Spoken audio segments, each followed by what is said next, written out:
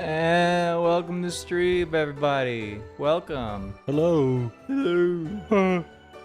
This is a bit of a weird setup we got going. I don't know how it's gonna play out. Me and Eli are currently on the couch. We are doing couch co-op. We're doing a couch co-op for a Telltale game. Just as God intended. Kind of. Welcome back to another episode of Two Best Friends Play. Yeah. Which one of us? You immediately don't like that question. Because I started thinking about it before you were getting to it, and it was just like, I mean, we could sidestep and go, which one's Chewy, which one's fuckface. All I'm saying is I'm the more obnoxious one who started streaming. So, like... I was about to make a follow-up joke. I don't know if I can. That's bad. Anyway, welcome. So I'm probably gonna be spending the first couple minutes of this doing some technical difficulty stuff because it's difficult for me to audio balance because I'm away from the desktop and I can't in real time do that. Like for example, right now I can't even tell what current music if it's too loud or not because fucking OBS is causing me problems. So Eli, could you keep them in? I mean, I can try, but no guarantees. I'm not a very funny guy. That's not true. That's so true. Oh, so good, babe. I am known as a poster far and wide. God damn it! I'm annoyed. I'm annoyed. They're annoyed, chat. Audio mixer orders in alphabetical, but Nice. considers symbols as after the alphabet. Cool. Wait, no. Oh, something like it did change the order at all. Nice. I don't know what the problem be. Well, that's 2022. They're trying to find information on the audio mixer. Oh god, you have to restart it. It doesn't matter, who cares? It does because I literally can't tell if the game will be too loud or for us because it's like the audio for things is off of the screen. I mean, in my experience, the way that OBS handles audio ducking and things in general, seeing the actual graph is like not actually helpful. It's not, but also I think I have all the audio ducking off. But it's just like there's like a way that it handles like microphone input versus like stereo mix like PC audio that it's like the graph is lying to you. You'd think like, oh, the game's in the middle of the green, that'll be fine, and it's wrong. And you literally just have to listen to it because OBS's like audio mixing graph is just wrong. It's definitely not right, but it gives me a sort of understanding of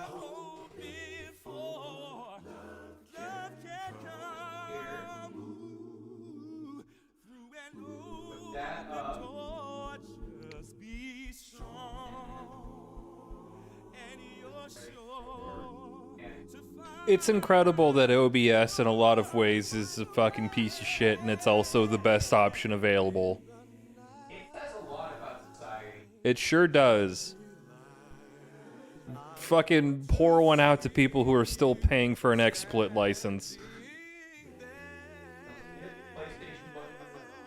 But I don't know.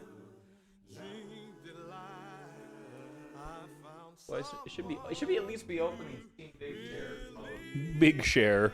Big Share.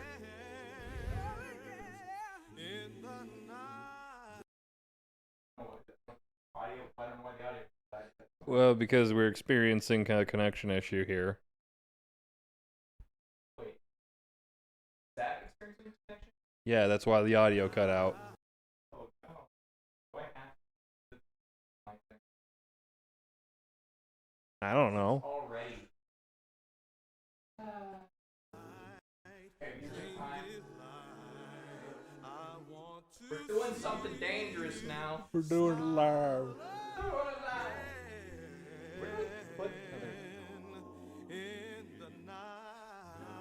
I thought it would at least last a couple seconds before shitting the bed. I didn't think.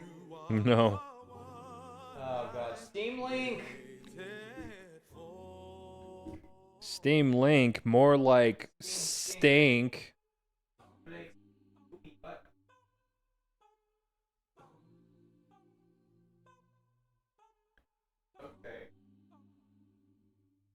I don't even know what song's playing. Okay. Give me a few. Oh god, I'm unplugging my monitors too. This is why I didn't. Oh. This is gonna be way more probably work. Oh. Okay. This thing here.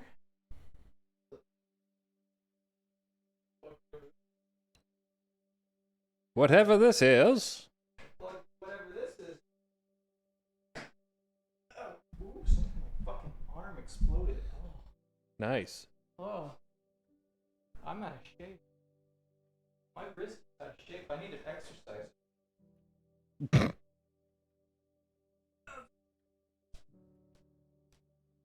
I have to fucking guess what I'm about to unplug. Let's go. Things can get real bad real quick.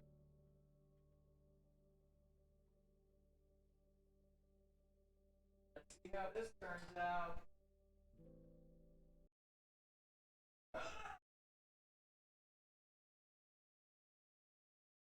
Stream's going great. I'm gonna be honest, ever since my first stream set up like expectations.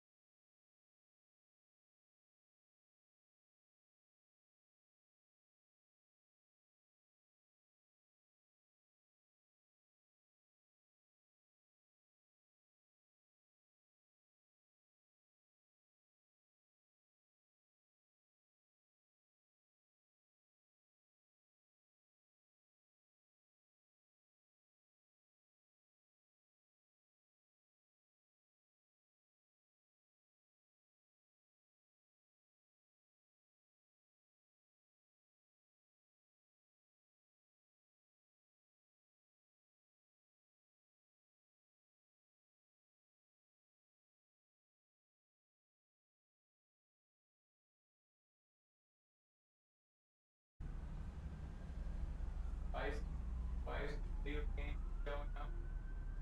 This. Oh, there we go. Hua. Get that shit out of my face. Oh, you gotta turn off the FPS counter. That's gonna bother me.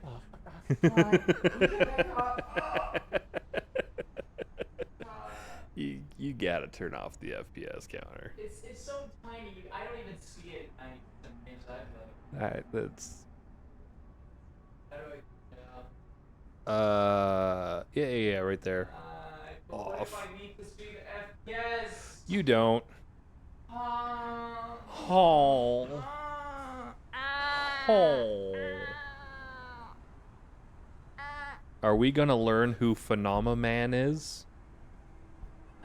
You ready for some cape shit? It's the most shit of capes. No, that would. I think that's still Marvel. I think that's still the most shit of capes right now. I mean, yeah. Except the But Ultimate I mean, Universe, like, you know, it's kinda dying. like the characters. Yeah. These are like the shittest of capes, and that's why they're in this group. Do we want speaker names on or off? What the oh, like for subtitles. Yeah. Oh, per character color. Oh, that's... We don't need well, it depends. Should we still have speaker names? Sure. Well, if This what if is like it's spoilery? this is really granular details for subtitles that you don't see in games. Yeah, and I love it. I love it, I do actually. too. I just realized I need it. Ooh, the subtitle animations. Ooh. So the subtitles will just pop. Will they just like blink blonk? Yep. Yep, they just blink blonk in. Okay, background. We don't need that. Really? Place licensed music, yes. Visual censorship, profanity censorship. Ooh. Like, I know you have to replace the licensed music, and I get it, but like, knowing that there's licensed music in the game is like, oh. Yeah. Oh. Hey, Eli, guess what? What? It's a Telltale like. So when Yeah, we no. replay it again off stream, And do all of the choices that we didn't do for this playthrough. yeah, we'll log into your account on your computer to do that. So that I can get those Chivos, Not, which is what I call achievements regularly. Whoa. I was just trying to pull up the chat. How do I? There's a chat only. There's a no chat mode. Chat only. There we go.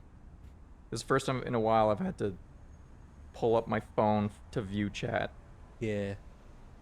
So hopefully, my phone will have enough energy. So we are running into one issue. And what is that? DualSense Bluetooth is really bad, Yeah. and so it is cutting out and getting shitty and delayed. Ew. We have a solution. Didn't I give you a really long USB cable? Wait. Oh, how long is this? Oh. And this free. You have it coiled up. Wait, what is that plugged into? That's not a... Oh. Okay. Yeah, no. This is the wrong one. You hit the wrong one. Yeah. Yeah, the one that I gave you... I'm gonna put that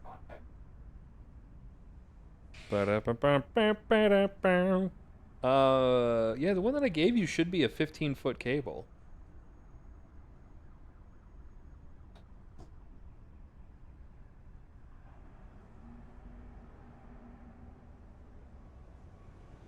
Because it was for my Guitar Hero controller. 15 feet is not as long as like you hold on to that.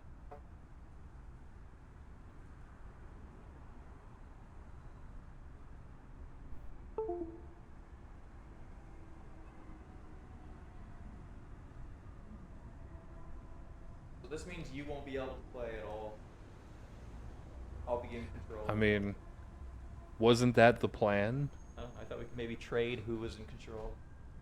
But do you think this is why only one person on the old like best friends Telltale stuff, only one person played, is because like they didn't have a wire far enough to? No. Also, they would like shout like, "Oh, pick that one." So like, it didn't matter that much. If you like hold it It- sideways, you yeah, could play a little if bit I- if you wanted to. It's, you know, it's fine.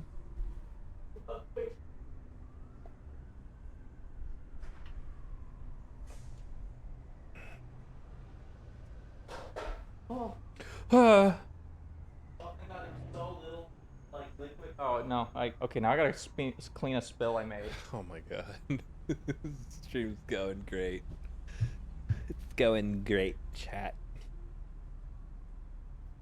Who could have foreseen a God TV stream having technical difficulties? And doing a whole bunch of stupid bullshit. Who could have foreseen? It's almost like this entire career was built off of technical difficulties.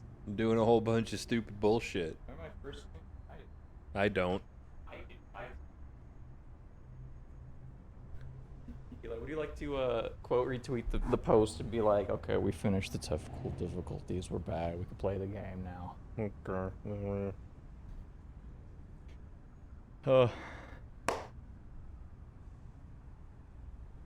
That's the wrong. That's the wrong one. I'm gonna get up one more time.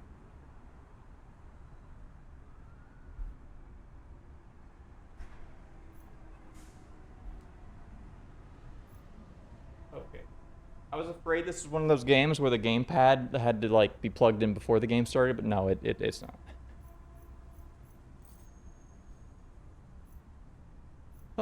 V-Sync, yeah. Pause and focus, no. Ooh, do you want dialogue boost it? I mean, would it need that? You know what? I will trust them. Your funeral. Oh, we don't need that big standard. I think the standard subtitles are pretty good. Yeah, it'll be all right. Oh, did somebody follow? Hold on, I can't see. I can't read it from here. Oh. Shit. Oh. I can't believe somebody followed during this. Thank you for following me, I might actually have to turn off chat only mode just so I can see notifications like that. I'm just gonna make sure I'm muted so I don't hear my own disgusting goblin voice. Alright. Are we good? Are we good now? Is that what, do you have to click on the thing? I forgot the alt tab back in the game. I'm getting my leg workout today. Okay. Hey, all right. Doing it. Should we have visual censorship? Do we want to see, like, violence and blood on TV? Yes. And sex on TV? Yes. And good old-fashioned values on TV? No. God, thank God we won't see that. Thank God I don't got that in it. I can't believe somebody actually followed during this part. Yeah, that's crazy. That's awesome. I think that's really sick, actually. People are like, oh yeah, we want to see some two gays just not be able to get a stream started. The normal streaming while gay experience. Are you ready for cape shit? The shittest of capes. No, that's Marvel. Ha ha ha ha ha.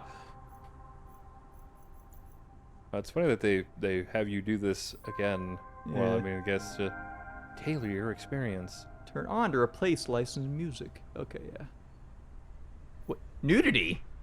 There's nudity? Oh, no. No, turn that off. The fuck? Eli on Twitch. I mean, that don't matter. They didn't ban the game. It's not blacklisted. But there's some games that aren't blacklisted, but you need to turn on the censorship mode for. Like, prime example, Fear and Hunger. You have to install the mod to stream it. That is required. Otherwise, you will get banned. Dispatch, nudity. I think this game is too new for,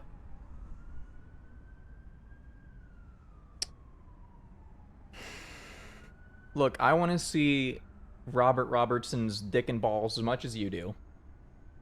I want to see Aaron Paul's balls. That is the guy, right? Aaron Paul, is that the guy? Jesse Pinkman? What's his name? What's Jesse Pinkman's? Saying Aaron Paul has now fucked me up. Aaron, I don't Ryan think... Aaron, is it Paul? It's Paul something?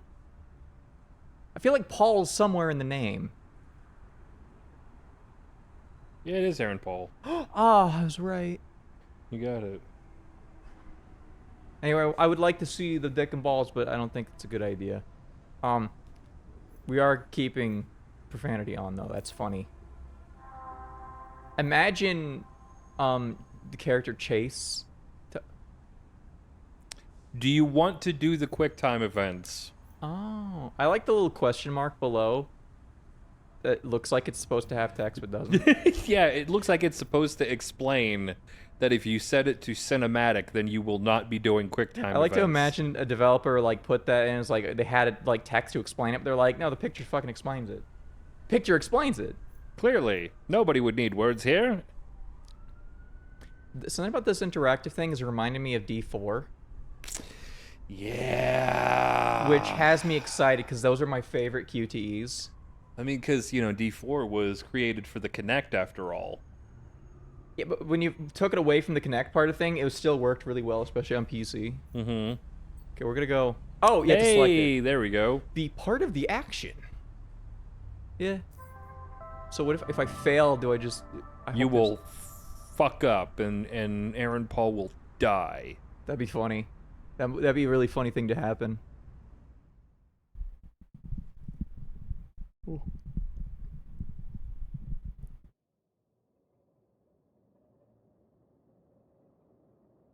In collaboration with Critical Role.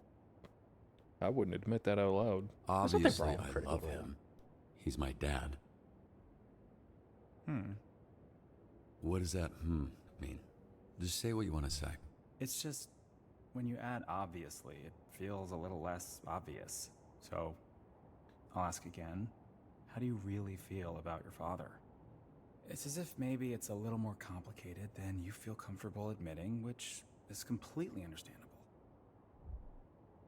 Look, I love my dad, all right? I love my dad. That's the truth. Loved. That's what I said. You said love. Your dad's dead, so you don't love him, you loved him. Just so sensitive. Listen, if I didn't love him, we wouldn't be here, right? We don't have to get into it. Nope, we're in it now. Why would I be trying to find the man who killed him if I didn't love him? Why would I be doing any of this? Shit. My nose is bleeding. Thought I was getting emotionally snotty. No, it's probably from when I kicked you in the face. Yeah, thanks for reminding me. So, here's what's gonna happen.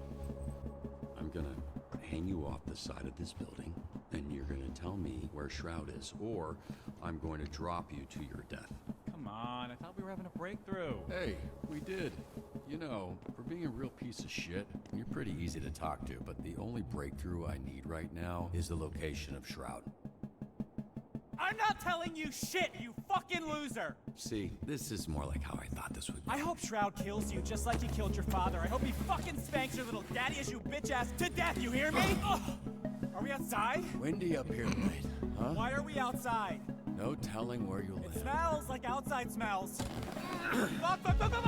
Wait, wait! I have neighbors. Use your inside voice and just tell me where Shroud is. Okay. Steel mill, Llewellyn Steelworks, okay? Fuck! You sure about that? Yes, please! It's all I know! Stop screaming, god damn it. Help! Help! Hey, I will pull you up if you quiet the fuck down. Help!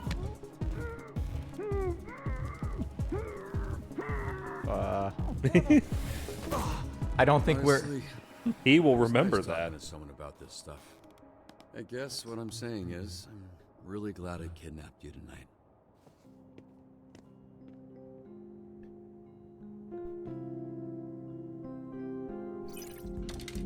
Man, this is not the direction I thought he would be in at the start from the demo.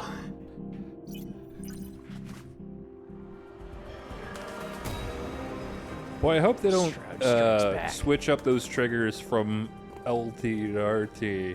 'cause, Yeah, it would be hard for me to see from here. yeah, that icon is not very clear.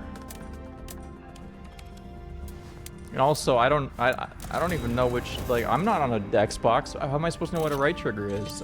I know what a R2 is. Yeah, I think it was R2. I just Oh. my brain defaulted to RT. Oh.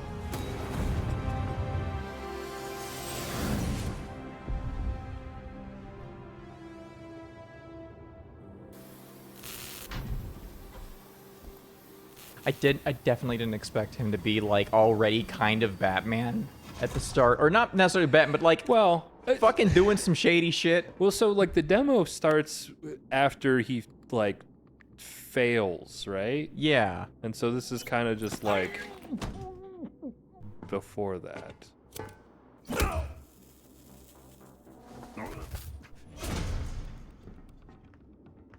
I just didn't expect him to be the kind to like kidnap people and beat the shit out of them, interrogate them. I thought he'd be a goody two shoes hero.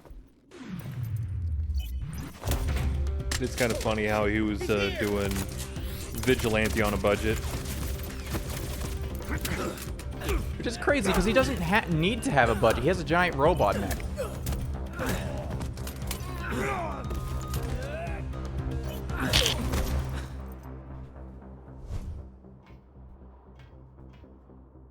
I love the animation work in this too. This game looks so impressive. It's such an improvement over Telltale's previous works. I wonder why.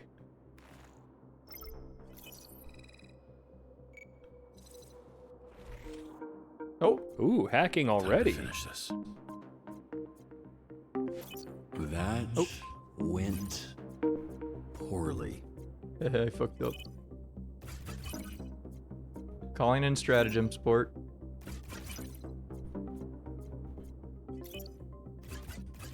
All right, next one. My brain has to like, oh, I see. My brain has to like process what arrows I'm looking at. Oh, this is rough. Just one more. Oh, god damn it. I'll give them like credit. This is good security. It would like if I was doing this in real life, I'd get tired of this. All right, got it. It seems like it's consistently R2 though so far. Thank God. Hello, hello, Mihi. Welcome.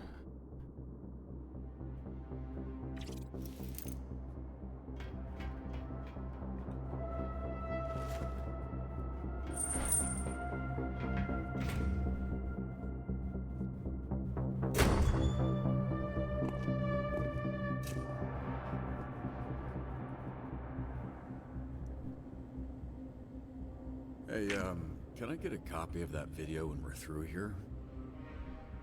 Cause I'm about to fuck you up and those videos do numbers. Maybe we can go viral. Ooh, maybe we can go viral. It's a soothing goon. All this build up face to face with your father's killer, and you come in here with that lame shit? Where the fuck is Shroud? He'll be here in a bit. Oh, hey! After our conversation, I asked him about your dad. Fun little tidbit. He was very well hydrated. Turns out right after Shroud shot him in the chest, your dad pissed his pants. Bet you didn't know that, huh?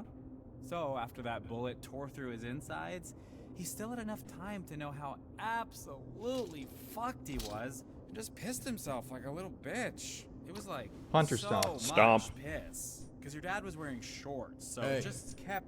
I get it.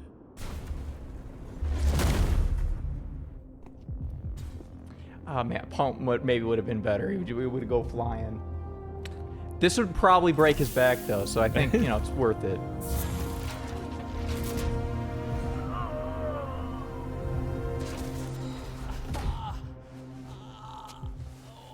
Can we just skip to the part where you reveal your bullshit superpower so we can fight for real?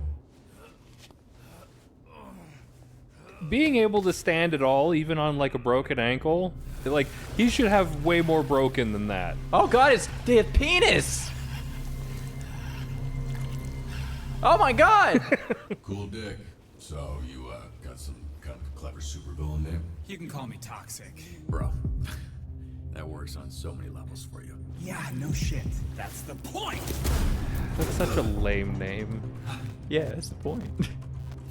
Shroud's augments are pretty good when normies like you use them.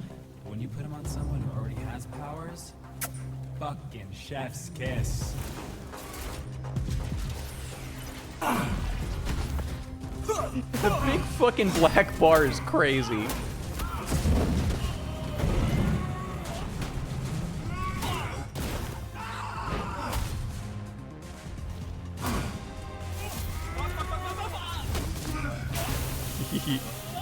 These QTEs are fun. Yeah, they look pretty good.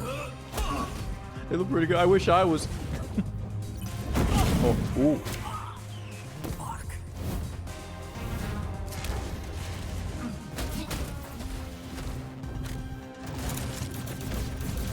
Oh. Oh. Oh, fuck. I looked at chat. Shit. I missed a bunch. Sometimes you have to trust me.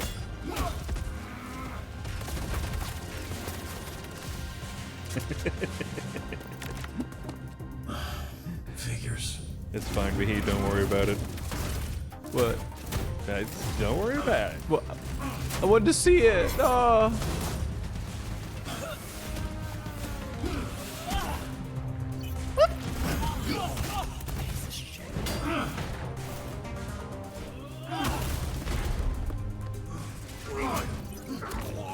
Oh. I don't know why. I just assumed he just turned purple because I was like, wasn't fully because I'm trying to check in chat. I can't do that. Yeah, don't do that when you got a QTE section. Dude, there's so much QTE. There literally is. It's almost like this QTE is like, it's like a superhero. Oh! Nice.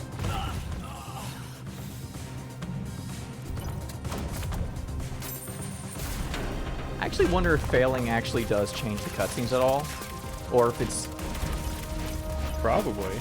because earlier when I missed 2 of them, but I got the last one. I don't know if.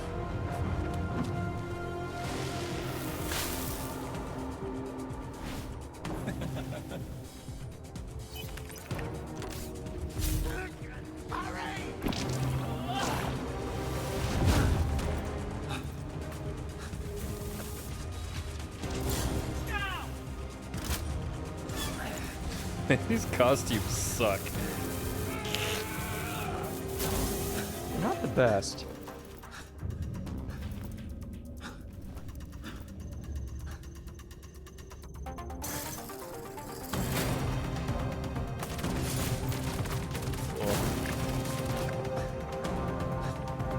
You'd assume Mecha Man's like suit would have a few better like fail safes in this.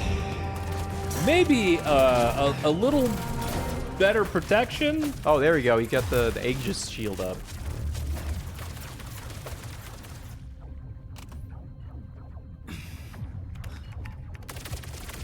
Dude, set the reactor to overdrive. Do it. Have nuclear meltdown and eject. It'd be so funny.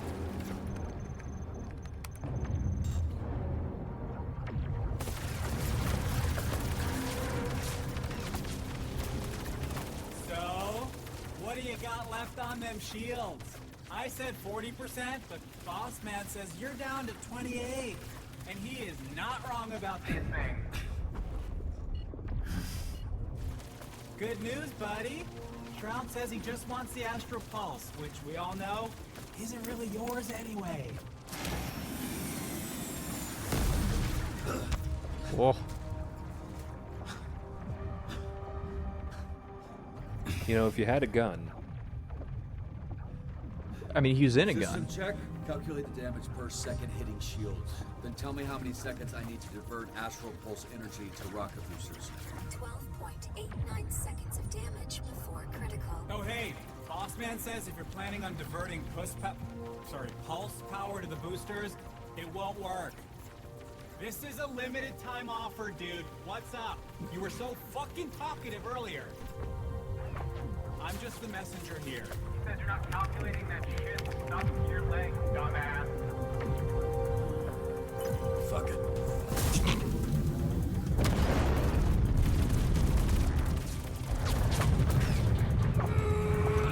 Hey, great! All go to plan. Now get out of there, babe. Oh, sassy gaze.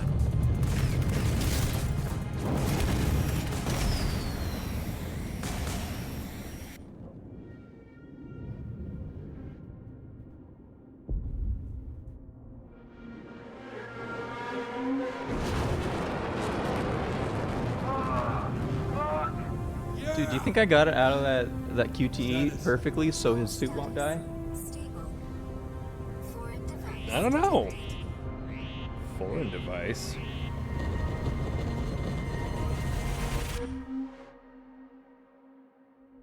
Ah, Damn it. If only I didn't miss those 3 X's. Warning. Warning. Warning.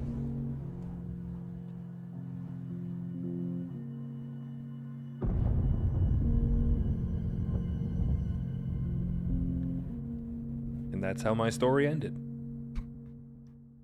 This is me. You will probably wonder how I got here. It plays the intro. And that's the story. Nice. I got so fucking scared for some reason. I don't know why. It was just over 4 months ago that images like this were recorded across the Southland. Videos flooded social media and our newsroom, showing what many thought to be the death of Mecha Man. Again. For nearly 50 years, a Mecha Man has protected Los Angeles. Built by an ordinary civilian with no superpowers. This Yeah. Audio balancing. Oh, Audio balancing. oh, the audio. It's balancing. And also, we gotta turn up the TV audio. It's way too quiet. It's not accurately great. Okay. Might be good. Or that might be too loud. Everything could be wrong. Who knows, eh?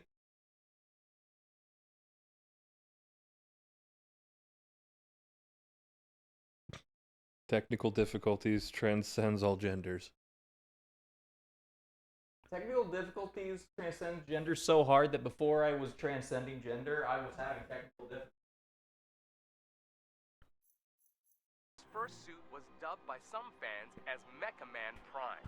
3 generations of pilot, their identities kept secret, have given everything to protect this community, including their lives. Let me know if the audio is After good. the tragic passing of Prime, the next Mecha Man, known as Astral, teamed up with a star-studded superhero group known as the Brave Brigade, leading That's to a bad name. unprecedented period of peace in the Southland. I do like that After years of loyal these service, like hero designs are very City of Heroes. Shroud, a former Brave Brigade member, turned Yeah. killed the pilot of Mecha Man in cold blood. But yet again, as hope was lost, a 3rd generation of Mecha Man emerged. A Mecha Man for the modern era. A bulwark against organized crime in the greater Los Angeles area. Until today. Why do I keep playing games that take place in LA? Mecha Man broke his silence and addressed the media. Modern day California bullshit. I had to do the trailer line. It's too good. I had to do the trailer. There's no other good line here. Probably. Probably. There's been a lot of speculation about my health and the state of the Mecha Man suit, and I'm here to put that speculation to rest. The suit has been damaged beyond my ability to repair, so I will be stepping back from superhero work, effective immediately. Does this mean you're finished? Can you repair your suit? You just said he couldn't, you idiot. How badly were you hurt? One at a time, please. Ashley Rhiness, San Pedro Daily. Do you have anything to say to your fans? The public outpouring, the vigils, a lot of them were worried you wouldn't wake up. Everything I've done, every sacrifice me and my family have made has been for the people of Los Angeles. Next question. Chris Stratton, Torrance Tribune. Does this mean you're retiring as Mecha Man? Word on the street is you're donezo. Are you 100 years old? Why are you talking like that? Answer the question, buddy boy. Are you retiring? Buddy boy. My readers need the skinny, and I aim to deliver. Let's get it on the record. Who I'm not is looking to this? comment on that just yet. That's the only skinny I can give you. All right, just one more, please. I got to get back to just one more. Preferably someone from the century. Charles Kingsley, South Bay Signal. So, Shroud kills your father, goes to jail 15 years, breaks out, and immediately dupes you into a trap where he destroys the Mecha Man suit and puts you in a coma for months. I didn't hear a question in there. Two-parter. First, why didn't Shroud kill you? You haven't been conscious for months. It'd be easy money taking you out. Okay, Shroud wanted the Astral Pulse and Mecha Man gone. He got both. I'm not sure I mattered much. Right, you're unimportant. Which leads me to my next question. Most heroes avenge their family. You did the opposite. You killed their legacy. Yeah, man, I suck. How disappointed Thanks. would your dad be if he were here right now? Your father, your grandfather. They must be I want to rolling attack. over in I'm their just going to graves. Nah, yeah. I'm gonna fuck this guy.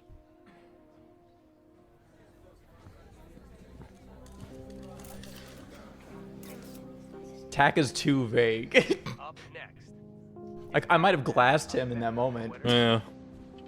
Yeah, I mean, it seemed like it'd be better if he died than be a mecha coward. So, What kind of example yeah, Danny asks, who is your favorite superhero? Wow, that's crazy. They don't give a fuck.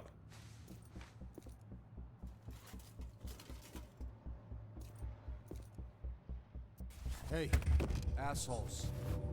Yeah, all you assholes.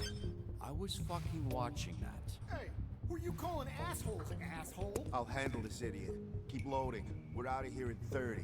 And who the fuck are you? Yeah, you. Go fucking hobo ranger? Who the fuck are you? Honestly, I'm not sure anymore. Right, well that feels heavy. But I don't know you, so I don't give a fuck. Whatever the case, I'm enough to deal with a pack of fucking Skittles idiots like you. Are you calling him gay? That Look, you can't say that, Aaron you're Paul. not thinking straight.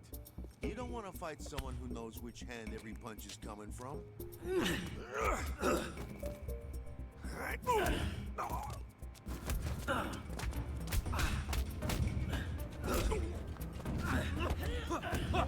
I should have punched the left first.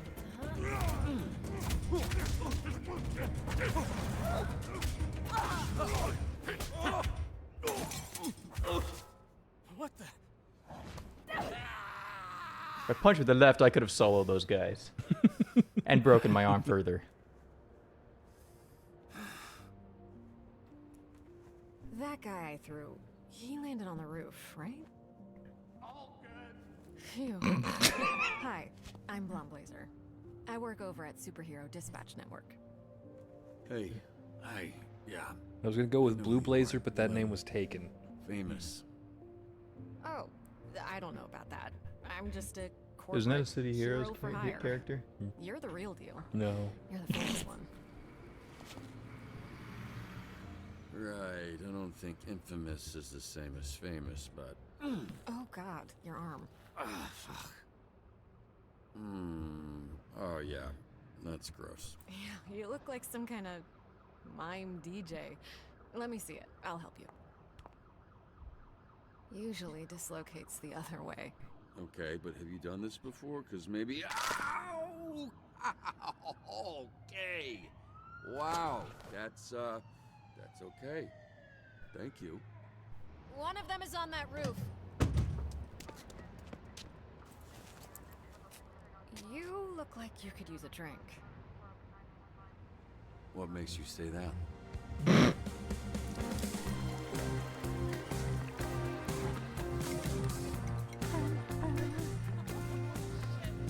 This was a licensed song. Oh, it's that one song from the trailer. Oh, probably. Go in jail. What do you mean? Like different colored dicks? Okay, now it's a gay joke. Yeah. Sorry. I actually didn't know what I meant, but you know what? It should have been that. I'm a little buzzed. I don't really make jokes like that. I think Vizzy's rubbing off on me. Who? Someone I work with. It's... yeah.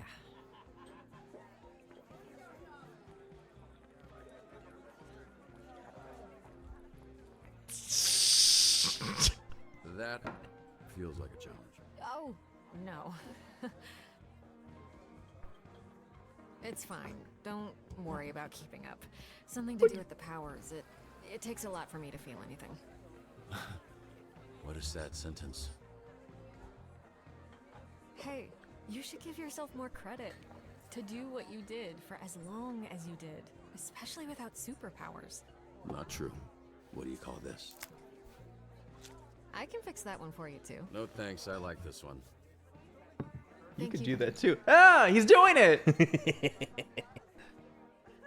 So, how did you afford all that? You must have spent hundreds of thousands of... Millions. So you'll understand when the check comes. You're serious? Millions. Yeah, I basically burned through my entire inheritance keeping it going. The last couple of years have just been duct tape and sheer determination. Why did you do it? Do what? Sacrifice everything to be a superhero to the point of financial... Ruin? I was gonna say hardship, but ruin was the first word that came to mind, yeah. You must be completely broke at this point. Only thing I'm good at. That's real. Honestly, it's the only thing I'm good at. Now that's a sad sentence. Come on, that can't be true. I don't know, he seems like a fuck up. Dude, Robert is so real. Are you drunk yet or what? Yeah, I should probably switch into water. Good, because I was hoping, after some drinks to loosen you up, I could learn a little more about you. And, if all that went well, present you with a proposition. Whoa. That is a terrible thing to say when you don't mean sex. Yeah, I'm just trying to figure out if this is a fit or not, you know? Then it's just a matter of picking the right moment. A bar proposition. Well, propositions late at night in a bar can go any number of ways. That's actually not water. God, this is like pure alcohol. It's not like alcohol, it is alcohol. I know because you spit it directly into my open mouth. That's water. That, see how it has ice in it? You drink hard liquor from a pint glass? Actually, I usually just drink it straight from the bottle, but I thought that This woman's crazy. White women can drink like a motherfucker. It's superpowers. No, it's fine. I will be right back. God. What are you doing? Hey, bitch! Hey, I'm talking to you, bitch. Dude, it's flambe. Just so you know, I only turned around because someone yelled, not because I'm a bitch or anything. Don't you watch the news? This is a superhero bar. Oh, wow. Are you a superhero? That's so cool. Is this your power? You're like, tell people obvious shit guy? Well, you're really going to act like you don't remember me. Wait, it's coming back to me. Hold on. Yeah, it's coming back to me. Oh, wait. Oh, I know it. You know what? You are Mr. Wet Ponytail. Your superpower is in, obviously, your ponytail, which, aside from being disgusting, has the ability to never not be wet. It In does battle, look kind of you whip greasy. it around, and anyone it touches fucking kills himself. That is... damn. You good? Sorry, I choked on my spit. I can't get over how much he looks like Razor Ramon. Control the fire. The fire? And the flame. And my skin does not burn. I am flambe. And you... Wait, oh shit, I do remember you. You're that shitty villain I busted up. Not anymore, mecha dick. As I literally just said. I am flambe, a real superhero. And you are not a man. Choices. I'm immediately... You need to get the fuck out of here. Should I... Choices. Should I make it... I'm gonna do the safer option. There. Easy way. You're gonna hit me now, right? I've been waiting a long time for this.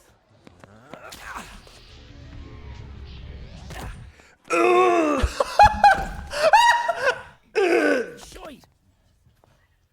Holy shit! What song is that? Your mouth. It's whistling. Come on, we should get you to a hospital. No, Coop! Fucking guy needs a dentist. I've got it on ice. Should be able to reattach it. Teeth don't work that It's way. a fucking tooth, Fingers buddy. and dicks. You know what? Give it a shot. Hey, Mecha Dick, get the fuck out of here. I get it. Can you just tell Blazer I'm outside? Out! Relax. I'm leaving. Look, I didn't do anything. I splashed water on the guy, and then I didn't do anything after that. I should be innocent. Should be. Hey, I couldn't find you. It's cool. I was just admiring the art on this dumpster. Can't tell why anyone would put those words together. Why are you holding drinks? Nightcap? You're trouble. Actually, according to the bartender, that's exactly what you are. What happened in there? I walk out and the bartender's pissed. The whole energy is awkward. And I almost rolled the heck out of my ankle on this slippery floor. A little flare-up with some guy, but it, extinguished pretty quick. A flare-up. Yeah? Does A that flambe up. sound convincing enough? Hold these. I know a place. You stung. It's a little out there. Easier if we fly. The fact that the bar is like, yeah, keep the glasses. Yeah, that's kind of weird. Maybe it's like really cheap, clear glasses. Or plastic cups that look like glasses. Clear plastic cups. God, she is doing such a bad job at recruiting somebody to work as a desk jockey. Yeah, because like this is what you do when you want to fuck. Yeah. I think out of spite, if any romance options appear with her, you turn it down. Turn it down. Nope. The girl who says fuck a lot is cooler anyway. She has short hair.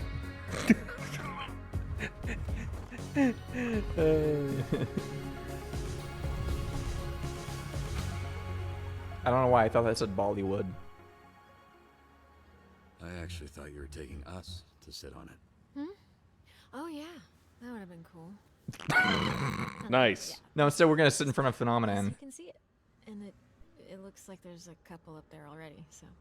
I really appreciate you coming to my rescue back there. I still think I could have handled it, but all I'm trying to say is thanks. Could you take over for a second? I gotta. Said that, but yeah, I'm still talking. Don't you worry about it, Robert Robertson. How do you know my name? Oops. What's going on? Okay, I'll tell you. But only after you tell me how you ended up with a name like that. Oh, you mean a name like Robert Robertson III? The third? God. 3 times? Oh. There was Grandpa Bobby, then my dad, who my God, it's just like my family. Else called Robbie, and then me, Robert, because I wanted to be taken seriously. Family tradition. In more ways than one. Gramps was the first Mecha Man. He died in the suit before I was born. Dad was killed fighting Shroud. That's when I took over. There was a little inheritance and the life insurance money. I'm so sorry.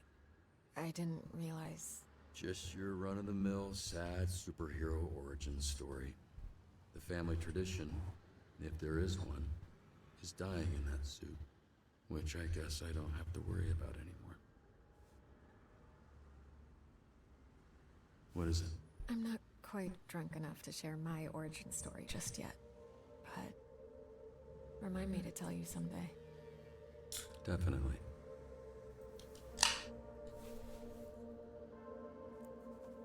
Do you think the mic caught that? Spread the bread.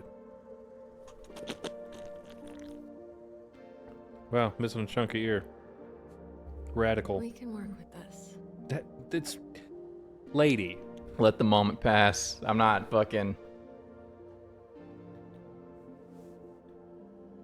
Sorry, I'm actually here with a purpose. My Robert Robertson's gay. The way I went about things tonight, I'm sorry. It was all a little loose, a little unprofessional. Unprofessional? I'm not sure that applies to this. I'm actually here on official business. How I know your name, the proposition I mentioned right before you spit in my mouth. Still mortified about that. It's fine. Do you remember a superhero named Trackstar? Remember, of course. He's like family. That I haven't talked to in a while. What about him? I work with him at SDN. He recommended you. Mentioned that he worked with your father. Yeah, he was the youngest member of the Brave Brigade, so he was kind of my babysitter for a while. How's he doing? He's doing great. He's why I'm here. Robert, I would like to make you an offer. In exchange for dispatching and mentoring some of our rookie heroes, SDN can make you Mecha Man again. But this time with all the resources that a company as big as ours has at their disposal. No more paying out of pocket for repairs. Support staff, the whole shebang. My suit was totally destroyed. I saw the report, studied the footage. It's not totally destroyed, just mostly. It's a big investment. It'll take considerable time and money to get the suit repaired and the missing pieces replaced. Plenty of time to learn how to dispatch and level up some of the heroes on our roster. Your experience, your work ethic, your perspective, it's all invaluable. Share it, Robert. You have a lot left to give. Wait, so you want me to sit in an office and dispatch heroes? That's the idea. But just until we get your suit put back together. What's dispatching even mean? Oh, right. I was supposed to test you at the bar. Here. The drunk people shouldn't be throwing things at drunk people. Noted. Especially when you're sitting on a Am I billboard. Waiting, or are you waiting? What's going on? It was supposed to open up when I threw it to you. Well, okay, there. Pop it on.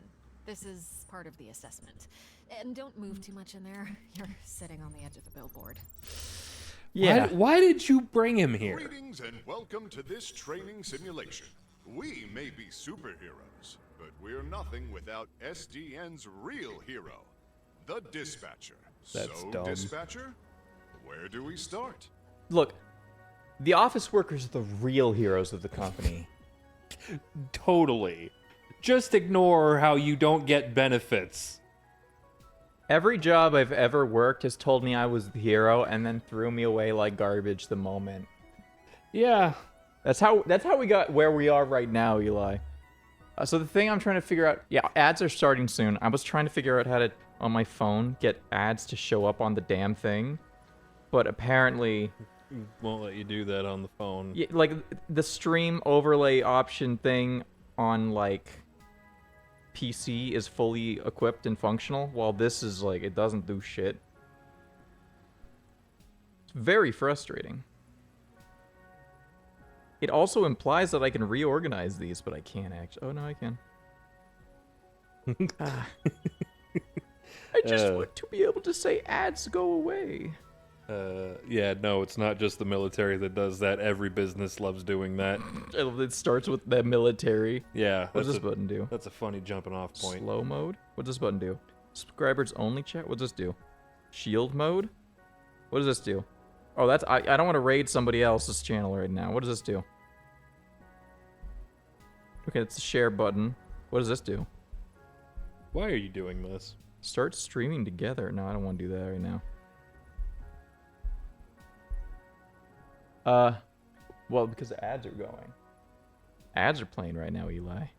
So I might as well learn the tools. Much like he's about to learn his tools when we're back from ads. Emotes only chat. Oh my.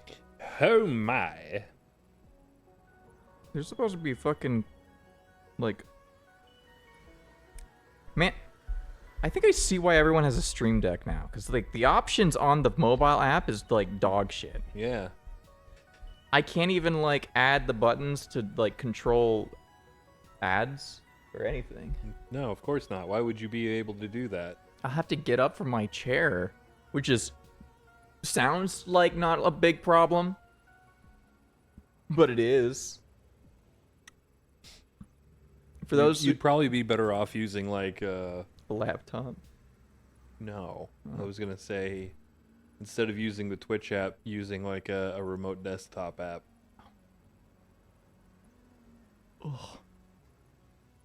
Which sounds dumb, but... But you're right. That would...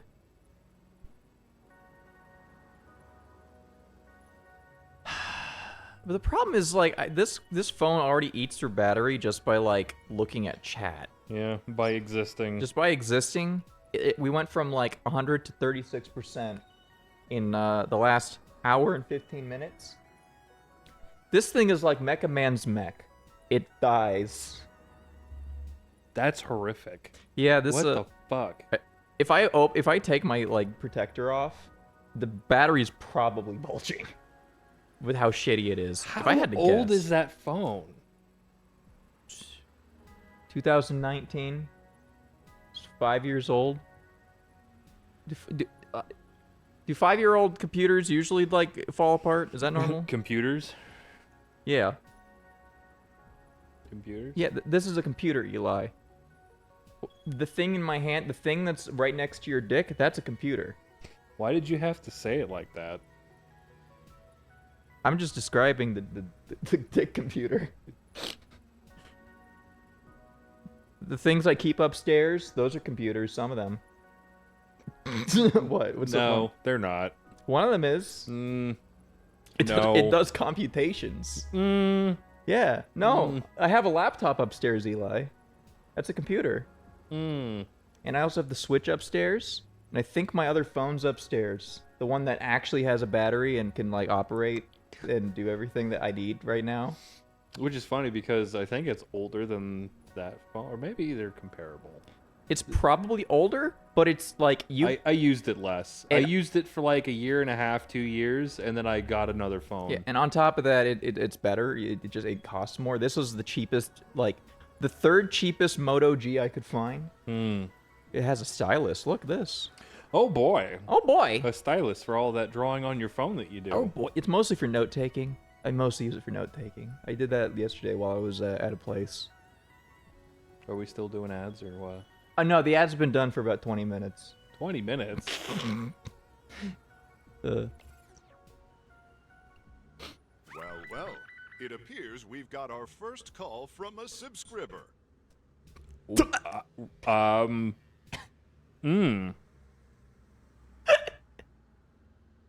wasn't ready for that. I saw some scary, suspicious men last night leaving the old movie theater. You'll receive requirements to help you determine which heroes to send. Such an array of brave heroes to choose from.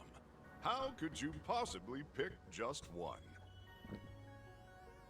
Are these This actual graph will show you heroes? What a hero does well. Well, Phenomenon is not real. so well. A hero Brain with a knack book? for vigor and combat looks right for the job. That sounds like me. I gotta say, my City of Heroes comparison was a joke earlier. It's accurate. It's feeling more and more real. Dude, Sweet Talker was a guy I was in a guild with. Literally, the lizard man with the pink shirt. I knew him back in the day. Oh, Danny is a fan of the Scaly, I take it? Maybe it might be like, oh my god, there's a Scaly there. Maybe, but like I feel like that's a weird, like, sure, but I feel you don't point those things out unless that's the thing that you're into. Or you're afraid. Maybe Danny's afraid. Like, oh my god. Ah! His scaly dick. They might show it on screen like that other guy. I don't know if he's the species that would have two of them or not. Ah! It's time to get to work. I don't think they do. Some do. Alligators? Well, I mean, you don't know what he is. Exactly. I don't know if he's the species that would have two of them or not. Ah! Dude, Phenomenon doesn't want me to send anyone else. It just took me off guard. What is there? I mean, there's all kinds of, like, I was going to say freaks, and that's maybe mean. That's maybe mean to say freaks. You don't like call Sweet Talker a freak. Look at him. He's awesome. He has... Dude, he has the Vegeta shirt. Yeah. Oh, my God. If that says Bad Man on the back of it. Oh, Bad Man. It'd say Sweet Man. Because he's Sweet Talker. I am on the way. Yeah, they got all kinds of heroes and things. I mean, like... Brickhouse's design's really bad. That one's It's really, really bad. I can't get over. When a hero returns to SDN, they'll need some much-needed R&R. That stands for rest and relaxation. I see why this guy has a social stat of 2. Don't forget to review your hero's Or 1. performance. They won't be sent out again until you do. On SDN's performance review. state-of-the-art graph, we can see an analysis of what skills the call required. Let's see how well I did after responding to that caller's, well, call. There's no such thing as a perfect fit. Use your intellect and your roster to your advantage. The more that my skills align with the needs of the job, the more likely I am to succeed. Dude, his intelligent... I just realized his intelligence and social stats are 0. He is the dumbest motherfucker. Well, that only barely Organized succeeded. Criminals, often led by figurehead supervillains, are the scourge of Southern California. We work tirelessly to root them out. I thought it was the police. Okay. We've got a potential villain hideout on the college campus. Sometimes the solution is brains, not brawn. SDN's diverse array of heroes can solve any problem. Yeah, you're gonna want to do Brain Book. Oh, Yeah. I see you have a keen mind. You don't need to. But what if we got You don't need Brickhouse to. to help out? You don't need 2 people for this. Okay. Knowledge is power. But Eli, what if I fail?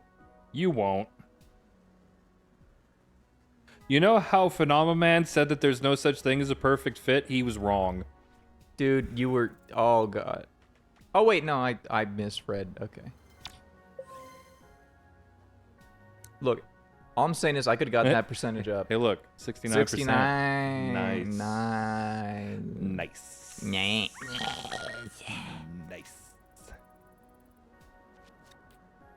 Needs a guest speaker. Nope. Wait, no, Phenomenon has good speak. No, it doesn't. Oh, wait, no.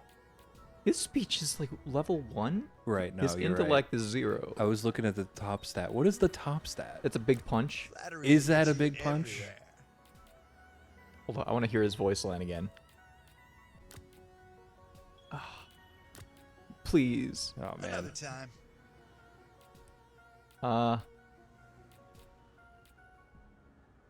Unveiling is going to excite audience, incorporate your unique perspective as a superhero.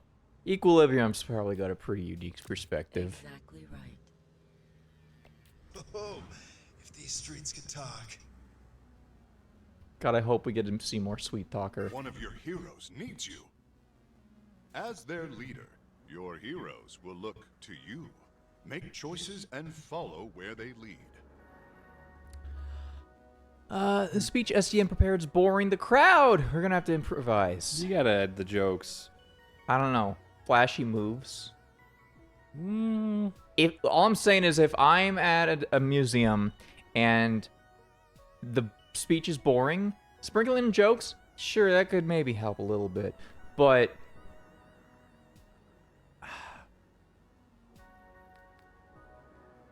it's definitely not facts. Definitely not that one.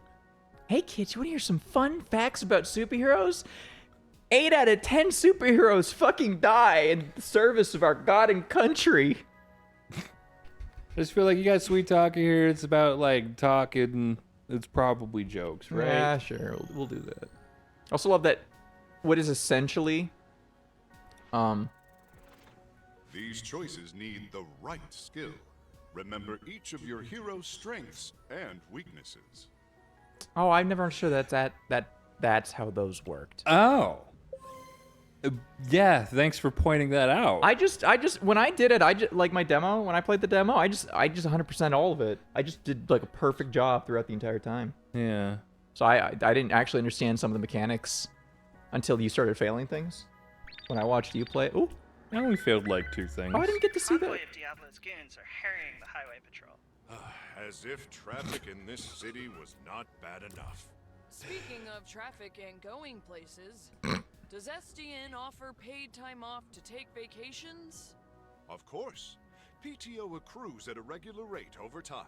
Use it however you like, as long as you discuss your schedule with your manager well in advance. Uh-huh. The fuck is a PTO?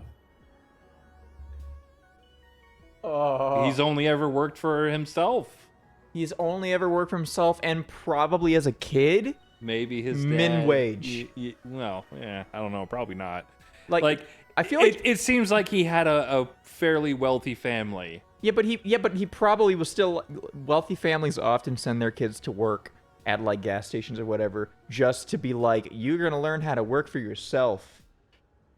That's why I had a good job. But I mean, like, they knew that he would be inheriting the Mecha Man suit, so probably So not. you need to see how the commoner lives. I doubt any of this. supervillain El Diablo is attacking Los Angeles General. Is El Diablo real? It's one of my arch nemesises, El Diablo. That means the Diablo in Spanish. He must have been using the convoy ambush as a distraction. And to attack helpless hospital people. Yeah, That it's craven bastard. it's not quite right. Did you know SDN offers a robust benefits package for all full-time employees? That's phenomenal. Alrighty. Oh, this is killing me. It's Uh, real. So this game is just Oracle slop? Yeah, pretty much. You just play as the Oracle. Oh, I see. It took me a while, but you meant Batman Oracle. Yeah. We were talking about oracles for like 3 hours last night, in the wadcast. Not that. No. I don't feel like anyone's a good job here. I Well, should have it's, saved defense. Brick House has decent defense, right? I guess, yeah. I'm just feeling like maybe I should send Phenomenon Man. I wonder if El Diablo is a real Okay. The Diablo. Yeah. Draw the monster's attention. Endure the beast's attack. Okay. Let's make history. Try and keep up. We're gonna Barbara Gordon simulator. best we can do is write this. Maybe this. Oh shit. Everybody's busy. Getting to my doctor's appointment. You gotta wait for somebody to. God, I hope Sweet Talker Equilibrium is fast. Oh fuck. That's pretty good. Nice. Well, 69. Is the game just? Is it just 69 simulator? SDN values work-life balance. When the bell rings, your shift will end very soon. Oh, I didn't realize that. Sometimes a hero can use their talents to tip the scales. They are superheroes after all. Okay. Ooh. The walls didn't stand a chance. I like how she's wide. This art makes her look a lot better. Yeah, the art below. It's like a really bad VTuber. The angle's bad, but now we see the full thing. Like, yeah, that's all right. I may just be weak for big muscle women though. Yeah, but that's fine. She's kind of got like a She-Hulk thing going on, but Yeah. like big She-Hulk. Big She-Hulk. Whoa.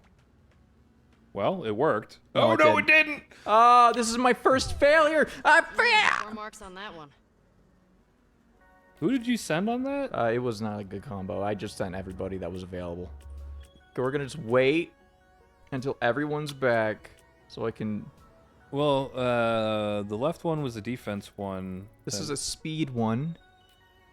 Assist, make haste. Okay, equilibrium probably. Is that the best speed you got? Right now, yeah. And this one's about to. Maybe Pom Pom will be better. Maybe Pom Pom will be better. The left one is about to go down. You should probably send somebody to that. Or wait, no, was the left one the speed one? Yeah. We're being held hostage. Send help, please. Convince. You can find suggestions on how to handle hostage situations on page 234 of SDN's Guide to Dispatching. It's weird that like innocence, force them into surrender. Like the opposite options, yeah. It's kind of bizarre. Hold on, I'm gonna send these two. I think we'll cover everything. Yeah, that'll be ideal. But it's weird that like orientation is the let's see if you're good enough to be hired for the job.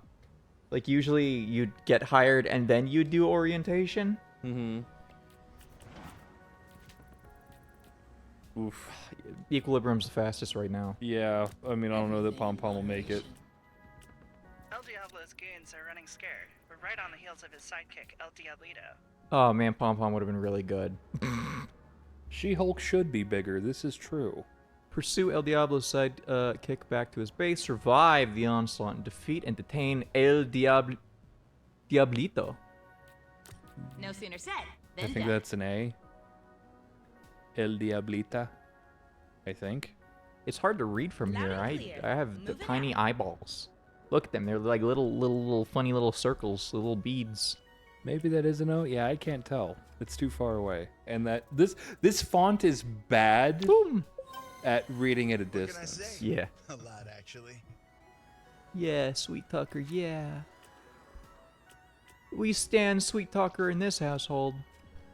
Let's see, how good do I do? Ooh, oh, hey, that's Pretty pretty fucking ideal. good. With 100% with Pom Pom. Solves all Yeah, problems, big probably. and small. We never ignore the people of the city, particularly the elderly. Speaking of retirement, quick my question, God. Phenomenon. Does SDN offer 401k matching? Yes, but there are limitations. Your HR representative will have all the details. I don't want to think about my fucking 401k account right now, man. That shit's never gonna... Oh, that is an O. Diablito. Oh, it was right in the line. You saw that. That was scary. I don't know. You would have made it if it was writing the line. It kept like glitching in and out. Done now. It is time for lunch. We couldn't have done it without you, dispatcher. Too true. I'm going to enhance my break time with some of the snack offerings in our break room vending machines. Great idea. Thank you again, dispatcher. I hope to be seeing a lot more of you. Goodbye for now, and don't forget to be phenomenal. Did he just say phenomenal? Well, looks like I'm great at this, so that's gonna be bad for your negotiating position. Expect a lengthy...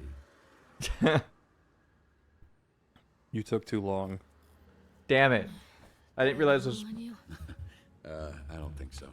Well, you see why we thought of... Well, why Trackstar thought of you. It makes sense, yeah.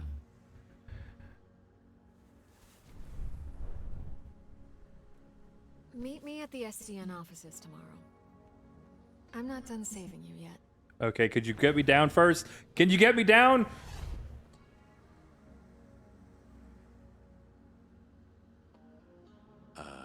Is there a ladder or...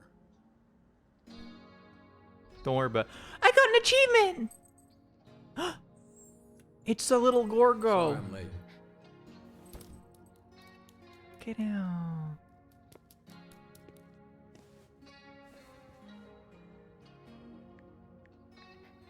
Know his password.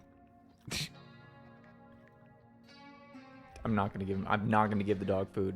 I refuse to. Look at him. He's already so round. He's eating too much. Dogs shouldn't be eating human food. I met a nice lady. She wants to help us out.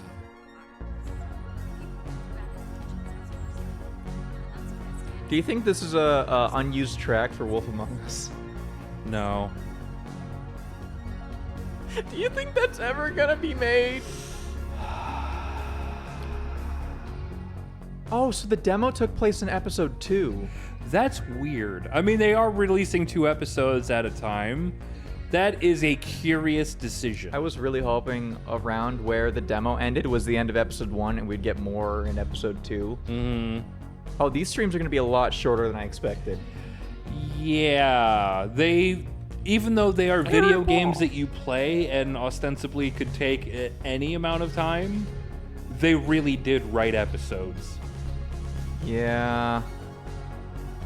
It's a shame that all this like quality animation and voice work and everything comes at the price of probably shorter. Also, the fact that this is kind of a budget game in a lot of ways because... Yeah. What was that, 30? Yeah, it was $30, but Yeah. also I just meant like it's a budget game because like they don't have a big publisher backing this one. Right. I'm assuming Wolf Among Us would probably be a bigger game. Probably, because that was in collaboration with like a couple studios. Yeah, and if it comes out, if it becomes a thing, I hope that this does well and that this encourages whoever's new Telltale to fucking. Please, just fucking do it. Give them the okay on making it. You already released the trailer. Yeah. Give them the okay to actually make it. And what they were saying, what Ad Hoc was saying, was that like we wrote it. You know, it's like it would just be a matter of doing it.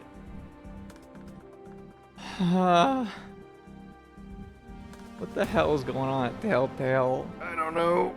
It's stressing me out, man. It seems really stupid to not go forward with Wolf Among Us 2 because that was like one of the popular Telltale games and would make money. Yeah. and it's an IP that you could bank on. Yeah, and you have new writers to make it not Zionist.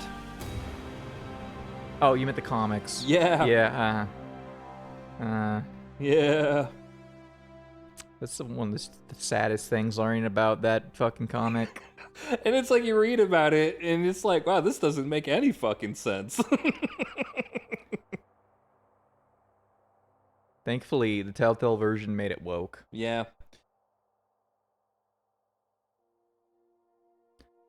I genuinely hope that this does well and encourages whoever's holding up the process to let them cook.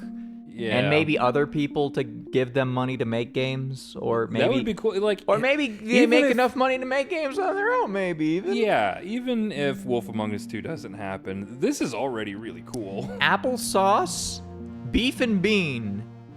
These are good pet names. Molly, Ollie, Nico. Molly, Ollie.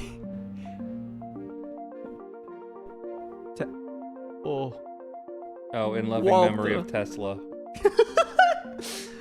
I shouldn't be laughing. That really got you, huh? Look, the American century of shame. Tesla ain't doing so good right now. No, it's fine. I just didn't expect the century of shame to be American. I did. I think, it's true. Do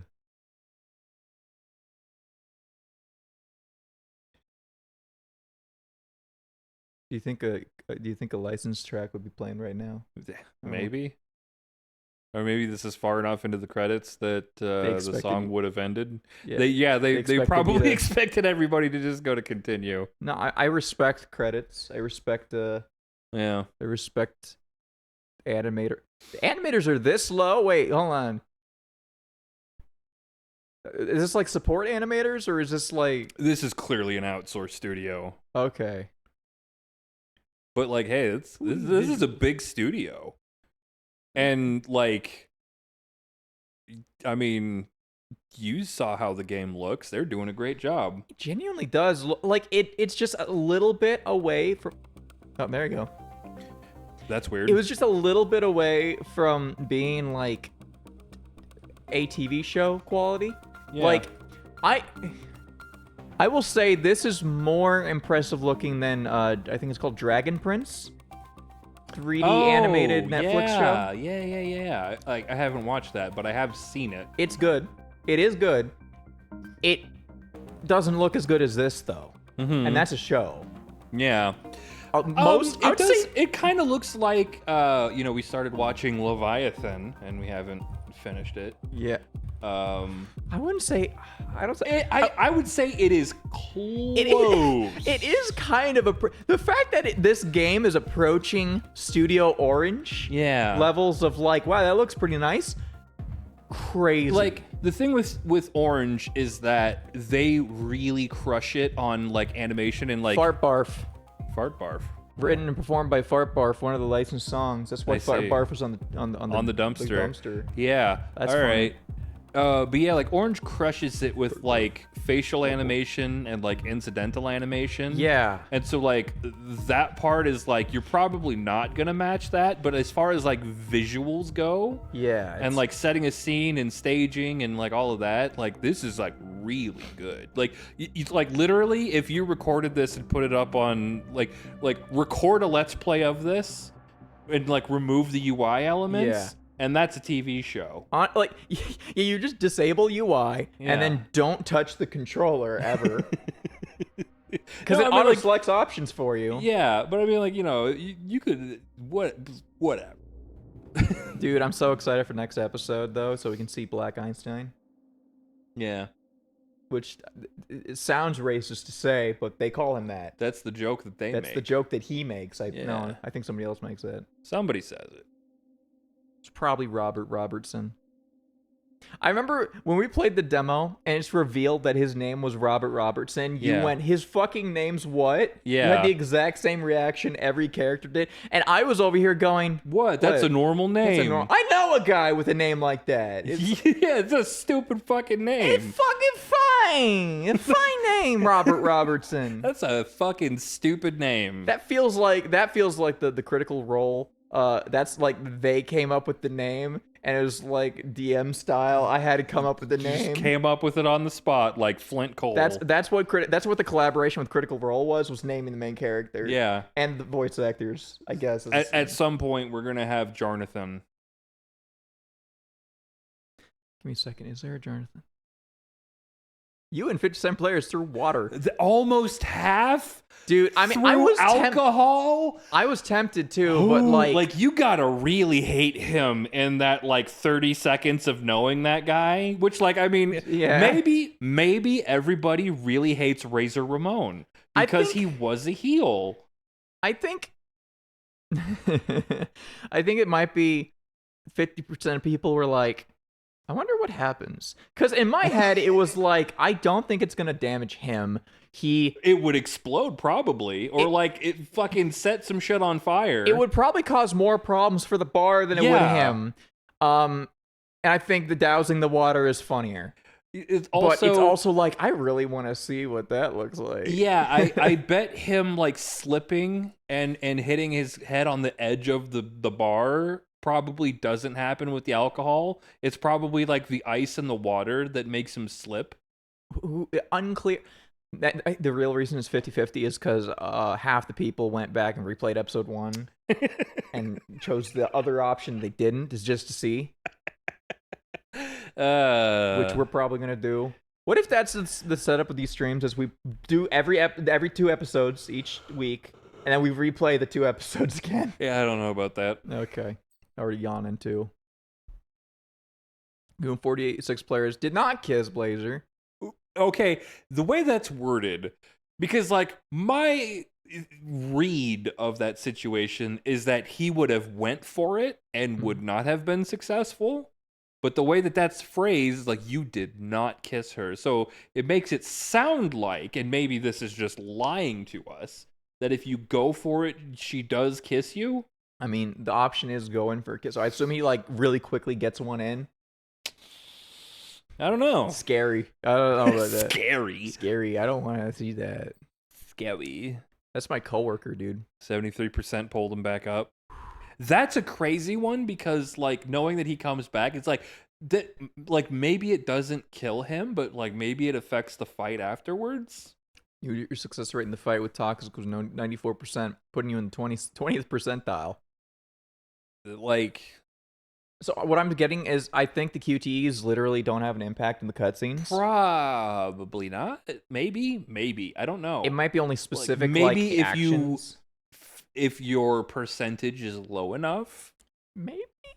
I don't know. It felt like even when I was missed a couple things when I wasn't looking. Well, I mean, you still got 94% of them. Yeah, but like the set of ones I didn't hit a single one of them, and Sure. it played out. It seemed like normal. Like he shoots back and things. It's still like I feel maybe if you miss a certain percentage of them, then the cutscenes change. 29% of players dubbed Flambe Mr. Wet Ponytail. Well, that's about a third split. You and 100% of players aced SDN's tutorial shit. Can you fuck it up that bad? I mean, probably, yeah. Why wouldn't you be able to fuck it up? That's gonna be like you could like probably pick the wrong choices on purpose.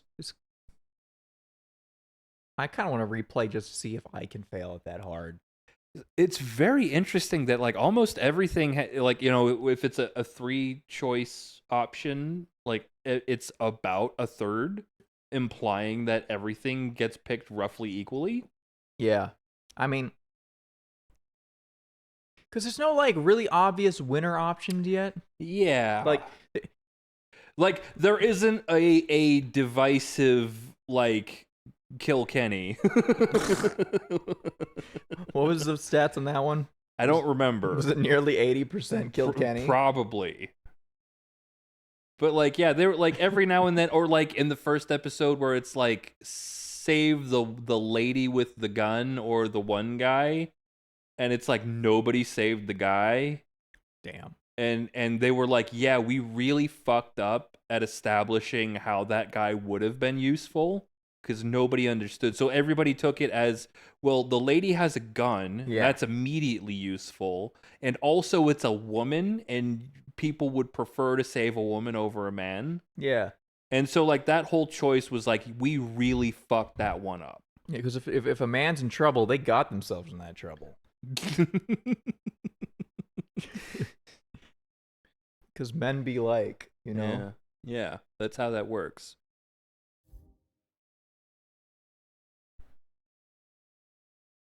Oh, boy. Wow. I do hope that next time they... I still, like, I don't think I'm as upset about the episodic thing now that we're in it. But I do hope when they get to Wolf Among Us, they just do a David Cage type thing of just all the way through. The only thing that guy ever did right was just... Dang it! I'm gonna be late for band practice. Unexpected things happen every day. Look at the camera. Look at the camera. You can Look at the count on camera. SDN to help lift the burdens life throws at us. Let SDN be your rock, so you can rock. SDN is not an insurance company and does not cover damage to persons or animals. She's definitely not making it to band practice. Yeah, well, yeah. Wait, what's that? No, just the commercial. It was weird. Weird. Yeah, right. Phenomenal man. He's like a rock star. It's I'm joking, cause of the rock and the roll. Cool commercial. I'm a Famama fan, you might say. You could say. He seems cool, phenomenal even, and quite the salesman. Oh, yeah. I wouldn't. He could sell snowballs to an Is it not cool to say? Snowman. He could sell snowballs to a snow person. Oh, Anyone brother. Made of snow. Any color snow, doesn't have to be white. Look, this guy's trying his best. He really is, but also he should shut up. Yep, that's not right. That is not right. Tumblr's gonna love this guy. Okay, let me. No, he's not. He's not too suave. Not necessary. No, they like that. So, you nervous? Big job. Oh, this is No, gay. I mean, yes, but yes is more. My powers make everything wet, moist. Water boy is how they call me, but yes, I am. What's up, Razor Ramon?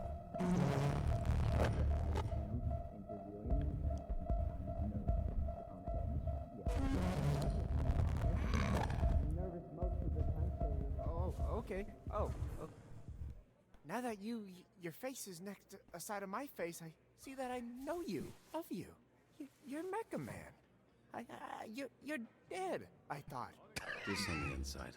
You, look small or different in person. Never meet your heroes, kid. Oh, wasn't sure you'd show up. Oh, wow. Laser, Juan, a real hero. Oh, sorry, but Oh. I need him for something. Follow me. Real hero. Unlike Mecha Man. He's a fake bitch hero. Oh my god, it's so gay. Yeah, that was really gay. That was pretty gay. Take your clothes off. What's happening right now? We don't want too many people knowing you're Mecha Man. A lot of our dispatchers are former heroes, but it's better if you keep your identity a secret. We've had incidents in the past. Here. I remembered you being bigger. I was a little drunk. Listen, it's gonna be great. I've never felt silly wearing this. Until now. Yeah, I was trying to imply that with the silence. Thanks. Get dressed. I have somebody I need you to meet. God, she sucks. Oh, sorry. Should I turn around? Or what do you... should I close my eyes, maybe? If that makes you more comfortable. Well, this might be the fastest HR violation of a new employee in history. Yeah, I'll actually... Yeah, I'm just gonna... There. It doesn't look like it, but I am flexing every muscle in my body right now. Really? Okay, well, you didn't have to say it like that. I want to say again, I'm sorry about last night. I regret the way I conducted myself. It was a mistake. A complicated mistake. I can, go into the details of those complications with you later. We were drunk. Look, we were both a little tipsy, got lost in the moment. You know, it's totally understandable. It was a nice night. Nothing more than that. Yeah, I'd like to keep things professional. Right, that's why you brought me to this conference room to strip down in front of you. Profesh. Are you serious?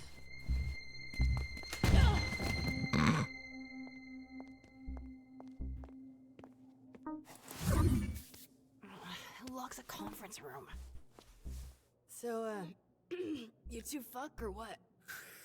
No professional lines were crossed. Alright, so just like grinding, clothes on stuff. Busy? Knock it off. I just got a little tipsy at our meeting. A meeting? Is that what it was? Robert, this is Invisigal. She is part of the Phoenix program. We take former supervillains, such as herself, and rehabilitate them to re-enter society to use their powers for... Are those my earrings? Well, they look better on me. Invisigal, this true. is Robert. He'll be your team's dispatcher.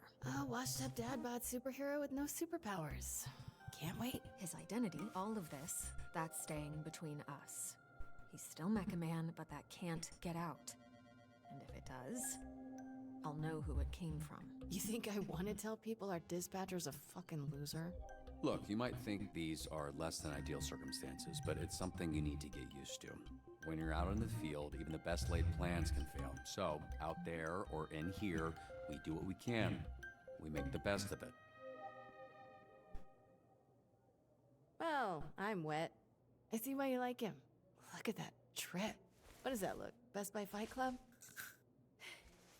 Fucking hot. We have a weekly ranking list for all the heroes in the company. And she's at the bottom. She called herself Invisibitch when she was a villain. We're trying to That rebrand it. sucks. Yeah, I thought Invisigal felt kind of corny for her. Oh yeah? The name was my idea. Just get your shirt on, Dad Bod. Dad bod? That nothing about him is dad bod. He has no gut. This is SDN. How can we help you? We're not the highest profile branch in the network, but we've got what makes the real difference. Great people. Some of them aren't even people, and they're still great. Whoa, we got a raid. Shadow. One of Oh. the 3 copiers on this floor. Facts. Howdy, scans, Spiced Peach literally TV. everything. Hey, welcome. Documentation, one of the 3 we're on episode 2 of the new not Tell game. I used to call it Triple D's, but I was informed that had a different connotation. How many heroes do you have here? Network-wide, we're over 300. Here at the Torrance branch. Yeah, everyone, welcome to the Goblin TV, subsidiary of Native VTuber Network. Spice Peach, if you need to raid and like dip, yeah, feel free. Works in the mailroom, from a different galaxy altogether. And then there's Galen, way back there, born with super hearing. He's from Florida. Florida, of course. Florida. Florida man over there. Hey, easy on the bath salts. That was one guy. Hey, speaking of bath, where is the, Oh, need a bio break? excuse me? Restroom. I mean, it's right over there. Sorry. At work, I tend to get a little Corny. corporate, Dick. Meet me in the records room when you're done. If you get lost, look for the door that says records room. The records room.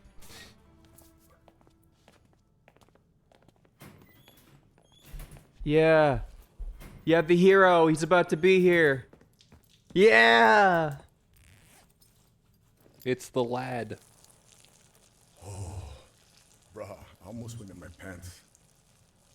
Hey, you this Robert people talking about? What's up, brother? My auntie named me Roy, but people call me Roy. Brofist. All right. Good to meet you, bruh. Likewise. So Royd, like steroid? Huh? Hell no, brother. No, cuz. Listen. The 2 other guys here, they go by the name Roy. So I think it's like, we go scrap, we go ground, I boss you up, and then, you got Royd. You know what I'm saying, bro? That's what I think.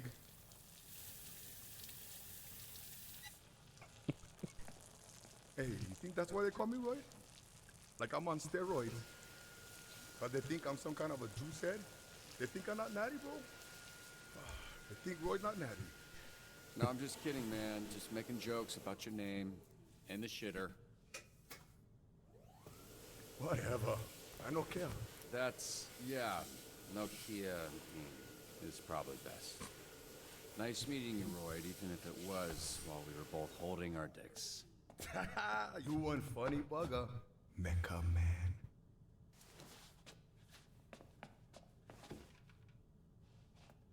Okay, so I Hope was the guy with worried superhero about didn't hear that. that everyone here knows who I am. Nah, brother. It's Kapu. Need to know basis and Roy need to know. Other one gonna come pick up your soup or fix them for the SDN. Cool. You gonna wash before you do that? Nah, bro. I never touch nothing. Just touch my pants and underwear only. Even for shake, I just do like this. Show me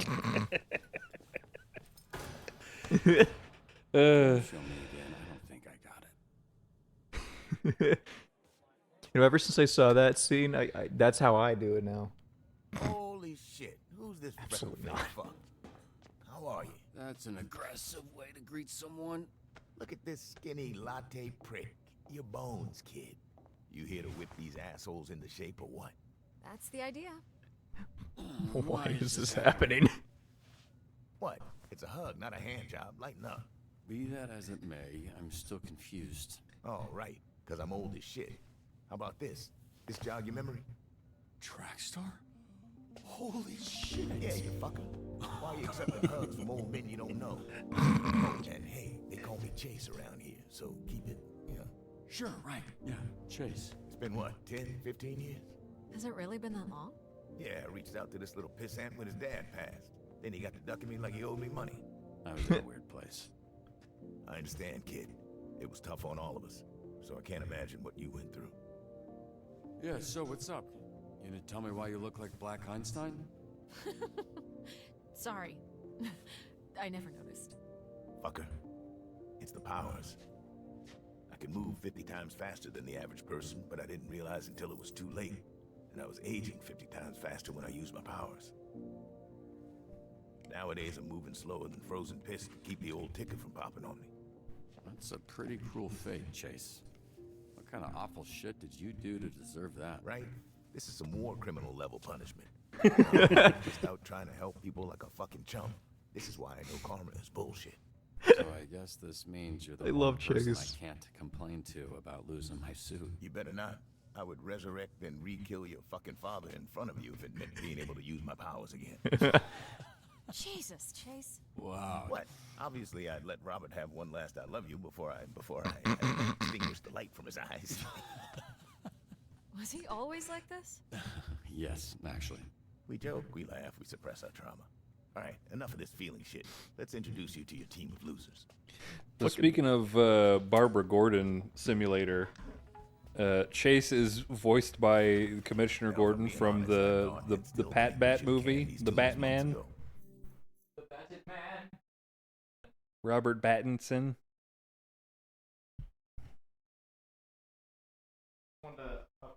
More volume. Just carefully sit back down. I think you got to click back You in. might get Oh, your there wish. you go. Because if we don't see improvements soon, the whole program will be scrapped. Cool. No pressure. I fucking love Chase. He's awesome. He's great. Sonar here was a Harvard graduate who will not shut the fuck up about being a Harvard graduate like all Harvard graduates. who also orchestrated some of the most effective Silicon Valley investment frauds in U.S. history. Also, sometimes he transforms into a fucking bat monster that would eat you ass first after he emptied your pension plan. Age 32, height 6 feet, ability, bat physiology and flight, birthplace San Francisco, California. Bio transforms into a giant bat, highly intelligent, addicted to a variety of controlled substances. Crimes, embezzlement, extortion, drug possession, forgery, forgery.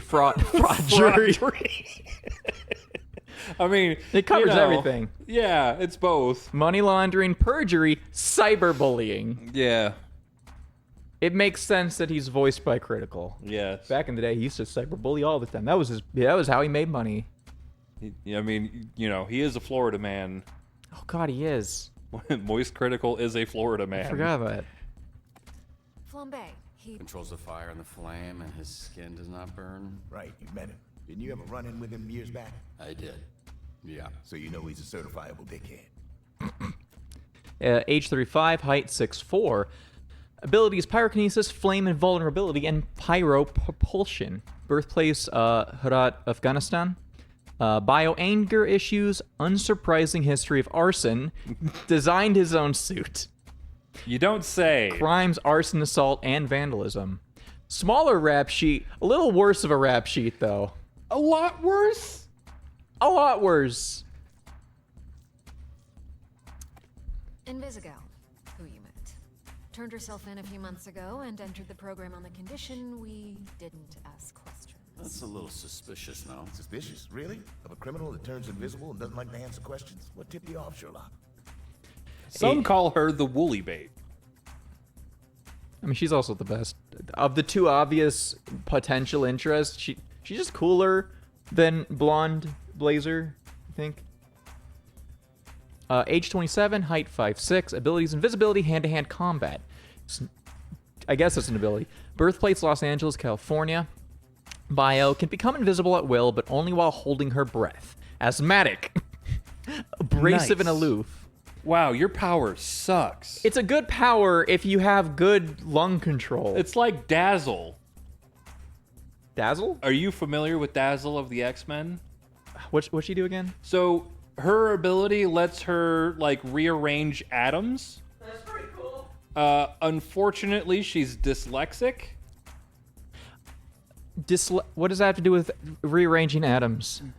Because she has to consider what atoms she's rearranging, and like their molecule. Like there's something about it where it's like basically like she's bad at doing math, so like it just straight up impairs her ability to rearrange articles. Dyscalculia? Something that still wouldn't affect chemistry. But it's not. She's not doing chemistry. It's like she's doing the calculations, and like because of her disability, she basically only gets to make sparkles. I need to look into this because either that's really stretching that weakness, or it's just real. It could be real. If it's dyscalculia and you need to like do the literal equations of reality, then that's rough. Yeah, I wouldn't be able to do it. So it's like Dazzle would be like one of the most powerful mutants in existence, but she has a learning disability, and so she can't. Potential woman. I feel that. See, crimes: assault, larceny, and robbery. Which one's larceny? Is that just steel? It's a steel. I forget what type of steel, but it's one of them steel ones. Here we have coupé, which I recently learned is a French ballet term that means to cut, hence the knives. That's very clever. Yeah, but it sounds dumb to say, so everybody calls her Coup. She was an assassin for the mob, then went independent. Age unknown, height 5'10", abilities: Umbra kinetic weaponry, Umbra kinetic flight, superhuman accuracy. Birthplace unknown, bio: mysterious, deadly, and unapproachable. True kill count, like many things about her, is unknown. Crimes: aggravated assault, extortion, first-degree murder, kidnapping, stalking. This is also pretty bad. Is it the worst one?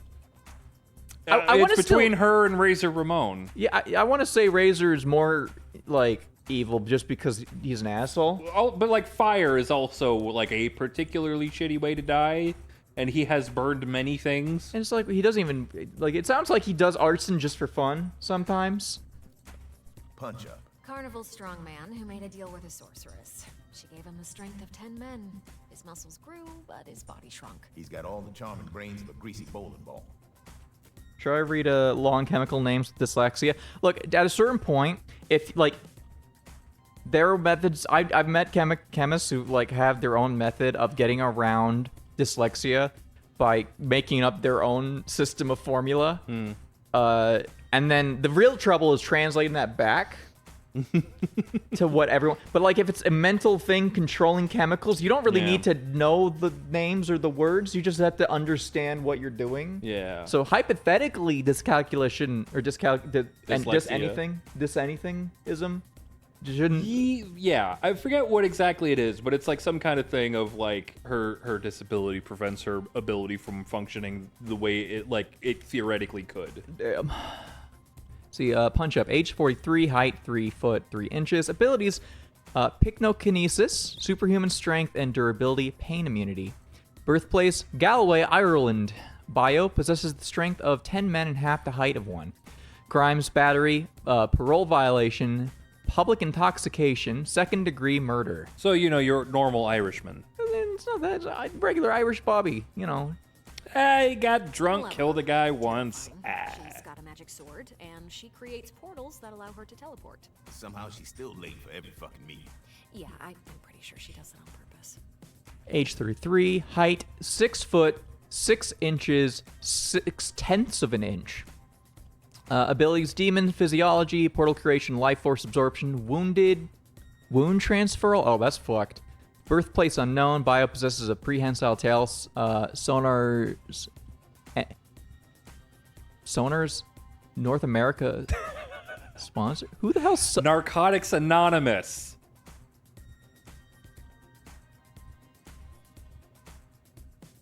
Like Alcoholics Anonymous.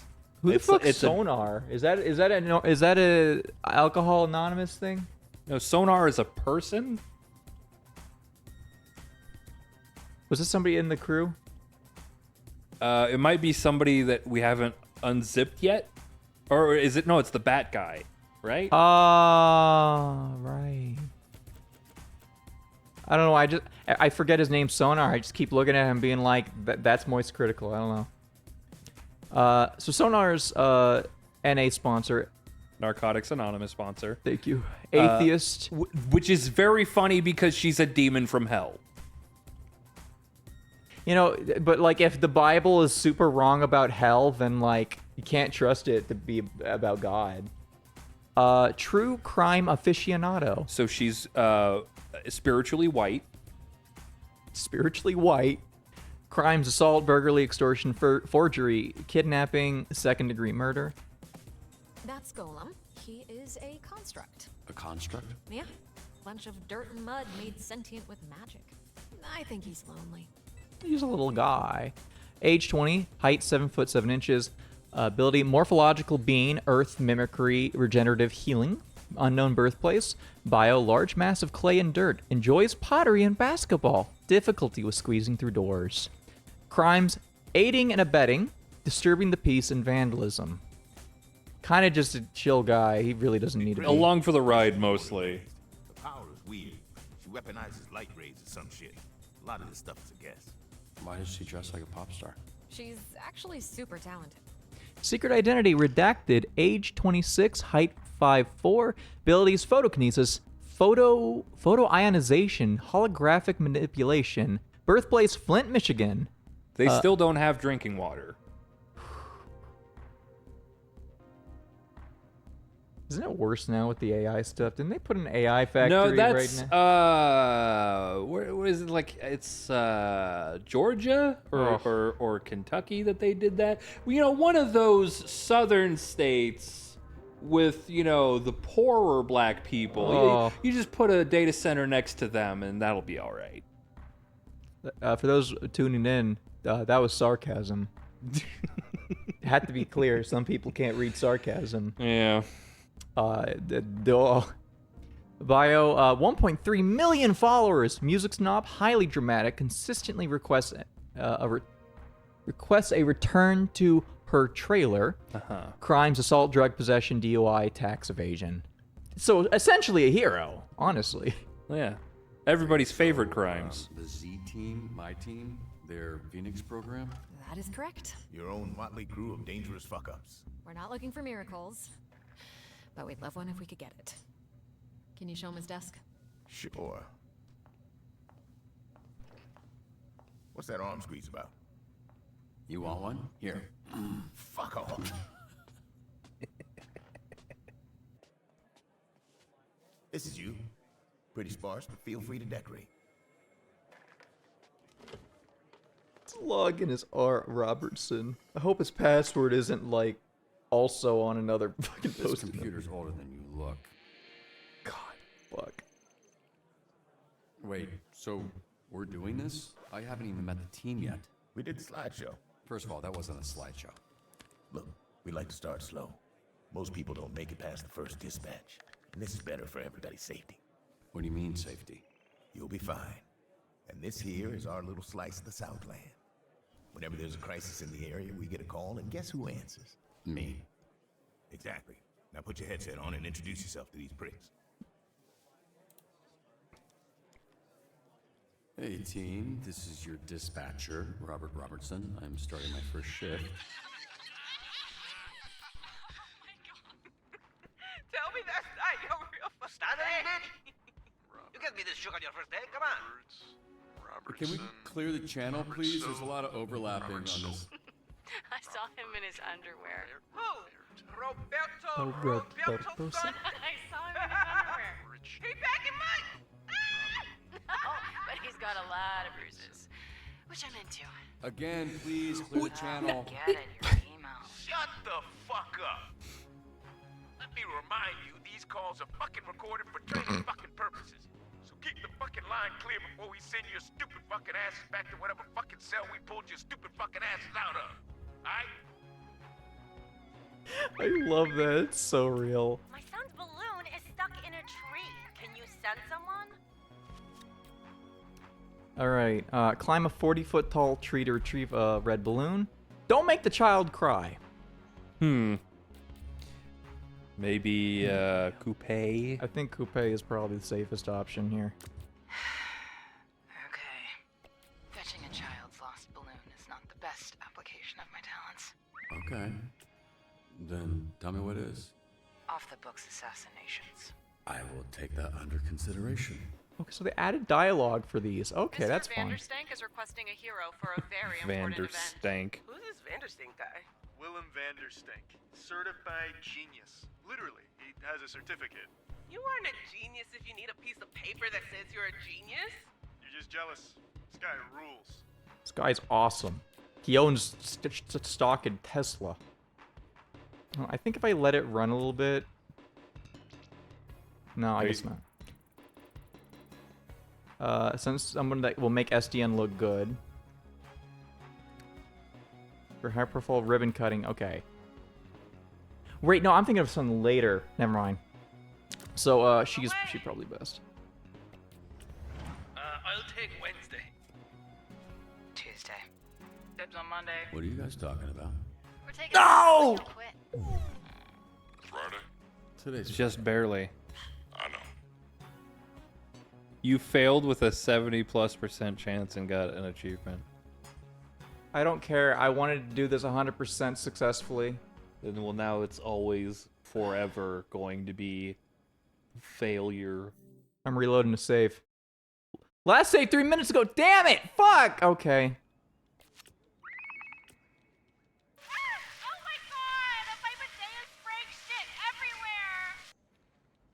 everywhere! Malfunctioning bidet. Oh, this is a hack. There's a hack. I'm more like, how does a bidet spray shit? I think they don't mean literally. I think they mean a euphemism. But what if it isn't, though? That means somebody really fucked up the installation. Let's see if I can do this. Oh, this is tough. Fuck you. I feel that. Okay, you cannot go as fast as Helldivers, as I have just found out.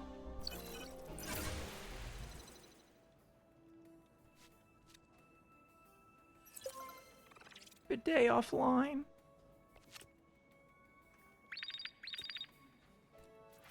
Get these idiots out of my bar before they destroy it. And don't send the flaming asshole. Did you know who we saw in the bar last night? Mecha Man. And he kicked his ass. Okay.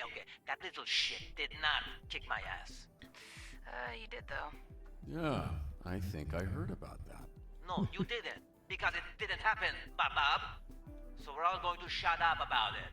Yeah? Okay. You know, Flambe is actually right, though. He tripped. He kicked his own ass. He kicked his own ass, which is actually more embarrassing. Saying the Irish pub is kind of, you know, but also... Break it up diplomatically if possible. I don't think sending anyone else really. I think he got it on his own. Perchance Golem. Oh, I think this is 100% actually. Wait, hold on. Oh wait, hold on. I thought the. I'm No, sorry, that's I forgot how the that's UI his. works. Yeah. It doesn't tell you what the actual thing would be. Hover over Golem. I feel like that's really good. Yeah, I feel like maybe somebody with some like intelligence would help, but just a little bit. I just want a little bit of intelligence to cover our like. I wouldn't send her. I mean, she has more intel. I don't want to send him because I think I'm gonna need him in a second here. Okay, we'll send Golem in. Because he has the high speech. They make Black Ice time. Well, I wasn't looking. No, you missed him. He was on stream earlier. He was very cool. Pursue the thieves. Return the boat in one piece. Pursue. Probably. Yeah. Her. Sure, your call. Fine. Let's hold that off for a second and wait for Coupe to finish resting. Yeah.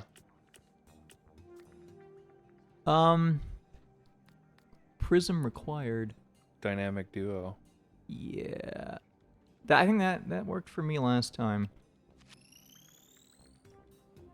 Fight man. The fight men. Hey, it's me again, Galen.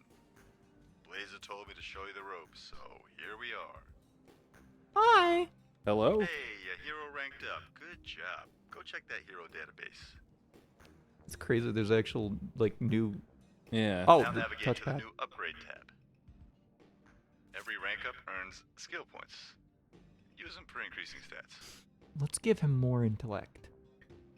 To punch up? Use the plus icon next to a stat to spend a skill point. Once you confirm, I think he could. I think if we get him to be able to read book, I think that'd be better for everybody. Also, I don't like that the only Irish representation is stupid. I don't like that.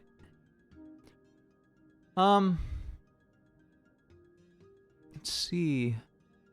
I feel like going. You don't have to make choices right away, but don't forget to check that hero database. Okay. Do you think increasing Vigor? Does he need it? I mean, I don't know what he doesn't really need anything. I mean, kind of true. Maybe combat? Up his combat? Yeah. Okay. So, like, even him out a little bit? Because, like, resistance and fight punch are kind of the two things that he do. And he's like charismatic. He's a little bit. He's a funny little. He's just like a funny like Irishman.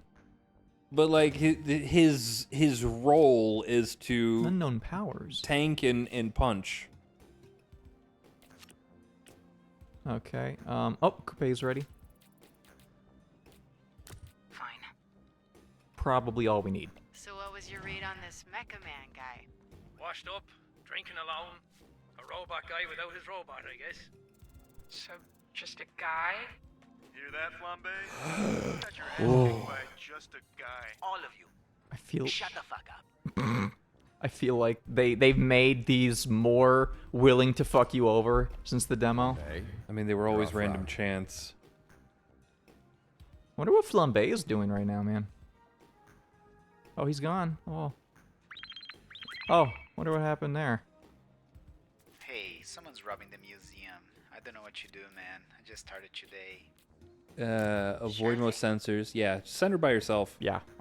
Which is the one that I showed you. Yeah, I think I sent her with Prism because, I mean, controlling light's kind of a crazy power for stealth. But yeah, no. Security here is amateur hour. Lone Wolf. Trust me, I can handle this a lot faster on my own. Okay. Fire at a local park has gotten out of control. Did you start that fire? No. The fire that's burning 2 blocks from where you're standing. You didn't start that. Yeah, I mean, I don't know what you're talking about. I'm on break, so how could I know? Flambe, stop fucking around. I've got enough problems without you making new ones. Whatever, man. I want to see what happens if I send Flambe on that one. I need to know. Yeah. Did you not send him during the demo? No, you didn't either.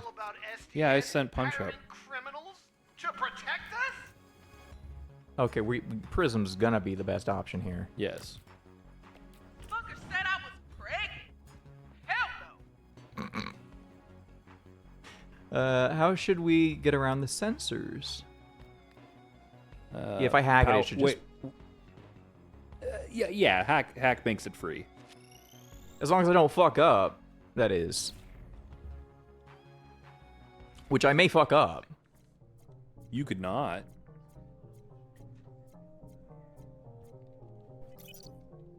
Ah, fuck.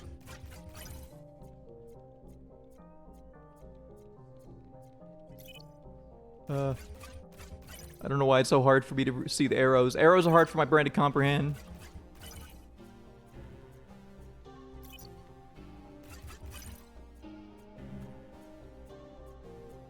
Oh. Am I gonna make it in time, Eli? Oh god, it's so complicated. I did it. I did it. Wow. Piece of cake. All sensors are back up, team. And... Okay, let's see how this go. Hey! Oh, thank God. Nice.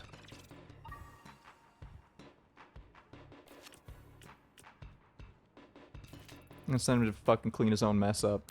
Uh-huh. Make way, bucket. We've encountered these thieves before. Press reference. Track down members. Hey, someone's robbing the museum. I don't know what to do. I just started a encountered these thieves before. I've been forgetting to read those. I forgot. There's some good lines in them. Pile and cross-reference past cases. Track down. So we need intellect. Yeah. So sonar. And Malevolent. Yeah. I don't remember if she's in first or in second slot. What's her ability? That's I- her, right? Or no, I'm thinking Coupe. I do not know what you're talking about. Oh, one of the powers. You don't worry about it. Yeah. We'll find out eventually. Yo, Mal, can we check out that ramen shop? Bro, you get so cranky after ramen. I'm a changed man. Promise. Why do you get cranky after? What happens with ramen that make you cranky? Salt. Oh, okay. Oh, great job. I'm feeling real good. I just realized that fucking going on this dude's podcast potentially requires punching him on the quest stat. Oh wait, no, white is the. It's not yellow. Yellow is your character. Okay, I'm stupid. Yeah. What? I wasn't sure what you were talking about. I'm not stupid. Why would you agree with that? You can never win. Flambe, clean up your fucking mess. Yeah. Flambe, clean up your fucking mess. You're lucky no one was hurt. Oh no. It didn't work. So sometimes, okay. Hero-specific things are sometimes bad. Oh, is that just permanently on fire now? Good God. Oh, if I fucking... Okay. A 98%. Don't be Jesus. intimidated. It's just business. Look, there's always a chance, man. There's Yeah. always a chance. Yeah. Here, William Vanderstink needs a security detail. Here we go. Off I go. Been wanting to pitch him some stuff I've been working on. Yeah, pretty sure that's exactly what he's trying to avoid. For some situations, you can only choose one solution. We're going to need you to protect Mr. Vanderstink from the Vanderstanker Oh, you're gonna fan send club. somebody else? Yeah. No, you did send somebody else, I think. I tried to. You must protect Vanderstank from the Vanderstanker fan club. I'm a high-ranking Vanderstanker. It would mean a lot. Once you dispatch here, the other operations will disappear. I think it... Look. I just think it'd be funny to fuck with this rich guy by sending the bat Didn't you send him for the demo? Yeah, I know. It's still, I still stand by that. That's funny. Yeah. Yeah. Hell yeah. This is gonna be such a PR disaster, especially because he's in bat form right now, so he's probably not very charismatic. Oh, he's super not. Yeah, he's stupid. Yeah. Sonar will receive 200% XP. Let's fucking go. I hope he fails. Go ahead. Thanks, man. You will not regret Bigger this. blaze. Bigger blaze. Well, I didn't think I would until you said that. Flames are spreading to the houses. We need to evacuate. Oh my god. What if I try? I literally can't send Flambe. Spreading to the houses. We need to evacuate. In a way, this gives them more XP, so this is actually a good thing that I did this. Golem and Punch Up, probably? Yeah. Well, okay, hold on. Different. On call with 2 slots. Certain slots may grant +2 to a stat and -1 to others when Golem is assigned. What was the minus? What was the minus?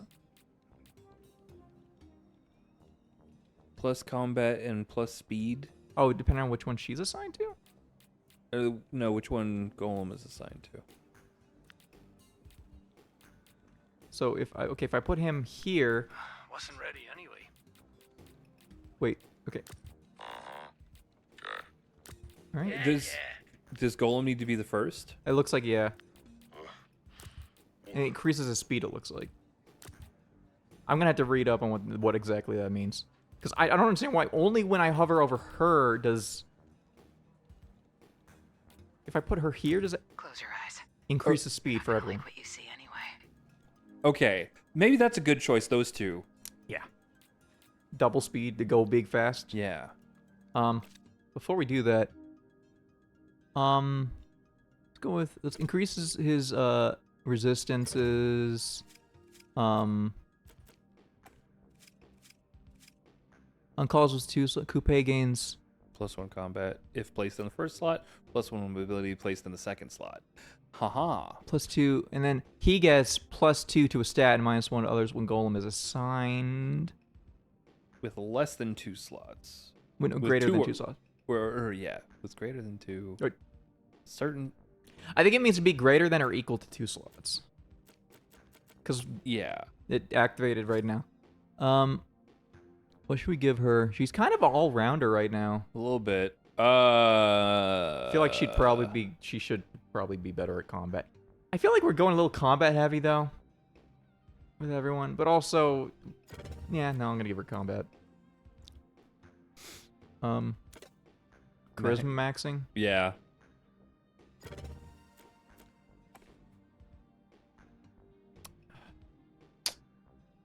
Mobility. Yeah. The loner thief. Okay. And yeah, dispatch. Going as fast as I can. Oh. The nerves are hitting Sonar, and he's second guessing his human meat alternative. His human meat alternative pitch. How should he approach it?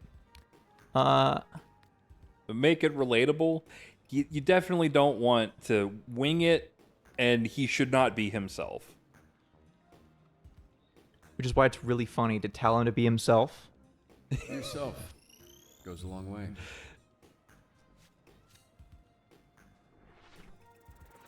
Yeah. All of these were... maybe Wing It would have actually had a chance to succeed. But either way. All right, old snitch. Just cut me a deal, okay? Let's see. Hideout. Stealth.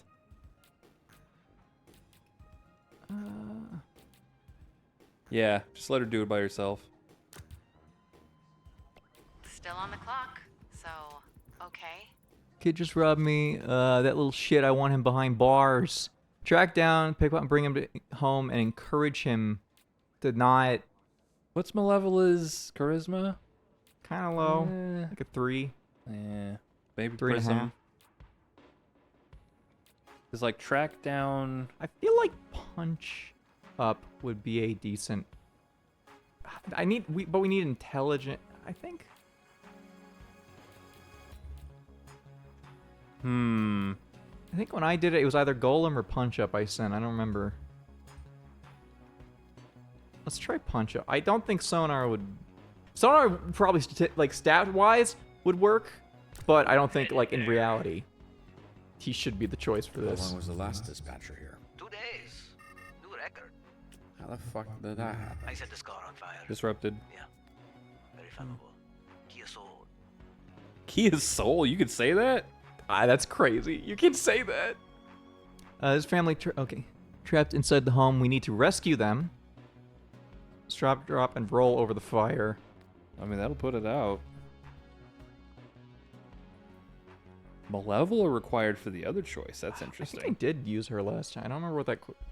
I feel like stop, drop, and roll on the house and with the family in it might be dangerous. But it's on the fire. I guess. They stop, drop, and roll over the fire. See what happens. Perfect. Oh, nice. Thank God. Thank God they're not dead. A lot of thieves in this hideout. How should the team approach? Yeah. Get the painting out quietly. Get the paintings out quietly. You can't say you're not impressed. You can't. I mean, you can, I just won't believe you. Alrighty.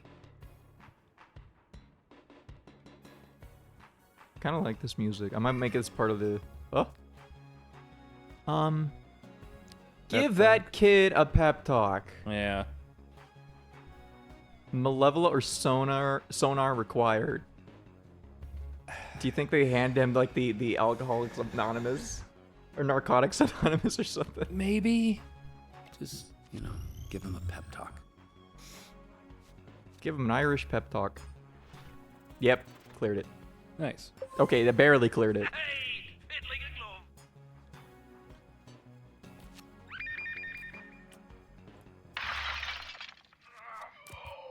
Grannies, I got this. Hold on. Yeah. Aren't you banned? Yeah, and I gotta get unbanned. Interesting. In the demo, you could choose to send somebody else. Yeah. Oh, can you not send somebody Yeah, because I else? didn't send her. But can I?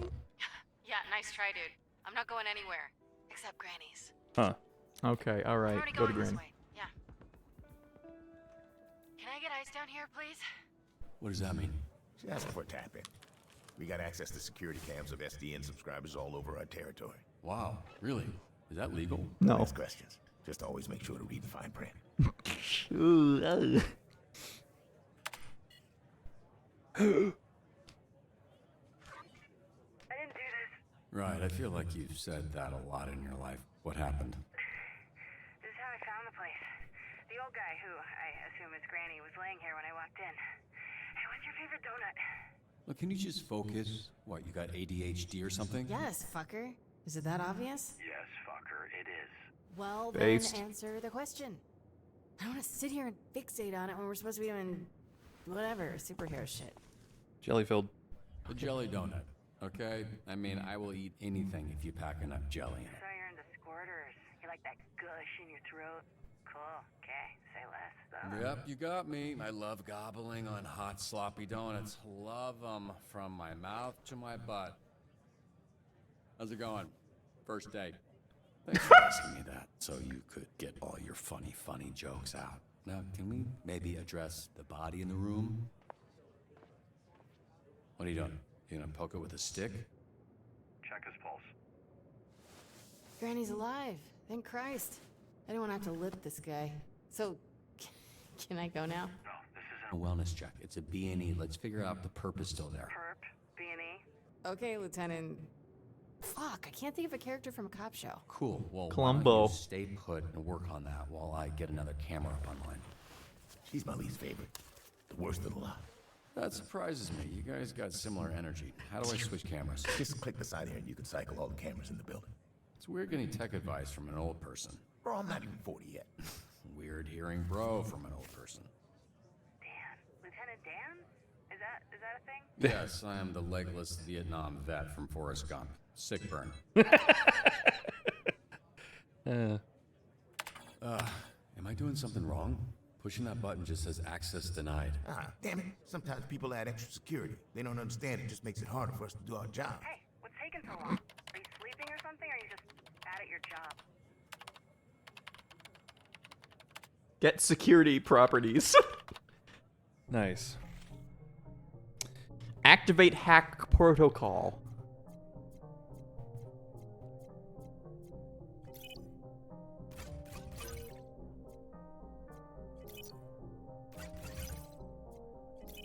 I gotta focus so weirdly hard on Does this. a donut shop even need extra security? I was literally just thinking that. Oh my god. Hello? Huh? It's because an unknown. Find the key. Okay. The fuck is going on with this? Code to use later. Remember it. Up, down, left, left. Up, down, left, left. I hope it never gets to the point where I have to remember more than one. And am timed. Alright, what do we got I'm here? gonna need your neurotypical brain. Who are you, Lieutenant Dan? Hey, shut up for a sec. You're not alone.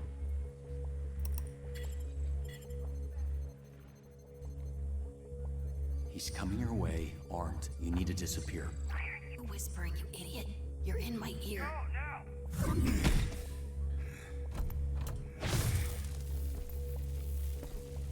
Might be a QTE soon, you don't know. I'm not in the scene. Jeez. Oh, that's really dangerous. This bitch is a gusher. Be careful. I got this, Lieutenant Dan. Never mind.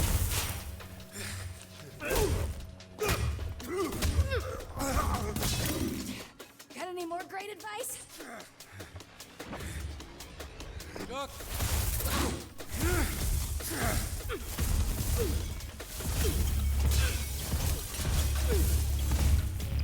Shit. Ooh.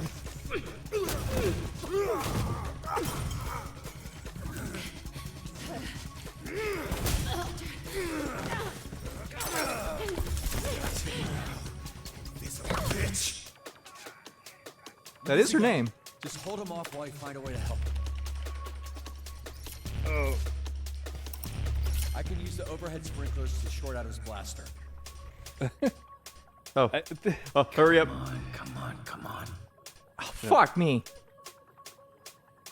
Oh, God. That's right. Down, up, down. Okay, you're gonna need to. Well, you gotta get the other one too, I'm assuming. So, up, down, left, up? Or left, up, down? Up, down, left, up. I'm so... God, I love you, hon. I love you and your neurotypical swagger. I'm good. I would not have been able to remember that.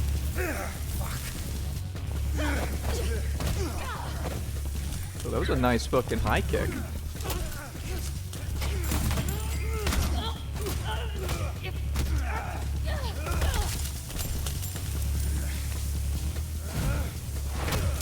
Ew.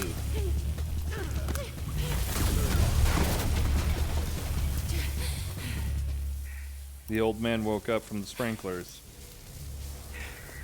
Granny? I don't think you know how to use that thing, so why don't you... Shut the fuck up! Oh, I'm one of the good guys. You? Yeah, right. Don't fuck with me, okay? Nobody fucks Granny! Nobody fucks with Granny!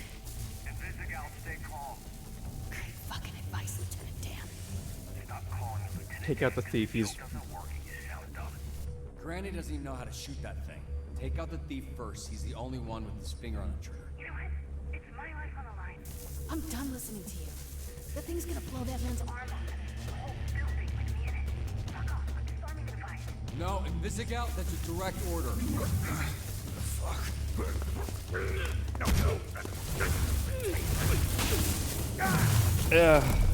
Yeah. Fuck. Invisigal, you there? Come in, Invisigal. Fuck, this guy's heavy. Granny's clearly a fan of his own work. Oh, really wasn't expecting to see that. He's kind of caked up. So where's the perp, Lieutenant? I think he must have had something else to do, because he left. I mean, this is why you have insurance, right? Jesus Christ, you gotta be fucking kidding me. This feels like a win to me. That was pretty good for first day. Sometimes people You know, get electrical burns. She disobeyed a direct order. Well, that's the problem. This isn't the army, and these ain't soldiers. They're fucking supervillains. Look. Oh, even that's censored. Damn it. In a bit. Here, there's vending machines in the break room. You look like you could use a snack. Are you sure you're not actually 80 years old? Man.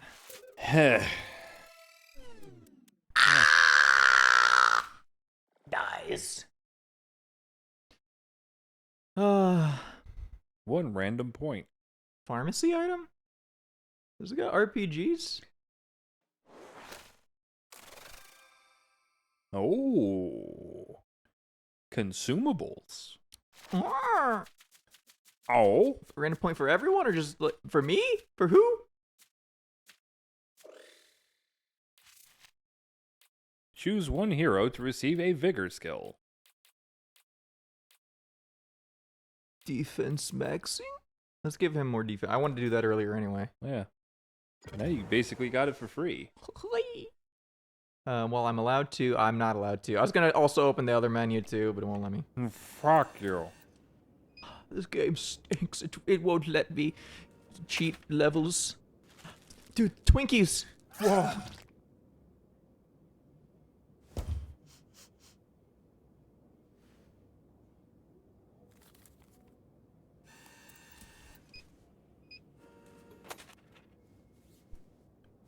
Hey. Ah, shit. What kind of superhero flinches? I didn't say which superhero. Chill out. If you had people trying to kill you for the last 15 years, you'd be jumpy too. What makes you think my life has been any different? You think That's growing true. up surrounded by a bunch of shitbag villains, I didn't need to watch my back? I can't just disappear, okay? I actually have to face my problems. Damn. What the fuck? You can't just go around. What the fuck? Why does he keep screaming? His name's Sonar. Yeah, I know what sonar means. What's up? Then why are you asking why he keeps screaming? She was just explaining your, you know what? Never mind. Good shift. This guy is weird. Yeah, he is. Look, I actually just came by to celebrate the mission going well. Didn't mean to interrupt your little snack. What, do you need a pre-chew like a little baby bird bitch? You seriously think that went well? No, I think it went great. You trashed the place. The suspect got away. You got the client hurt. You think when that guy signed up for SD and that it'd result in the back of his ball sack getting scorched? Because they don't mention that in the commercials. First of all, the place was trashed when I got there. Second, I'm sure Granny would take some crispy nuts over losing his arm. As far as the bad guy, fuck, shit happens. Fact of the matter is that shit didn't need to happen. We could have had an outcome where the client doesn't get fried and we get the perp if you had just fucking listened to me. You ask for help, then I can... What now? I make the calls, not you. Here's some advice. You're right at home behind that desk because you're no hero. You were a nerd playing a video game in a suit your daddy built. Now you're a twitchy little bitch turtle without a shell. A real hero puts their ass on the line. A real hero can't just press a button and make their problems disappear. Need me. Let me make this All clear. right. You're not half the hero. I couldn't hear you over the sound of whatever's going on over there. You wouldn't last a day as Mech Man.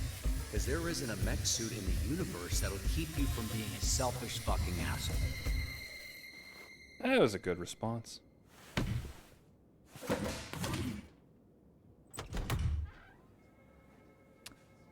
You did call it going invisible to get away.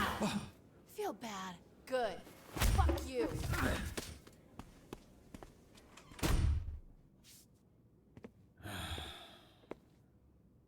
You gonna eat those Twinks? That's not what they're... You know what? Help yourself. What happened to your nose? Here we go. You have a tissue hanging from your nose, Robert.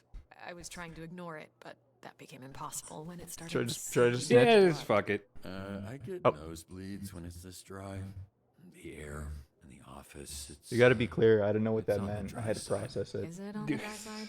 I'll have facilities look Whatever. into it. All right, boys.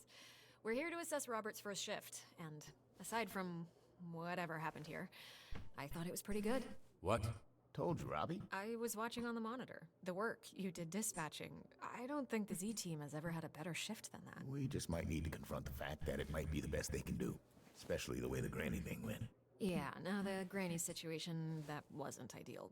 But I've seen so much worse with Invisigal. Let's be real. She ain't gonna make it. She's difficult to work with, sure. But I see a lot of promise in her. Really. Even the other Z-teamers respect her. They're afraid of her. The perp got away. How is that an acceptable outcome? Yeah, shit happens. Robert, you should be proud. The bar is very low with this group. You're telling me. It's not low for me. Look, I like to make a joke and keep things light as much as the next person. But when it comes to work, I'm not fucking around here. If you want the Phoenix program to survive, the bar needs to go up. And how would we do that? By treating the Z team like what they are, a bunch of villains. And leading a supervillain team takes a different approach than a superhero team. I need to be around them. I need them to see I'm all in, and they need to match that energy. Some tough love. The only kind I know. And based on what I've seen, the only version they'll respond to. I'm not saying everyone will make it. They won't. I'm not saying it won't get spicy. It will. But when it does, I also need you to trust me to handle it. I don't want you stepping in. They need to respect me, even if I don't have powers. Okay, we'll do it your way. Monday, we'll get them in a room and introduce them to their new supervillain leader. I can't promise it'll work. I can only promise that I'll do my best. No fucking way it's gonna work. But it'll be way more fun to watch. Chase, some optimism, please. God damn it. Yeah, I also promise to do my best.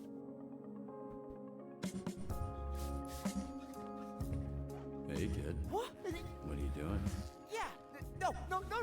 I did this. It's weird because I saw this lady, smiling lady, person put a donut on your desk earlier, previously, and it was nicely on a napkin. But then she comes back and she just crazy, like evil mode.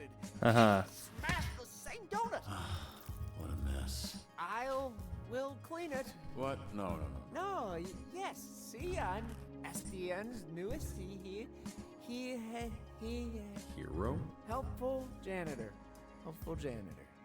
Okay.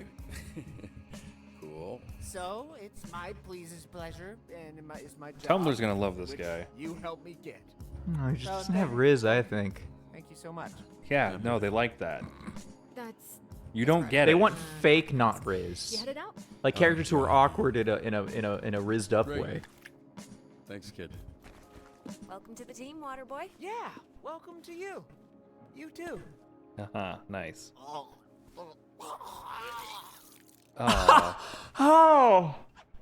Oh, I didn't need to see that. I want you to know us fixing your suit is not contingent on you fixing the Z team. I wouldn't do that to you. That's good to know. But don't worry about that. I'm just really glad you're here, Robert. I think we're going to do some great things together. You need to fuck the sopping wet fail boy. No. What I need right now. And Who fuck said that that? much more excited to be back out there. Absolutely Actually, fucking there's not. Something I've been meaning to tell you. It's a little awkward to mention, but His since power the is to night- make anything wet. There he is. It's Omni-Man. Are you ready to go? Oh! Who is this? I thought I'd cataloged all of your work companions. Robert, this is my boyfriend, Phenomenon. This is our new discovery. Just 'cause there's a goalie doesn't mean you can't score! Blonde Blazer told me about you. Really? Did she, say, I don't know, what came up in that talk? She said you're a capable, honorable man that truly cares for others. Why are you so small? Hey, come on. You gotta stop asking people that. The way you spoke of him made him sound impressive. I only seek to understand. Uh-huh. I apologize. How was his first day? Was his lack of size and strength an issue?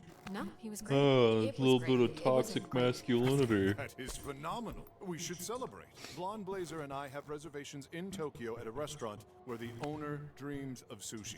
That's... You should join Oh my us. god, what a fucking I'm sure they can strained accommodate one reference. Especially a special occasion like this. Actually, I gotta get home to my dog. He's very needy. Oh, of course. to be responsible for another life is a beautiful thing, even if that life is a dog life. Yeah, right. This is why his social... What was that? I didn't catch it. I I was couldn't- not focused on the lip reading. I can't read lips, so... It was very nice to meet you, 3rd Robert Robertson. A pleasure was... Now, could you step back? The power of my launch has been known to stun small beings. Phenomenal.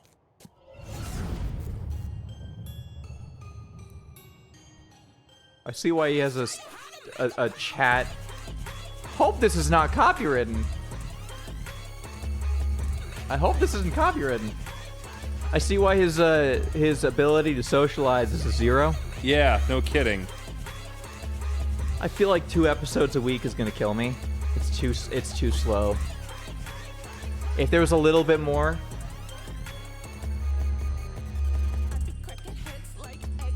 You and 90% of players, the 10% are monsters. Yeah, how dare you? So what are players covered for Signigo for punching you? That was kind of an accident, but sure.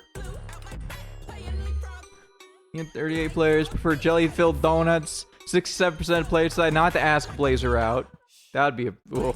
Yeah! You and 89% of players said no to dinner. Yeah, of course. See, 19 players let Sonar meet Vanderstank, and it went terrible. I wonder how many, and it went good. Yeah, there must be a stat of, like, you let him, and it went well. You and 41% of players convinced the Fight Men to form a crime-fighting duo, the Fight Men. I hope they show up in the next episode. Most of the heroes, coupe, really. Overall call success rate is the 80th percentile. Okay, do you want a high percentile, right?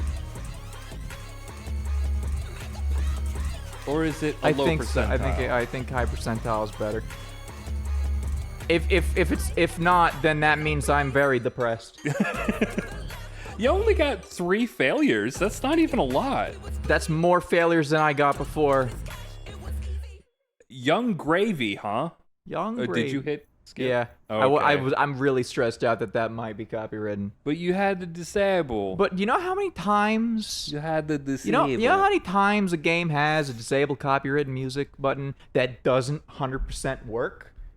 Did you know at launch, Guardians of the Galaxy did not cut off all the copywritten music, and a lot of people's streams got fucking nuked out of oblivion because it started playing fucking copywritten pop songs from the 80s. That's also crazy because like they wrote a whole soundtrack to deal with that.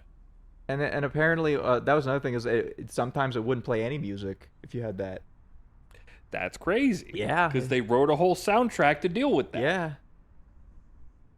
God, I still don't know. Maybe some scenes are still silent. That'd be a shame, though. Yeah, that would. That's why when I eventually stream that, I'm gonna need to actually have like a hotkey to switch to muted VOD audio, so I don't get in trouble legally. Anyway, boy. So yeah, that was like 2-ish hours. Yeah. So like an hour and it like you are watching an episode of Invincible. So according to their estimations, I think they said every episode is about 45 minutes to 50. So like yeah, still shorter than Invincible, I think. Like by 20 minutes. No. By 30 minutes. By like 10 at most. I just really want all of it at once because I am greedy. I mean, I get that, but I don't know. I feel kind of all right with this, especially knowing that it's like number one, the game is done. Number two, it's like you don't have to wait long because like that was always the thing that sucked with the Telltale games was like you finish an episode and it was like 2 hours and then you had to wait 4 months for the next episode. Yeah. That sucks. And especially like if you're not like extremely dedicated, you'd probably just forget. Yeah. For me, I'm still just like, I'm kind of like, a part of me in the back of my mind, because I've played so many Telltale games, I now know how many of these decisions don't really matter, and it's just flavor in the moment. Sure. And I'm like, as much as Beyond Human, is that it? Detroit Become Human. Is Beyond Too Human. Beyond Too Human. As much as like, forgot their name. I almost called them Crystal Dynamics. That ain't them. No, that was Too Human. That was also Tomb Raiders. The Return of the Tomb Raider. Wait, no, was Too Human Crystal Dynamics? I don't know. It was one of those. Who was the? Oh god, I can't even remember the name of the game. That was the GameCube horror game with the insanity system. Paragon. Silicon Knights. That's the one. Is the devs. Yeah, Silicon Knights was Too Human. That's embarrassing. I wouldn't make that if I was them. They shouldn't have. In many regards, especially using Unreal Engine when they didn't have the license for it, and then going to court and saying, no, we didn't use Unreal Engine, and then you look at the game files and it says Unreal Engine in the game files. They just full on did perjury. They didn't even. Yeah. Did they get away with it? No. No, they certainly did not. Did their lawyer tell them to lie in court? No. No, they didn't. But it was, they didn't have money. That's a real, like, yeah, I killed him moment. Yeah, pretty much. Oh, man. But, like, those Become Human is kind of spoiled because, like, that game has decisions that drastically change the story. Literally, the entire story will change. And that can only be done if you don't do an episodic structure. I disagree. Look, every episode has to have this, like, same... They all... Because you can jump between them, they have to have the same start and end points. They don't. I've never seen a game with episodic structure that didn't have conversion points. That's the thing, is that it's like... Everything that has been attempted that is episodic has the convergence points where everything meets together. It doesn't have to do that. It's just all of them have done that. Which is why I stand by it must be necessary. No. Because at that point, if your game branches that much, then you might as well just make one game that's you play it through. But you're doing the thing. You're doing the correlation as causation. Because it is. It's not. Like, I would say, how about this? It is 0 point required. It's just how things have been done. And like, I'm not even saying it's unreasonable to assume that this game will be the same way, because it very well and probably is that way. But it doesn't have to be. I feel like it's more difficult to do it in the structure because you have to make entirely different episodes, and you can't. No, you wouldn't. I mean, you would do it the same way. You would be done exactly the same way. It would just be like when you go to the next episode, it reads the file and sees which path you're on and says, "Okay, here's the things that are coming up for this path." It's a bit difficult in games where you can choose what episode to start on. 9 a.m. Damn. But it's pretty much just like the only thing that would have to be the case is that it would have to be the same length, whatever story paths you make. Yeah. So that they would all, like, the number of episodes lines up. But besides the number of episodes, nothing else would be required. Then I hope they prove me wrong if they do episodic for Wolf Among Us. I just think Wolf Among Us is the one that really could benefit. It should be a single game release. I feel like it's the one game because, like, if you investigate poorly, you should just not be able to find the guy. Game should just go nowhere. That would be awesome. Like, or you're like a game over state in one of these fucking games. That'd be fucking awesome. Like, no, actually, game over. The story cannot continue. You have fucked up. That would be like the epitome of like one of these games, like reaching the epitome of what I want, where Yeah. it's like, just fucking like your choices matter so hard you could just go fucking nowhere with it. You like literally fuck the game up. Or like at the very least, if Bigby does a shit job, like the villain just is constantly able to get away with a bunch of bullshit more than like a competent run. Like you can play Bumble Cop playthrough versus competent cop, which does not exist. Of course, but you know, Bigby is the exception because he's Bigby and he's cool and he has a sexy wolf form. And he looks like David Hayter. That's why the second game can't come out, is because his wolf form is too sexy in that game. The Telltale's like, we can't have anything sexy in our game. They can't get it past the age rating board because he's too sexy. I really just Telltale let them do it thing. Just let them do the thing.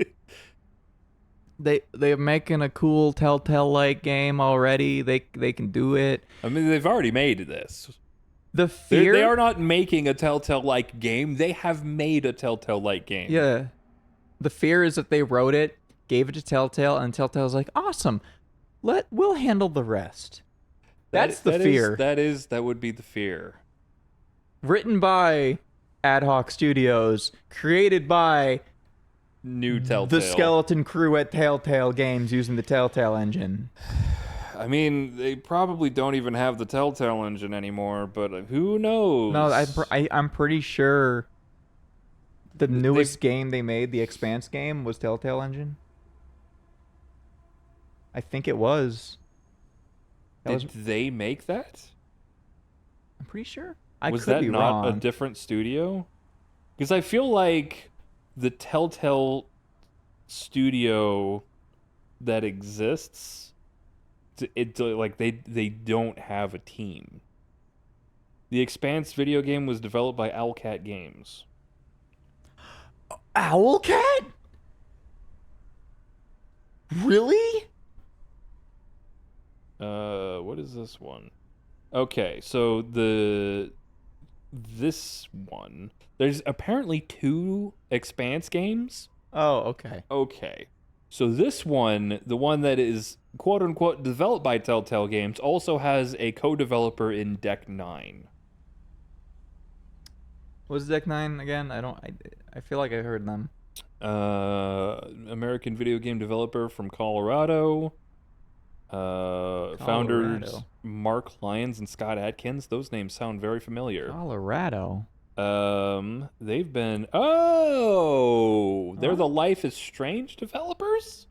Yeah, that makes sense. Yeah, getting them on that that clears. Yeah, so That checks out. they got Life is Strange developers to make the latest Telltale game.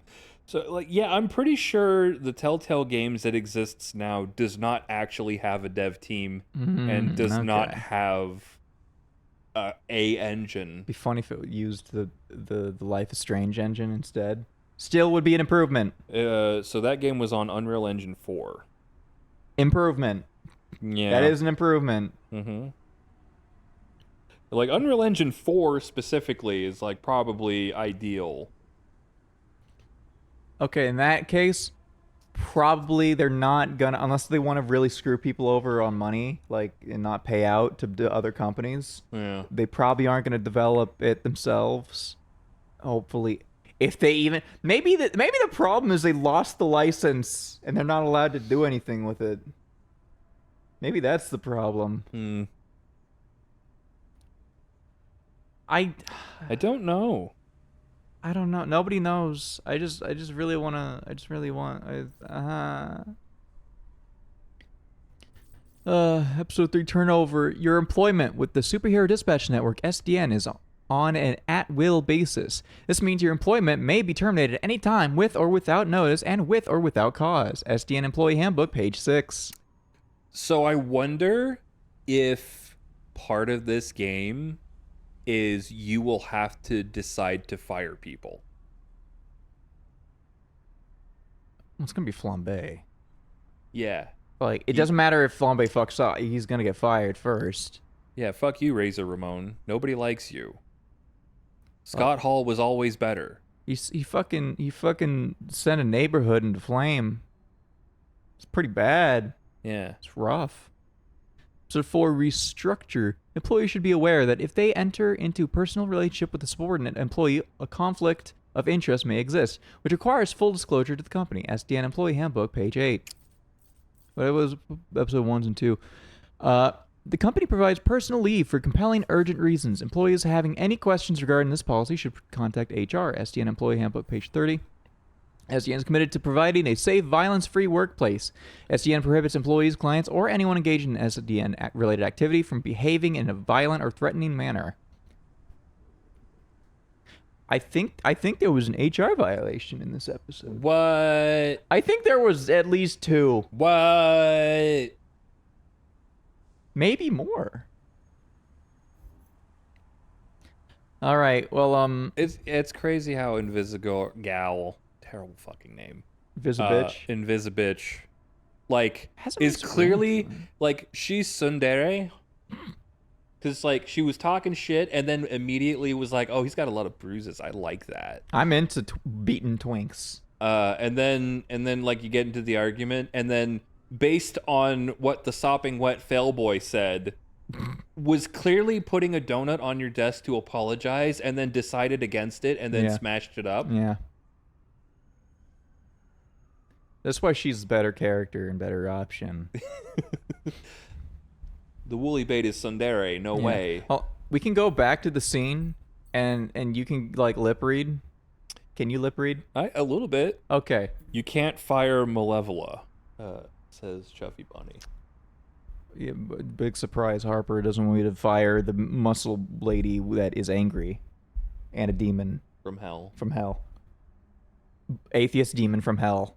Starting over from this scene will overwrite your current progress. Will it delete all of my data? Like all my choices will go in... From this point forward, probably it will rewrite your choices.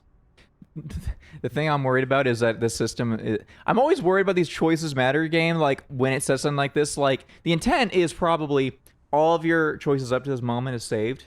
Yeah. But I'm always worried, what if there's a glitch and it just erases undoes all everything of it? And it's just all replaced with default? With default would be crazy. I mean, like, default would be the safest. Like the safest would be when you start the next episode, it asks you what your choices were. Yeah, that'd be hard though. No. It would literally be just like do the flags and then set your toggles. Fixing your suit is not my brain misread what you just said. Yeah, you set the homosexuals. Should I take this offer this time and like let's go get dinner together, all three of us? It'd be funny though. Make a choice. Hey, look, I really appreciate you setting this up. It's exactly what I need right now, and it'll get me that much more excited to. Invisigal reads like she got a little more than ADHD going on, to be honest. Yeah. Hell yeah. It's a little awkward to mention, but since the other night, Blonde Blazer. They really did make him float in like Omni-Man. Are you ready to go? Or Superman in that one thing. No. Who is this? I thought I'd cataloged all of your work companions. Robert. You think he's from like space and that's why he talks like a weirdo? Maybe. I don't really understand the setting of this so much as like beyond there are superheroes. You know, My Hero Academia. This is what's going on in Cali. Say, I don't know what came up in that talk. She said you're a capable, honorable man that truly cares for others. Why are you so small? Hey, I love this face change on him. The way you spoke of him made him sound impressive. I only seek to understand. I apologize. How was his first day? Was his lack of size and strength an issue? No, he was great. It was great. It was a great first day. That is phenomenal. We should celebrate. Blonde Blazer and I have reservations in Tokyo at a restaurant where the owner dreams of sushi. You should join us. Okay, she's like mouthing no. One more. Gotta get home to my dog. Actually, I gotta get home to my dog. He's very needy. Oh, of course. And to be responsible for another life is a beautiful thing. Even if that life is a dog life. Yeah, right. Thank you. Okay. All right. We made all this stink over nothing. Yeah. We're stupid. He flies a little faster. It was very nice to meet you, 3rd Robert Robertson. A pleasure was... Now, could you step back? The power of my launch has been known to stun small beings. God, cataloged all of your work companions is the most casually I've ever heard a horrifying thing said. Yeah. It really... Like, they are going really hard on the toxic masculinity for him.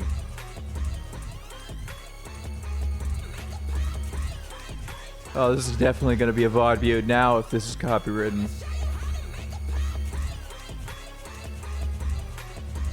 They're going to show me how to make a pancake, Eli.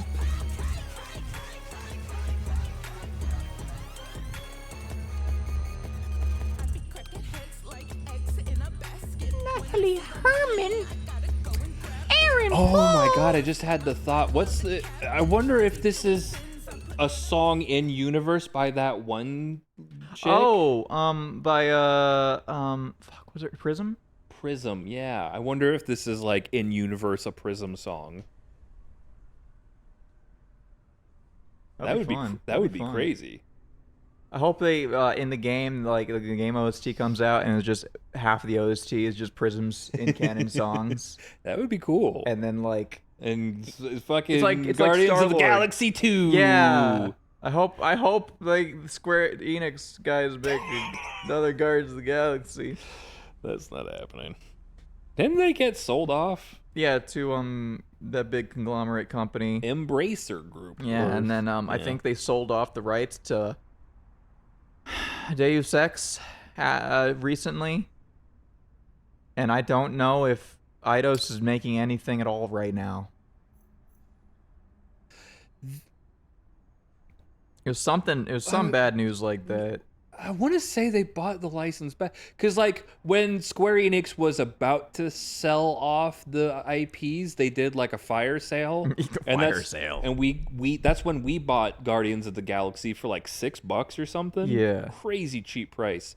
But then it went unavailable, and then it came back up because they bought the rights to those games again, and like they were like normal price, I think. Something like that. Which is, it's kind of a shitty thing for Square Enix to do, where it's like everybody buy the game for cheap so that when they buy the IP from us and put it up for full sale, they get fucked and nobody's gonna buy it because it was on sale for $6. Oh, I'm trying to get my 5% shit phone battery phone to like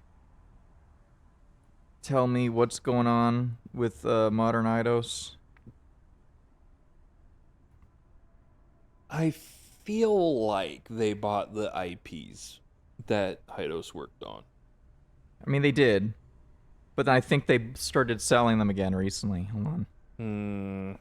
Maybe if I search up Eidos Montreal, because Eidos Interactive itself is super long dead. Only the Montreal branch has survived. Yeah, I mean, you know, it's not even... I want to say that was another studio that was rebranded to Eidos Montreal. That one was rebranded to Square Enix something, and then they shut it down, I think. No, the one that... The Eidos that got bought. Support studio for Fable and co-developers of Grounded 2. They're dead. Yeah, they've become a support studio. Oh, hold on. I'm gonna do some self-harm right now. Embracer sells Deus Ex. Let's see. No, it wasn't. God, was it Thief? Is it more targeted?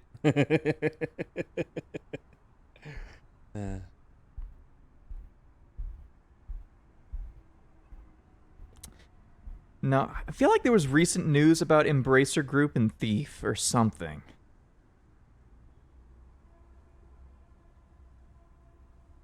Let me...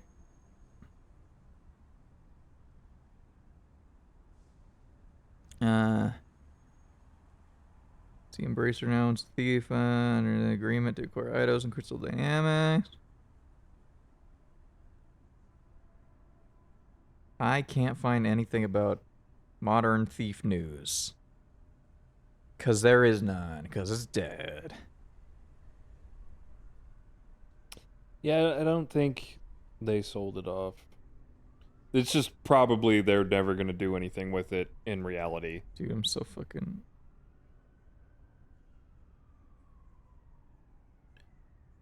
Oh, sorry. I'm trying to see if there's any news. I just saw like a thing about there's a Final Fantasy 14 Las Vegas concert, I think.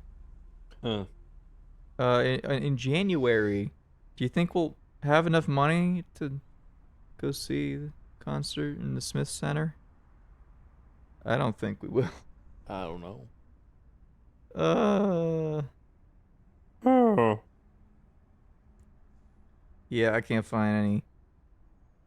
And as per usual, asking human chat GPT Reddit, I'm just getting a bunch of like...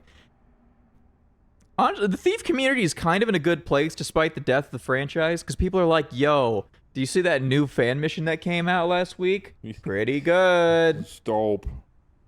Hey, have you guys replayed Black Parade for the 7th time? Pretty good. That's pretty dope. I'm still stuck on Mission 2. I literally have been chipping away at Mission 2 of Black Parade for about a couple of months now, and I don't know where to go. Can't believe they named it that and they never heard of My Chemical Romance. That's crazy.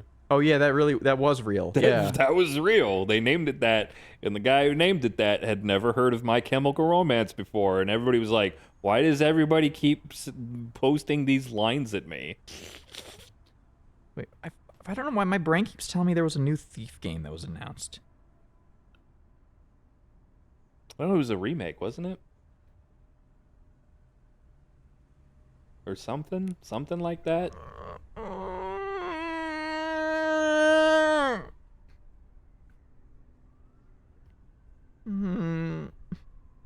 State of Play announced a Sony exclusive VR game. Right! That's what it was. The VR game. I remember it was something stupid. So two things. One, new Thief game, continuing with the reboot canon. Yeah.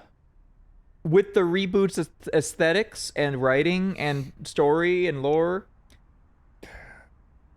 So right away, bad vibes. Two, it's a VR game. It's not like a normal video game. It's not a real video game. And three, it's Sony exclusive, so I can't even play it. I mean, well, yeah, no, we can't, because we don't own a PSVR 2. No, we don't, and we never will. Probably. Even though it's a really good headset, honestly, but like I don't care. Unless we could get it for like $20, which that's not gonna happen. It's not gonna happen. That's not gonna happen.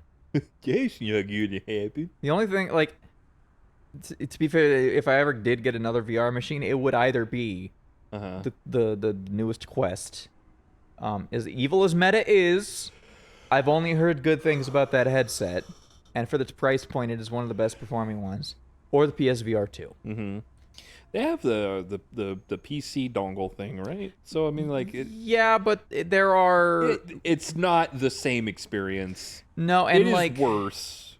And if you get any like peripheries, like body tracking nodes, because it can do a thing where you buy these things that like will put like they'll emit IR sensors off of you at different points, and like Quest is compatible with it. PSVR 2 isn't, unless if it's been like jailbroken in as a feature. But then it would probably have worse support, probably. So really, the only answer is Quest 3 or whatever. But again, nobody wants to give Meta money and have a Meta device in your house that has 10 billion cameras on it that can record you while you're sleeping. And a microphone, doesn't it? Yeah, it's a pretty good microphone. Yeah. It's a weirdly good microphone. It's like my old mic setup is almost comparable to the thing on that. It's bizarre.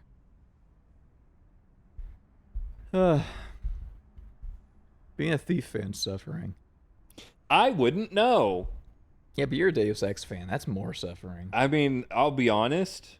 even though people like that first reboot game, I kind of gave up on the series after Invisible War. That's funny. So, like, I am a Deus Ex fan in that I like the original Deus Ex. You know, Mankind Divided wasn't that bad. It had a bad story, and its theming was fucked up and not correct. It's you know, trying to make bioenhancement a racism thing didn't really work. It could have worked. I've seen Cyberpunk do that and make it work. They didn't make it work there. But the gameplay is the best. It's really good. Yeah, if they could transplant the gameplay of the second reboot game into the first reboot game, Dude, that'd be a game. Do you think that's what they're gonna do with the Deus Ex remake? No. I forgot about that until this moment. The Aspire remake, like what's so fucked, dude. I love about New it- Vision. Oh, the New Vision mod's so good, dude. Or isn't it Revision? I forget what the hell that thing's called. Doesn't matter. I think Revision's the one that just updates the UI and stuff, I mean, and then New Vision is the there's one like that 3 of those mods that with do the that. word vision in it. I don't know that they do, but either way, it doesn't matter. Like, the thing that sucks is that the original Deus Ex is a fucking old jank piece of shit. Yeah. That doesn't like running on new computers. Yeah. And so, like, a remake of it is a valid thing to do. Like, even in the goal of preservation, a remake of the original Deus Ex makes a lot of sense because the original software of the game runs poor. This is why you either have to give it to a random French guy named the Raven to fix, or like or Night put Dive. it in the Kex engine. Yes, give it to Night Dive. Yeah, Night Dive would have done. Night Dive would have done such a good job. I assume they either went for the lowest bidder, or Night Dive just was too busy. Like it. Oh god. Because Night Dive's doing a lot right now.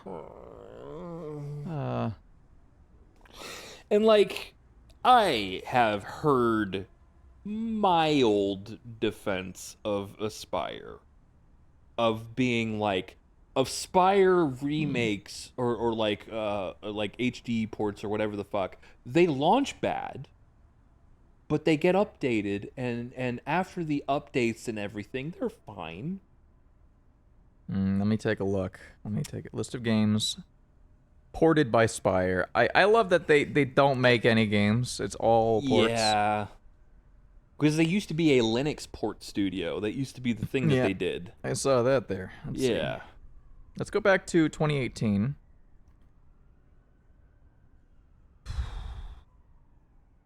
Oh, right. Hold on. I accidentally scrolled all the way back to 2014. I thought it was the newer Knights of the Old Republic port. They did the Android port.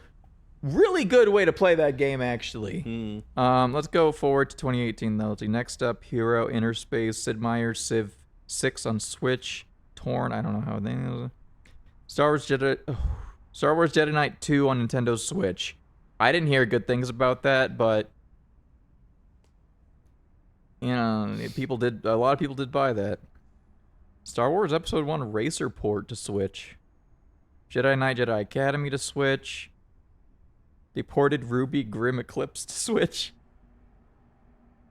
Republic Commando to Switch. I actually heard that one was okay. Old Republic to Switch was a bad one. Okay, you know, they were the ones. Old Republic 2, the Sith Lord to Switch.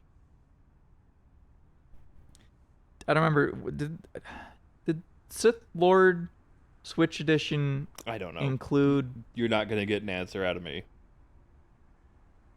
Damn. Battlefront Classic Collection... Fuck. Oh, that one was really bad. Uncompressed textures, AI upscaled. Oh, very cool. They didn't look good. Very cool. Oh. That one was so bad. Everyone in Blood Group who bought a copy got a refund because nobody could play with each other. Yeah. And then half of us were like, fuck it, we're installing the old version. Because it honestly runs fine on PC. There was nothing wrong with it. They just delisted it because XD Lamau. Yeah. There's so much about that release that's so fucked up. Like, it was like 40 times the size of the original game. The original game's like a gigabyte, and the new one's like 40 to 30 gigs or something. It's like, fucking hell. Yeah. Yeah. Kane's Legacy of Soul, Kane Reaver 1 and 2. Kane Reaver. Legacy of Soul, Kane Reaver. Jedi Power Battles. Man, did anyone want that one? No. Deus Ex Remastered, God. Yeah, but so like that was like the mild defense of Aspire that I heard is that, well, they launch bad, but after the updates, they're fine. The problem with the Deus Ex remaster is even if that's true, you can't fix those images that I saw. They have given it the most god-awful, disgusting, ugly facelift that nobody wanted. I'm looking at this again. Oh, good Lord. They have somehow managed to give Deus Ex a cinematic mod. They made this already ugly game more ugly. Well, like, that's the thing also, was that the original Deus Ex was not, like, a looker, but it was charming. Oh my and especially, like, for tech at the they're time. So wet looking. They look like fucking Soppy Boy. They look like plastic action figures.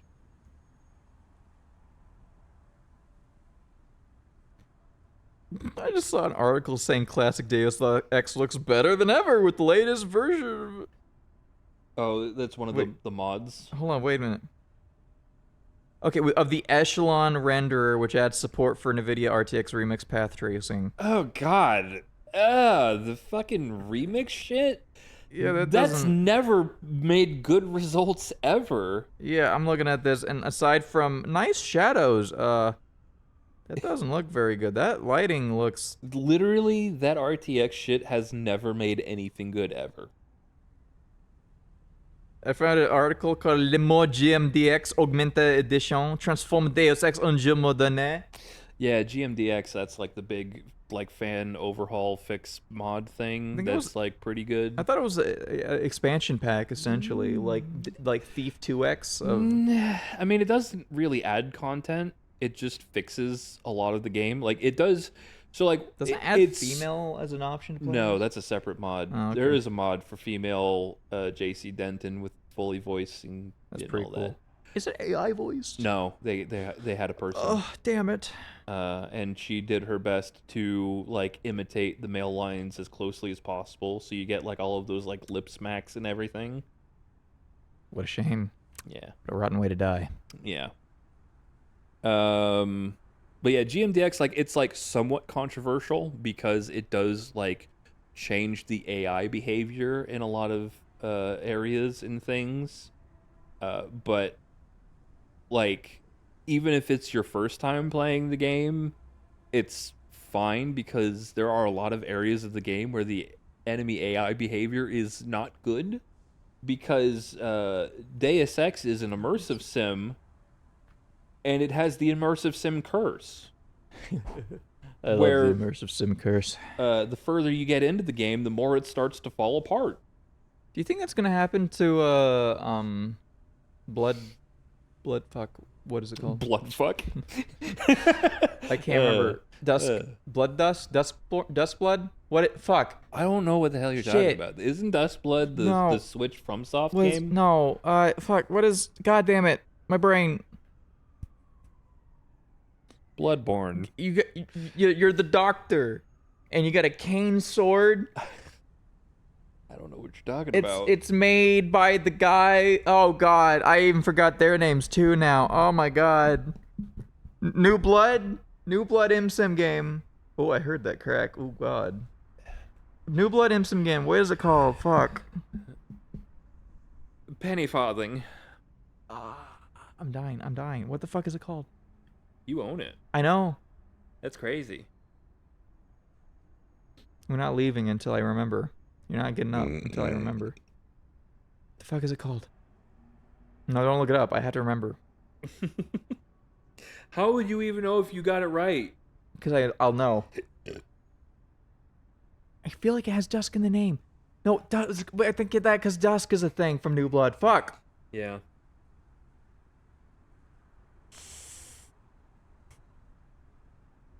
This is killing me. Do you know? I do now. The atmosphere is very depressing. You could say that it's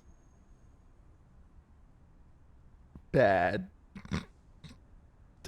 It's Gloomwood. Yeah. It does not have Dusk or blood in it at all. No, it doesn't. Gloomwood. In fact, wood is like the opposite of blood. Think about it. In a way. It's Sure. more like the flesh of a tree rather than the blood of a tree. Yeah, see, that makes it the opposite. The blood of a tree would be the sap. Yeah. Sap would be is similar. Well, the skin of the tree is opposite. Skin is the bark. Yeah. Gloomwood. Wood is the flesh. What was I fucking saying before that? Do you think Gloomwood is going to have the MSIM Oh curse? yeah. Do you think do you think because it's a staggered release? I think that like Gloomwood being a staggered release that is like thoroughly play tested, I think is going to entirely mitigate the MSIM curse. Yeah. I think there is still a chance that like the ending won't necessarily be as strong as like the opening of the game in like the first half. Yeah. But I feel like the worst case is that the back half or like the ending or whatever is like just not very impressive or doesn't really like fulfill you. Like that's like the worst case scenario, I feel. I feel like my brain is thinking that the real problem with MSIMs is capitalism.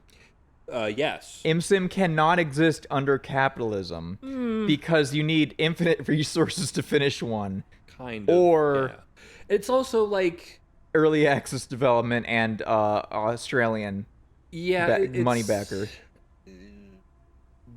I wouldn't necessarily say infinite resources, but like the scope of MSIM definitely becomes a huge problem, especially since it's like I feel like a big reason for the MSIM curse is that the first level of every MSIM is always amazing because it builds up this idea that sets you up of like, if this is the first level, what is the last level? It's got to build up and it's got to get bigger and bigger and grander and bigger.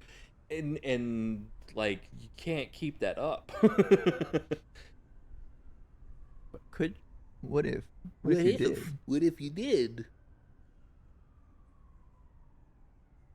It's crazy that like the first level or area, the first zone, the introduction of every MSIM game is like immaculate and perfect and amazing and just like, oh my god, this game's gonna be amazing. And then, you know, the MSIM curse. Like that part is like, yeah, everybody knows. But it's like, it's crazy to me how the opening of every MSIM game is as impressive and amazing as it is. Yeah.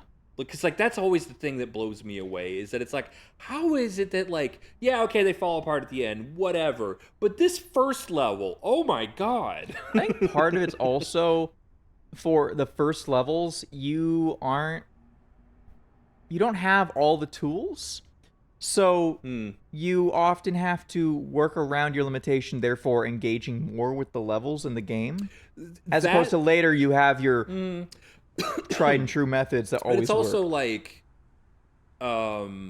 because like especially with certain games like Deus Ex or whatever where you have like skill trees and other things that like, you know, allow you to do different things, the first level it's impossible to have everything. And so that first level, they know that it's impossible to have everything, and like kind of design all of these things where it's like, well, if you have strength, you can go this path, or if you have like a stealth build, you can do this. And so it's like rerunning that first level with different builds and different options and all of that. Like you just get this like full complete 360. Like, oh my god, there's so much to do in this game, and it's so fucking cool. So much to do, so much to see. So what's wrong with taking the back streets? If you never know, you don't know.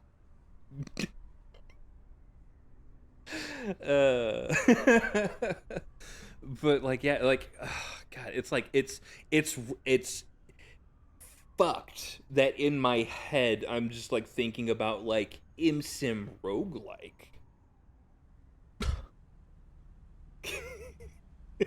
Because it's like I kind of see it, but I also am like, because no, man. the first level of an ImSim is so good that you can just replay it over and over again and do these different options. And like it's just like, what if you could just distill that into a game?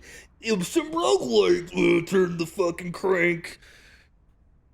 Oh man. I feel like the only ImSim that doesn't have immaculate first level that outshadows the rest of the game is BioShock. That's not an ImSim? Yeah, it's absolutely not. But remember when people would say it was? Honestly, well, BioShock is this big connected world. You could open the doors. I've never actually met somebody who actually said that until getting on Twitter. So I'm glad I was not surrounded by people that stupid, because it's not an ImSim. Like, it was... Back then, when it came out, the terminology wasn't really codified for a lot of the internet. Still wasn't. It still isn't, but like you really wouldn't get people saying, "Oh, it's an ImSim." You would get people saying, "Oh, it's just like System Shock." And it's like, no, just because it has shock in the name doesn't mean that it's like that at all, because it's not. It was supposed to be the spiritual to be. But then I'm assuming the lead developer, the lead guy, Ken Levine, yeah, that's it. Probably fucked it up somehow. I'm blaming him. I can definitely blame him for Infinite. Yeah. At least for 99% of that. I think Ken Levine did work on System Shock. Yeah, he had some sort of tie. It's not something connected to it, but he's not Warren Spector. And that's the thing. It's like, you don't want Ken Levine System Shock spiritual successor. You want Warren Spector System Shock spiritual successor. I can't remember if Warren Spector even did anything on System Shock 1. Because I think he was only involved in System Shock 2. I don't really remember. But also System Shock 2 is the one people really like. Yeah, even though System Shock 1 is groundbreaking in a lot of ways. Yeah, and started the genre. But also Warren Spector, thief in fucking Deus Ex, and the whole thing is Warren Spector. It's kind of like as funny as posting that interview blurb is. You know, like, obviously more people worked on the game and it wasn't just Warren Spector, but like I feel like you really do not get the level of those games, the Thief, the Deus Ex, the System Shock 2, without Warren Spector. Even Ultima, because like the Ultima games that weren't made by Warren Spector, you can tell they had a lot of like the ideas, but Warren Spector was the one who really tried pushing for the outside the box solutions. Like, he's the one who like pulls everything together and like builds on it. Yeah, but like the only actual ImSim game that like where the first level does not shine the rest is like the Thief games. So it's just Thief games. Yeah, those first levels are fine. They're serviceable. Usually it's like the midpoint levels that are the best ones, or even sometimes the real late game ones. Sometimes which it is depends. like, like with the Thief games, which I mean I've only played one of them. I think it was Thief 2. I don't remember. Probably. Do you remember like cameras? No. There were no cameras? I don't remember. Do you remember nothing about it? Not really. Was Droopy Dog in it? I don't was know. it a guy who... I didn't play it for much, because, like... I could be telling you now. I don't remember. I didn't play it much. Because, Thief... As much as I like Deus Ex, I like Deus Ex because it's, like... It's, you know what? Just fucking throwing it out there. Deus Ex closer to Metal Gear Solid. Where it's like, stealth is a component. You might even say that stealth is the preferred or the correct way to play it. But if you just want to fucking go murder shit... I mean, yeah, but you shouldn't say it. Yeah. You shouldn't say that. Nanomachines, son. Yeah. Like, and like Deus Ex is like even like further than Metal Gear Solid, which is why I say it's closer to Metal Gear Solid. Yeah. Because like murdering shit is like explicitly a valid way to play that game. And like they give you a bunch of tools to do many different things that are not stealth. Or like, you know, even just like the way that you would maneuver in the environment is not sneaking around strictly. Like you could get like your stealth augs and all of that shit, jump higher, throw boxes around, like climb shit. You know, you get a lot of that going on. That was like much more engaging and interesting to me. Whereas Thief is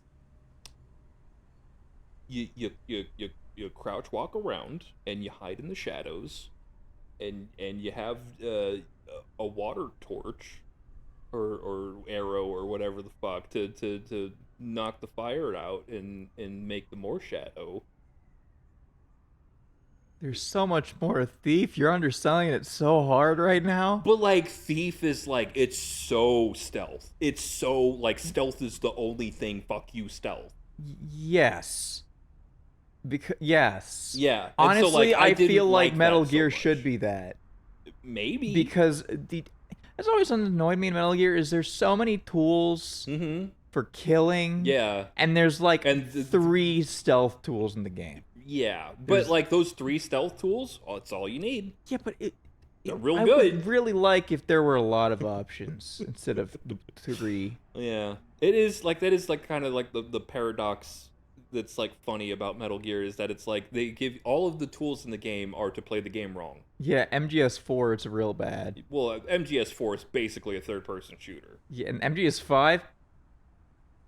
It's not MGS5 did try to do some more things with stealth tools, but it mostly boiled down to new flavors of cardboard box. Yeah, that do slightly different things. A magazine, but it's a cardboard box. A camouflage suit that's a cardboard box. Disguise kit that's a cardboard box. It's mostly cardboard boxes, so it's actually no, it's still the same 3 tools, really. But I mean, they give you the different flavors. Yeah, I guess it's cool. Would you like grape cardboard box or orange cardboard box? I could go for a grape cardboard box right now, honestly. It's a good choice. All I'm saying is 2 things, Eli. We have at least 3 games of Thief and GOG, our GOG account. At any time, you can pick one up. I could try it out more. That is certainly a thing that I have the potential to do. You could maybe like hit the skip level button. I didn't even know that was a thing. No. I think it's like Control Shift C skips the mission you're on, or something. That's like that. how you know it's a really good game. No, genuinely. That's how you know it's a game that was like they barely got it out the door, and people liked that part so much that because this was back in the day before level selects were really a thing on PC games. Yeah. So and I'll tell you what, like, hey, if Deus Ex had a level skip option, oh my god, boy, replays of Deus Ex would be real smooth. The speedruns would go crazy. It's fucking speed, like. There's, oh god, what level is it? Is it, I can't remember if it's fucking Hong Kong or Paris. It might be Paris. I think it's Paris. Where it's like, everybody's like, oh man, this replay, because like, there used to be an internet joke that every time somebody mentioned Deus Ex, you would reinstall it. Yes. And the joke being is you'd play that first level and be like, oh man, Deus Ex, I love coming back to this game. And then you get to fucking Paris, and you're like, man, fuck this game. Like, you hit that wall, and it's like, ugh. You hit that wall, and you're like, I'm good. So, like, Thief has a couple missions that are that wall. Thief 1 has 2 in particular. One of them is to your taste, and one of them is a very messy map that could have been fine-tuned. I think is fine, but it isn't great. And then Thief 2 has like 1 mission I'd skip, maybe. But just hit the skip mission button a couple times so you can get into the real thick of thing and see what the real meat of the game's like. If you accidentally land on the first manor mission, I'm sorry. That's a rough one, buddy. That's rough, buddy. That's one of the best missions in Thief. It's also the most difficult to fucking maneuver because it is a giant manor made by a dude who's crazy with a lot of money. So, you know the Winchester house? Yeah. Imagine if that had magic bullshit in it and you had to go in and steal something from it. It's Pendulette's house. Yes. That mission's really cool because, like, there is stealth, but in, like, 15% of the map, the rest of it is maneuvering, platforming, and trying to figure out what the fuck am I looking at. It's really cool. Black Raid has a map that's kind of like it, and I don't like it as much because it's just it's too big, and it's trying too hard to do the same thing, but it's not getting the same surrealism, and it's too big, and I am lost, and I'm stuck on that mission. Yeah, it's Thief being so hard stealth with nothing else is like, my brain no like. Okay, follow up.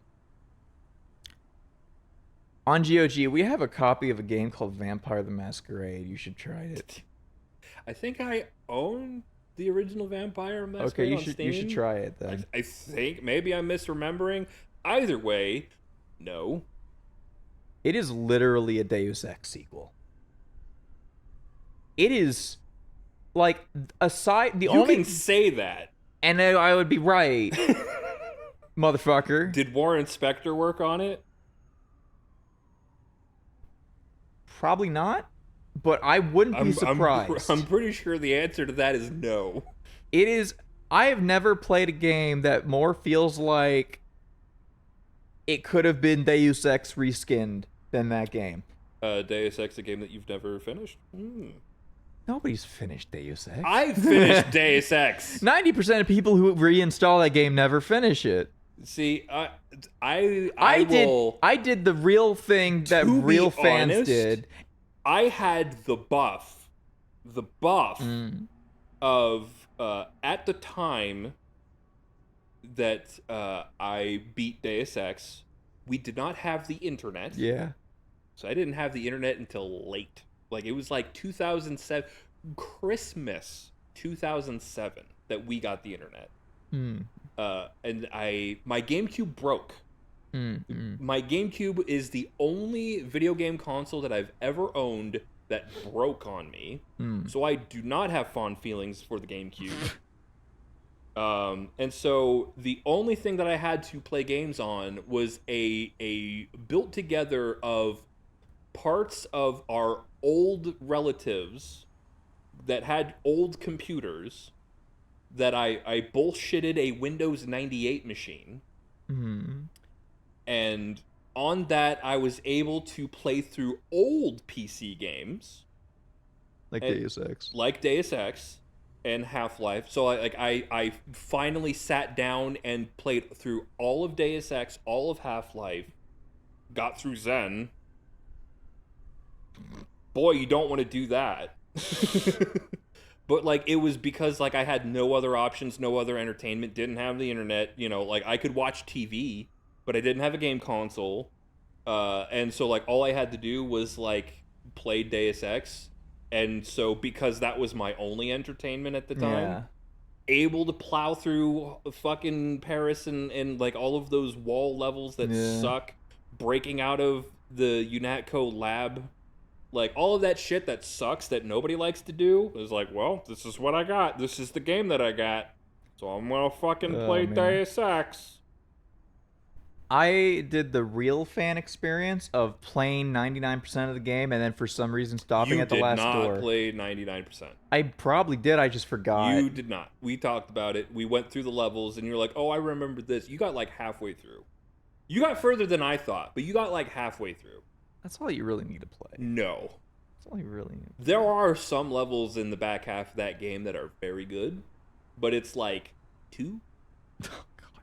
Really And then- selling this game, man. And then like leading up to that is not great, and then the ending not great. There's one of my favorite levels. This is also like funny story.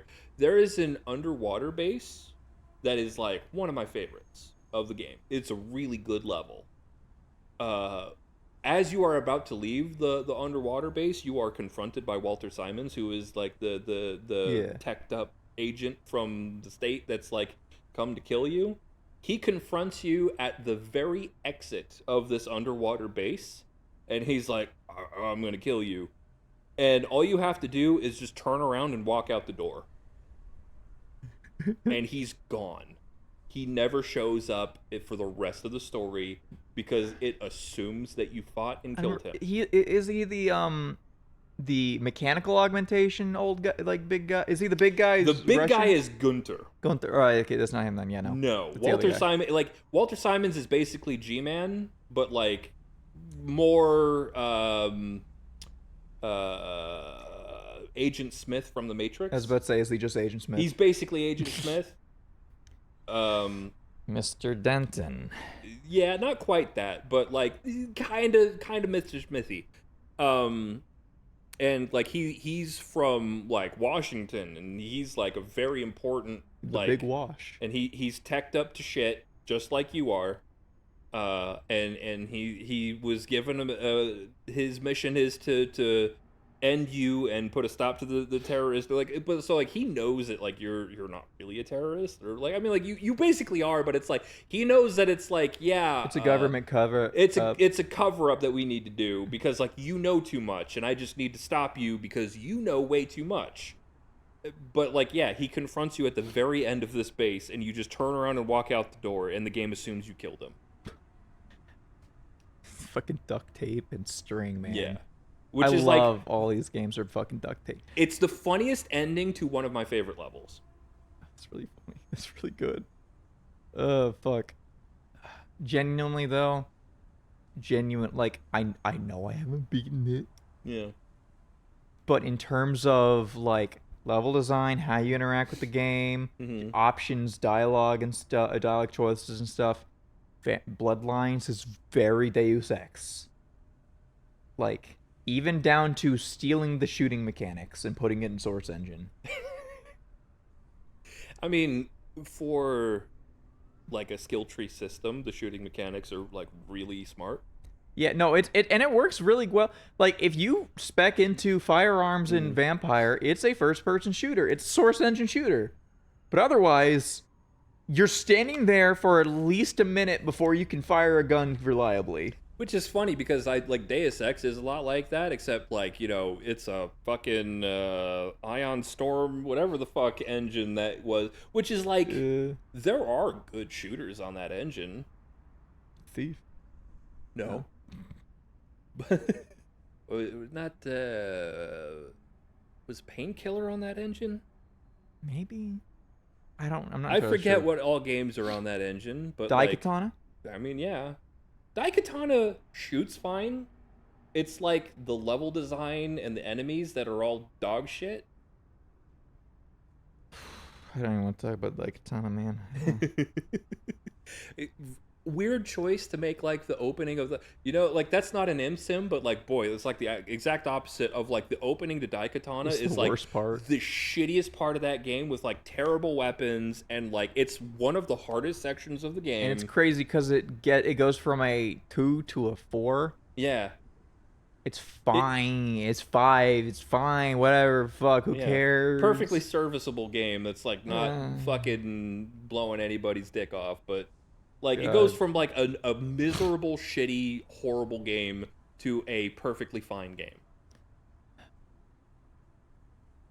Vampire Masquerade's crazy though, because I kind of. Does it also have the M-Sim curse?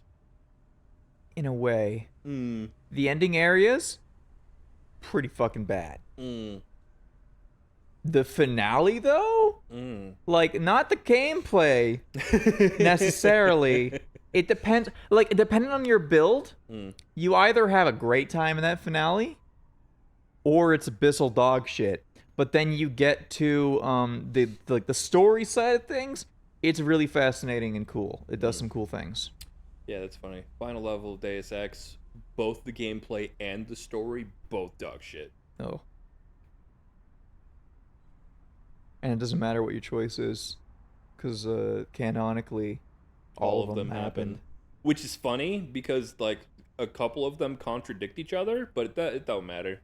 Also, my favorite part of, like, one of the choices is you team up with Tracer Tong to knock out the power grid, and Tracer Tong's like, and we're gonna cause a second Dark Age.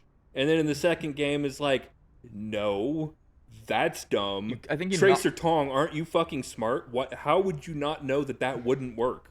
It, like, at best made, like, a blackout zone, if I remember. So, like, canonically what happens is, like, yeah, the power gets knocked out for, like, a couple days, and then they get the power grid back online because it's not hard to do, right? The infrastructure's already there, you just need to fix it. And it's like, yeah, Tracer Tong, you fucking idiot. Of course that doesn't work. Why would that cause a Dark Age? Like, oh, everybody's just gonna forget how fucking technology works. He was very optimistic about things. He was incredibly optimistic about things. He was very, like, he just was like, my ideals are so righteous that this has to work. It's like, yeah, no, like, all of the scientists are just gonna get amnesia, and we're just gonna regress as a society. Honestly, that is a kind of a real, like, depiction of that, of, like, I'm so confident and I believe so much in this that I'm assuming best case scenario is going to happen, and then it doesn't. Yeah, but, like, just, God, Tracer Tong is so stupid in that ending, which is funny because it's like he's the smartest guy in the story up until that point. And it's just like, how are you that dumb that you thought that was going to fucking happen? That's so stupid. That's so dumb. Hey, just knock out the power grid, second Dark Age. You know, if that did happen, the world would probably be better, because the gray goo thing kind of easily could go bad in the second game. Well, that's the tragedy that you're trying to prevent in the second game, in Invisible War, is that, like, a science company has created the gray goo and unleashed it, and so, like, the four endings that you could choose from in the original Deus Ex were, like, Blackout, kill Bob Page. JC integrates himself into the system and becomes Techno God. Yeah.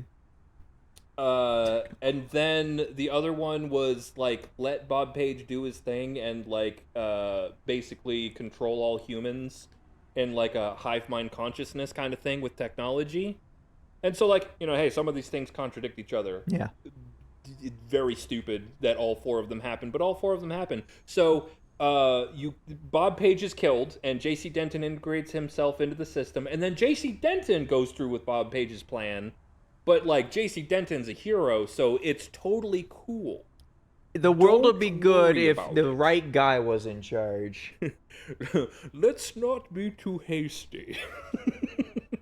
JC Denton, Jesus Christ Denton, integrates himself into the system and is controlling everybody. That's how you know that's the canon. Like, that was the intended canon. Yeah, totally. Like, that's what they probably were, like, originally going to have one ending and then realized that's kind of lame in a game with choice. Which is also, it's like, I forget like how this all makes literally sense, but it's like JC Denton is like it integrates himself into the system, but, like, Tracer Tong also knocks out the power grid. I don't remember why both of these things happen, or, like, was Tracer Tong trying to stop JC Denton because he didn't agree with the plan, or did they knock the system out so that the JC could overtake? I don't remember the specifics of that part, but it's like, it's all dumb, it's all stupid. But so, like, JC Denton being in the techno hive mind consciousness, being Techno God, saw the gray goo happening, and he's like, no, I can stop it. You just have to activate me and let me control everything, and I can do it. Do you think we're gonna, like, in real life, scientists will make a gray goo in real life? And do you think it's gonna be called Basilisk? What if they did both at the same time? We created the Torment Nexus. Why did you do that? We had to. It's called the Torment Nexus. Sounded really cool. I just love the idea that the basilisk will exist, therefore we have to build it because otherwise it'll be mad at us. And it's like, no, it isn't. You could just not make the you could just not make the kill machine. Yeah. It's as simple as. What are you, stupid? Yes. It's like how people were like, oh, the AI singularity is gonna happen in 2012. Yeah. I don't know. We're in 2025, and the AI is telling me that cyanide's a good muscle relaxant. Yeah. Like, you know, I don't think it's doing a great job, the gang. The Mayan calendar. I don't think it had anything to do with the Mayan calendar. I think people are just 2012 like. did. Well, yeah, but not the AI singularity thing. No. Fucking But singularity the thing is so it's like, oh, the embarrassing. Mayan calendar God, stops man, at 2012. The singularity is extra funny because it's like AI will reach a point where it can code itself and improve itself at a rapid rate. And we're here where like AI is is eating itself alive. way worse at coding itself than I am. Oh, man. It's so like funny. We're also reaching like the boiling point of this where like companies are forcing AI into so many things and it's like so inescapable because every major tech company is forcing AI into everything that like it's already happening that it's like AI is constantly being trained on itself and is deteriorating. Like we're already hitting that point where AI deterioration is real because it's constantly training on itself. It's just awesome, man. It's so cool. It's so fucking awesome. The faster it explodes on itself, the better for everyone. Yeah. The faster the U.S. economy crashes because of it, somehow might be better for everyone. Hey, if we survive, houses are gonna be real cheap. Oh God, I hope so. The problem is we won't actually have because we need the whole reason that like middle class families were able to buy houses because they had surplus of money before the economic crash. Mm-hmm. So the poor didn't benefit. Right. Hey Eli, guess which bracket we're in? So when houses get really cheap, we're not gonna be able to benefit. What happened? What's that? Grook, this is a duke. Grook, this is a duke. Push the Norb button. Norb. I hope we get like a lot of money just before the crash happens. That'd be Or cool. Finishes, I guess, so that we can buy a house. For $5,000. Oh my god. Oh my god. That's like a fifth of our rent. No, that's... I'm sorry, the rent's a fifth of that. I said it backwards, but man. Yeah. No, wait a minute. It's That's like, not even. It's 2.5 months of rent. Oh my god. The amount of money we spent on rent could have bought us a house like a couple months ago, back when our parents were doing things. God. Fuck. You know, when the housing thing happens, I'm going to get on my like hands and knees and beg everyone I know in my family, like, please, look, just give us money to be able to own a house. That'll literally save most of the problems that we have right now. I wouldn't have to pay we wouldn't have to pay as much for rent. Like the monthly upkeep would go down so far. Oh. Fuck. How did this turn into the MSim podcast? When are you gonna play Vampire? Play Vampire. Fuck. No. It's good. No. Okay, then play Deus Ex. I did. Again. Do it again. No. Is that why you just don't want to play MSims at all anymore? I played the one, I'm good.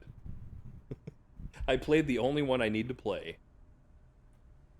It's like Vampire's really good. Please, man, it's the like, only Deus Ex sequel you're gonna get. Like tactical RPGs. I played Shining Force 1. I don't need to play any of the other ones. I mean, you could play like Breach Wizards. Pretty good. It's a good tactical RPG. I already played Shining Force. I'm good. I should finish Breach Wizards. I got like halfway through, and that was a really good time. What about Alpha Protocol? think I own Alpha Protocol. I think I got it Isn't in that one more of of- the million Humble Bundles. Isn't that more of a BioWare like? Isn't it? It got like the Renegade I'll be system. honest, I forget which one is Alpha Protocol and which one is Binary Domain. Definitely not Binary Domain. Yeah, but like in my brain, those are the same game, even though they're not. Pretty sure it's more of a BioWare like. I don't remember. Pretty I sure. do not remember which one is Alpha Protocol and which one is It's Binary more of Domain. a Witcher 2 like. The worst of the Witcher games.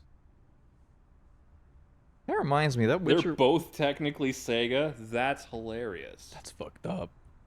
That reminds me, I want to look up Witcher 1 remake. I want to know. Is that happening? They announced it, and I remember Pat was like, saw my post about it and was like, of course you're the only fucking person who would be like, the first one doesn't need a remake. And I stand by that. I believe in that. That's my religion. No, they gotta Unreal make it play Engine 5 remake. Oh, that's gonna run like shit. Yeah, they gotta make it play like Witcher 3. I mean, that's fine. It's fine. I actually like Witcher 3's combat. I think people give it way too much shit, but like, there is something to Witcher 1's combat I really like. Isn't that the one that's like vaguely MMO-like? It's really weird. I don't even. So, remember when we were watching Overlord? yeah, that fucking scene where he's like buffing before the boss battle Casting is literally buffs for 2 minutes solid. Yeah, that's Witcher 1. Yeah. That's Witcher 1. You're like, I know this is the den Mhm. of some Gretchen or some like whatever little creatures. I'm going to start by I'm going to quickly brew up my potions. I'm going to drink like 3 of them in a row. I'm going to get my defense buff, my vision buff, and my speed buff. I'm going to then cast any buff signs if I have them. I don't remember. I think like, Kern, I think Curden. Duendes. And then you go in and you fight the Duendes, and then you can choose your 3 combat styles, and then you left click in rhythm to do a full combo. And it's kind of like, because it's the Neverwinter Nights engine, so it's kind of CRPG mechanics, but then also with the real-time click the button in sequence, like in rhythm. Interesting. It's a little weird. Did we ever finish Overlord? Or like catch up? I think maybe. Probably not though. Maybe, but probably not. I know I'm caught up, but I forget if we caught up. Have any movies been made for that? Yes. Okay, we did not catch up then because I didn't see the movies. Like, so most of the movies are like recap movies, kind of, or they're like compilation movies. But there is a new movie that is like, it's kind of a what if scenario, but it's like I want to say it's written by the original novel author, but it's not like a part of the story officially. It's like a side story thing. I forget the details. It's a really weird thing where it's like one of the things that could have happened in the story, and then they like almost like the one My Hero movie that was like, this was an ending that I wrote, but I decided to not use this ending. Yeah. Kind of that thing where it's like, yeah, this is a chunk of story that I had planned, but I didn't actually put it into the story. Oh, ooh, okay. Hold on. I'm learning some things about Witcher happenings.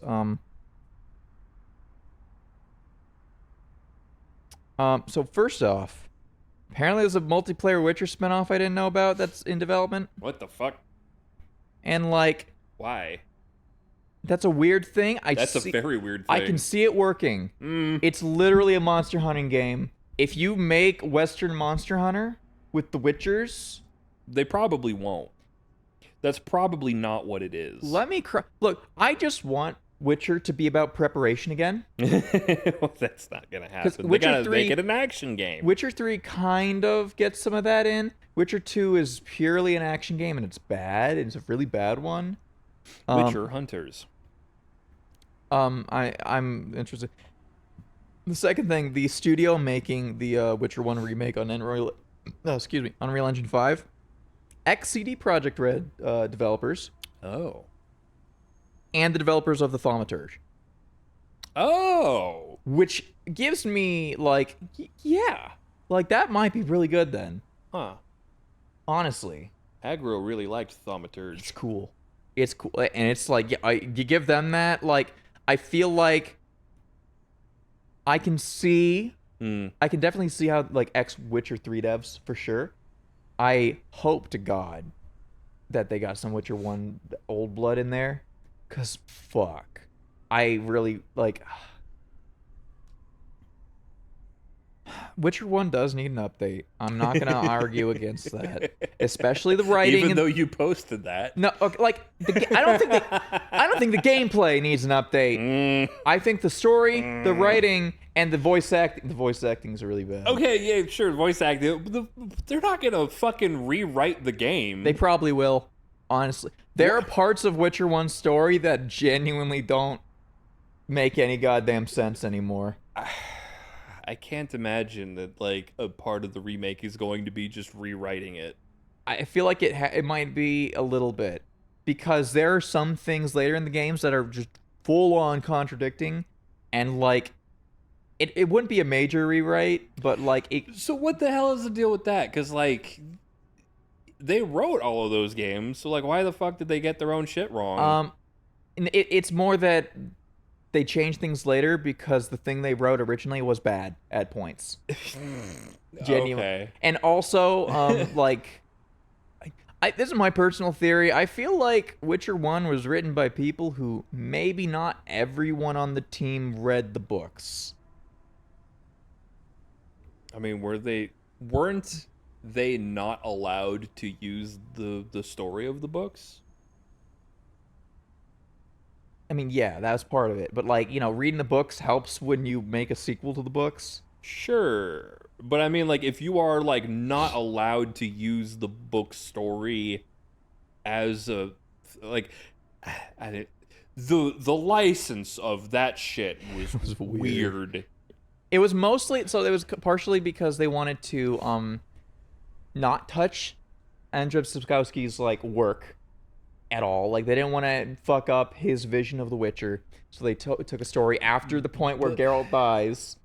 But, like, wasn't he against it? Like, you're not making an adaptation of my book. Yeah. Like, you're just stealing my work, and, like, people are going to play the game instead of reading my book, and fuck you. Which still happened anyway, which is kind of funny. Yeah, because nobody wants to read those books. It was a mixture of old man. a bunch of things, like, I don't want you touching my story. Yeah. I don't want anyone adapting my story poorly. Funny how that turns out in the modern era. Yeah. With Netflix. Yes. But he has since learned... money's cool. Yeah. Oh, you're paying me? I don't care anymore. And also, I think the reason they really did not push back was, one, respect out of Sapkowski. Two, starting from scratch. Because if you start at the beginning, it'll be kind of a messy story. If you start from scratch...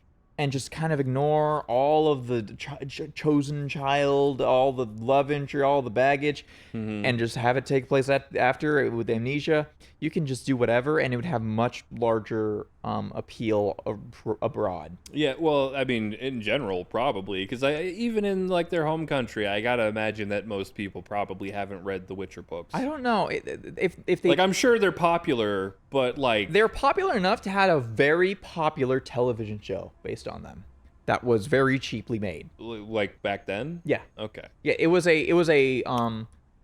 very cheaply made television show that had very, very bad effects that were retelling the probably stories. the wrong story to do a TV show of if you don't have a budget. Like, I'm sure there's a lot you could do without a budget, but there's probably a lot of that you probably can't do without a budget. Dude, that like 80s CGI dragon looked real good. Yeah. From like But, like, I'm sure those are popular books, and especially in their home country, but I'm sure there's still, like, most people haven't read those books. I would probably compare them to, like, much smaller scale, of course, but, like, Harry Potter. I would say probably even, like, Lord of the Rings. That's too big. Lord of the Rings is universally known. Sure, but Harry like, Potter is a little more like... Even still, like, Lord of the Rings is a massive franchise that the entire world basically knows about, but there's still a shit ton of people that have never read those books, and they never will. Yeah, I'm more talking about just cultural osmosis, like general populace knowing about Witcher is probably closer to Harry Potter, where it's like everyone pretty much, most people know about Harry Potter, kind of like a little bit of, don't really know the story, what's going on with it, just like... I mean, there's not much story to know in Harry Potter. Like, if you know fucking Voldemort, he who shall not be named, and Snape kills Dumbledore, you basically know the entire story of Harry Potter. Because, like, you could just make it up in your head and you're right. I think maybe pre-television Game of Thrones maybe would be a more accurate comparison. But, like, I don't know, even the... hard to say. Maybe? No. Because, like, yeah, those are all... The Witcher nowadays, in just, like... like, Witcher worldwide, not, like, Game of Thrones level of... like cultural domination, but like in that country, it's now like it's big enough where fucking Obama was given a copy of fucking Witcher 3 as a gift when it came out. Yeah, like cultural fucking like export The Witcher. Those games did a lot for that story. It got it out of the country. Before then, there was like one bad translation, and it's really rough. I tried reading it, and it was like half the books were translated that way, and then it was like you were missing the story from books 3 and 5. Cool. Which is bad when you need with how political those books get by that point. It's like you need every book. You can't be skipping. You can't be doing this like JoJo and playing the reading the basement order of Witcher. Oh god. You start with the new book that just came out. I love that he was like, the story's over, and now we're at a point where he's going back and writing more Witcher books. Partially because he's got new ideas, too. Boy, he loves money. Hey, I tell you what, when you get older, you love money. Like, everybody loves money. Young kids love money. Teenagers love money. When you're in your 20s, you love money. When you get really old, you love money. There was an interview with Sapkowski recently where he goes and like the interviewer is like, hey, so you know your story's gotten big. It's gone like 6 seasons on Netflix. It's a huge deal. Is there anything about its modern reputation that you hate? And he says, man, those fucking games fucked some shit up. The biggest one being, man, what the fuck? Who was the asshole who made all this lore about the Witcher schools? This isn't fucking wizard colleges. Like, he wrote a throwaway line about Witcher schools and how there's more than just Kaer Morhen, because the idea was like, you know, small little holdouts that taught Witchers, and like it was very small number. And now we have like 8 of them, and they all specialize and teach different things, and they all have different specialties, and they're like, they got the Bear Clan, who are very like fortitude and power first, and then you have the Cat Clan, who are very agile and stealthy. And he's like, man, fucking, that's stupid. That's dumb. This isn't fucking Harry Potter, man. That's not what the fucking... My next book will probably have the clans, just so I can actually codify what they are, so people could stop doing stupid shit with that. Because originally it was a throwaway line, and Andrzej Sapkowski is the kind of writer who just writes things, and like the world comes about around the story that he writes. Throw out a word or a line or a phrase, and then if we ever come back around to it, I'll flesh it out when it matters. Yeah, exactly. So there was a lot for CD Projekt to just kind of go with whatever. And honestly, I think the schools are 85% fine. I think the way they originally were portrayed in those games was pretty cool, where it's like martial arts schools would naturally get different preferences when they're teaching all like across the world from each other. And then Witcher 3, like different regions would have different needs. Yeah, and then Witcher 3 turned it into wizard schools a little bit. They could still pull it back, but like it's on rough ground right now. Yeah. I don't know. On one hand, it's like I kind of get where he's coming from. On the other hand, it's like, man, fuck these guys for fleshing out my story for me. It's more that they fleshed it out in the most lazy, boring way. Like, yeah, like I said, on one hand, I get where he's coming from, but at the same time, it's like, okay. I'm not a writer. I've never written anything in my life. I haven't published a book or whatever. I hate when a writer does that the way that he do, where it's like you just throw something out and it's like, okay, but like if you're gonna bring that up, you should talk about it more than not at all. Like, why are you talking about this at all if you're not gonna actually say anything about it? Fuck you. I hate that. To me, it's kind of like if your characters are talking about like their upbringing, they would naturally kind of just in conversation bring up small details that are irrelevant. Generally, sure, like, you know, like especially like if it's somebody that you know, or you bring up a thing like they already know, so you don't have to explain it. But it's like, here's the thing: you're a writer. You could write any number of reasons why they would have to explain it, or have it come up again so that it gets explained. Like, there are so many ways you could have the schools come up once, and then talk about it, and then say, "Here's what the fucking schools are." Instead of just being like, yeah, there's Witcher schools.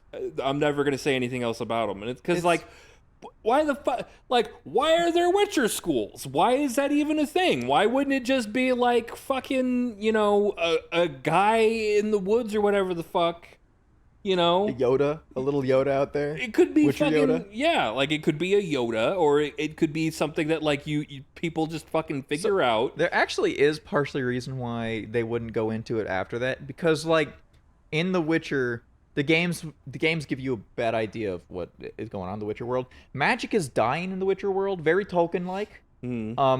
So the need for Witchers is ending. So the Age of Magic is kind of approaching like its conclusion. So Witchers are both not necessary because monsters are not as big of a problem as they once were, and people are untrusting of them because they're mutants, so a lot of them have been like hunted and killed. So Witcher, like, there are other Witchers. The chances of Geralt ever meeting one is incredibly low, to the point that I don't think he ever did meet one in the books, as far as I've read. As far as I can remember, as far as I've read, he maybe one. That there's like world building reasons for why. I would say that what you are saying makes it worse. Makes it worse because that means that Geralt only ever talks to people who wouldn't know about these things. Yeah, so it's him reminiscing, and like, I think specifically. So Geralt doesn't reminisce to. He's reminiscing to. I think he was reminiscing with his master, his teacher, and they know, so they kind of throw away lines. There's still, like, even in that instance, there's way, like, they could talk about a thing that happened, or talk about the old times memories, right? And that would, like, without, like, directly saying, we come from this school, and we do this, and this other school out here. Like, there's ways that you could talk about it in that setting or that situation where, like, you could say more than nothing. They kind of go in a little bit of detail. They don't give you enough to like really pin down, but it's because it's like it's a slight little flavor thing. It's world building to make the world feel larger. Like this isn't the only Witchers that exist, but because Witchers are practically extinct, it doesn't matter beyond this. And so I think it's fine. I also am the kind of person who believes it's okay to hot dog story your world building. Yeah, no, like the thing is though, like you have to hot dog it. You have to get to that other end eventually. Like bringing up shit and then just leaving it in the air. Like to me, that's a problem. I also feel like we gotta explain hot dogging. A hot dog story is a writing trope of to establish connection with people and like a sense of world outside of the writing. You go, remember the hot dog incident? Crazy times. And it immediately establishes these characters know each other. There's more to this story than just what's happening now. There's a history. And there's a hot dog.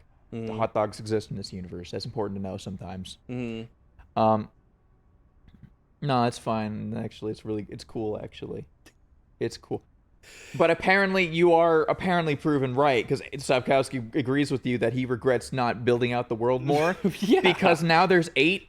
So there's a couple things. There's like fucking 8 or more schools of Witchers. Like, and here's my There's 8 gripe. world maps that are inconsistent with each other. Yes. Like, my gripe, and then, like, him being like, oh, it's not Harry Potter wizard school. Like, my biggest gripe, like, is why did you make them schools?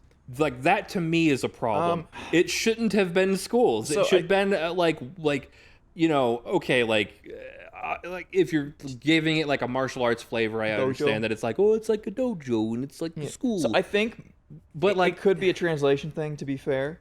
Like, the Polish word for martial arts mastery, place of learning, it could have been, like, church or monastery or something like that. But it's at most translations choose school.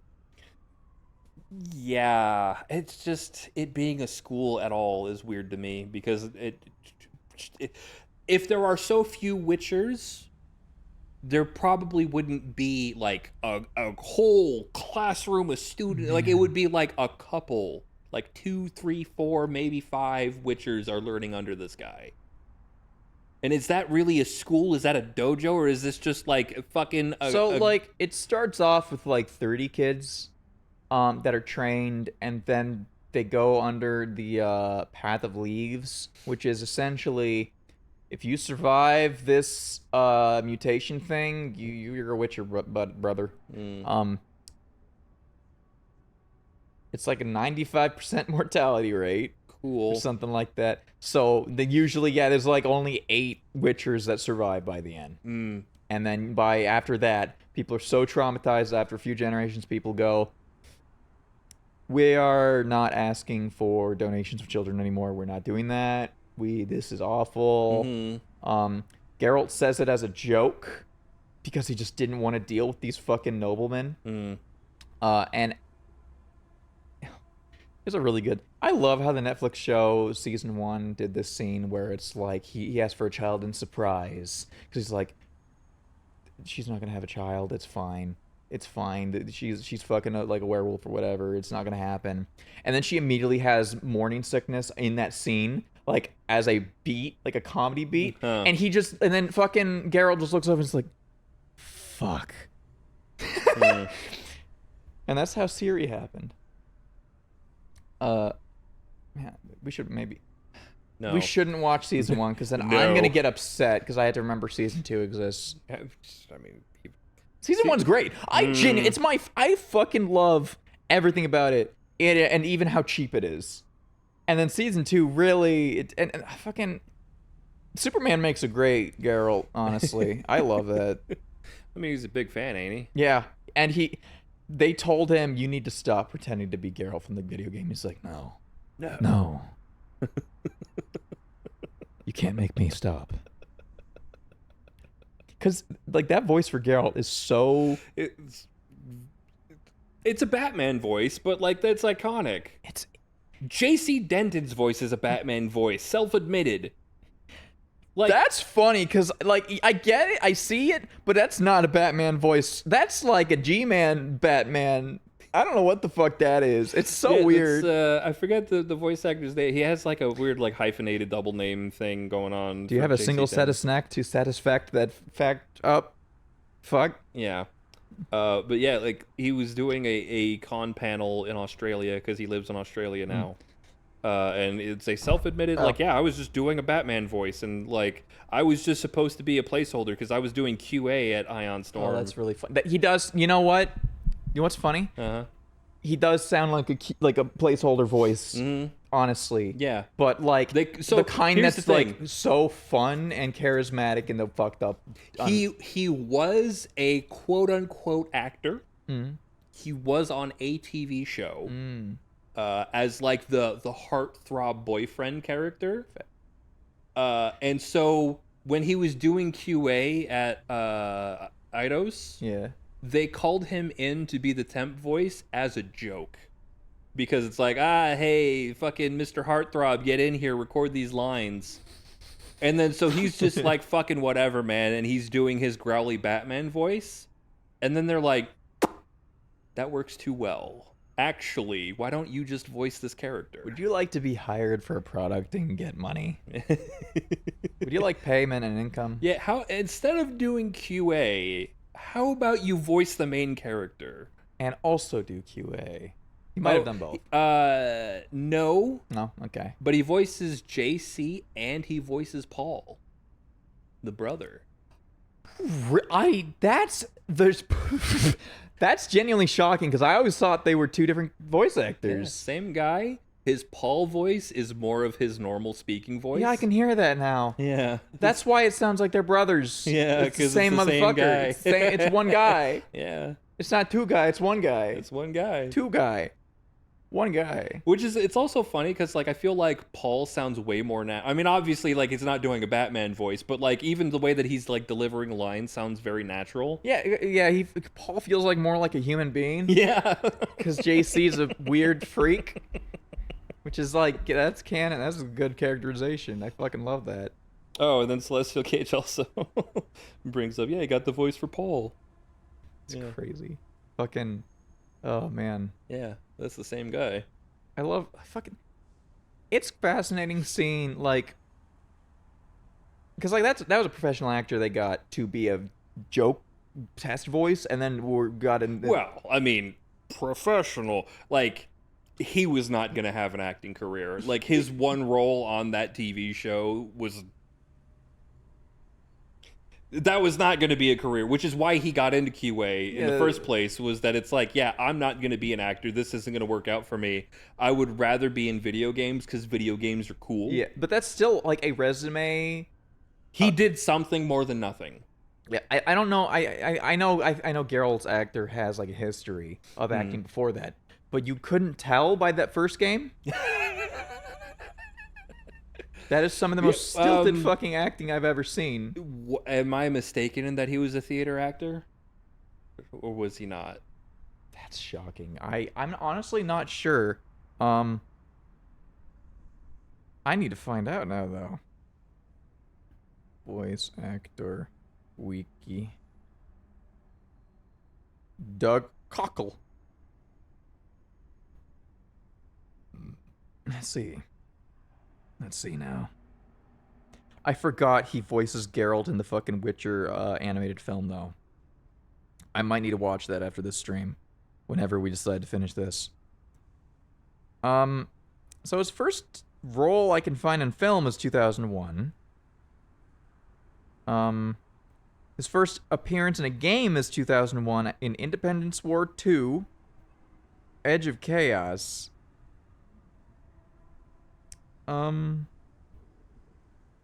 He was in Band of Brothers? Whoa. Dude, he was in Chaser?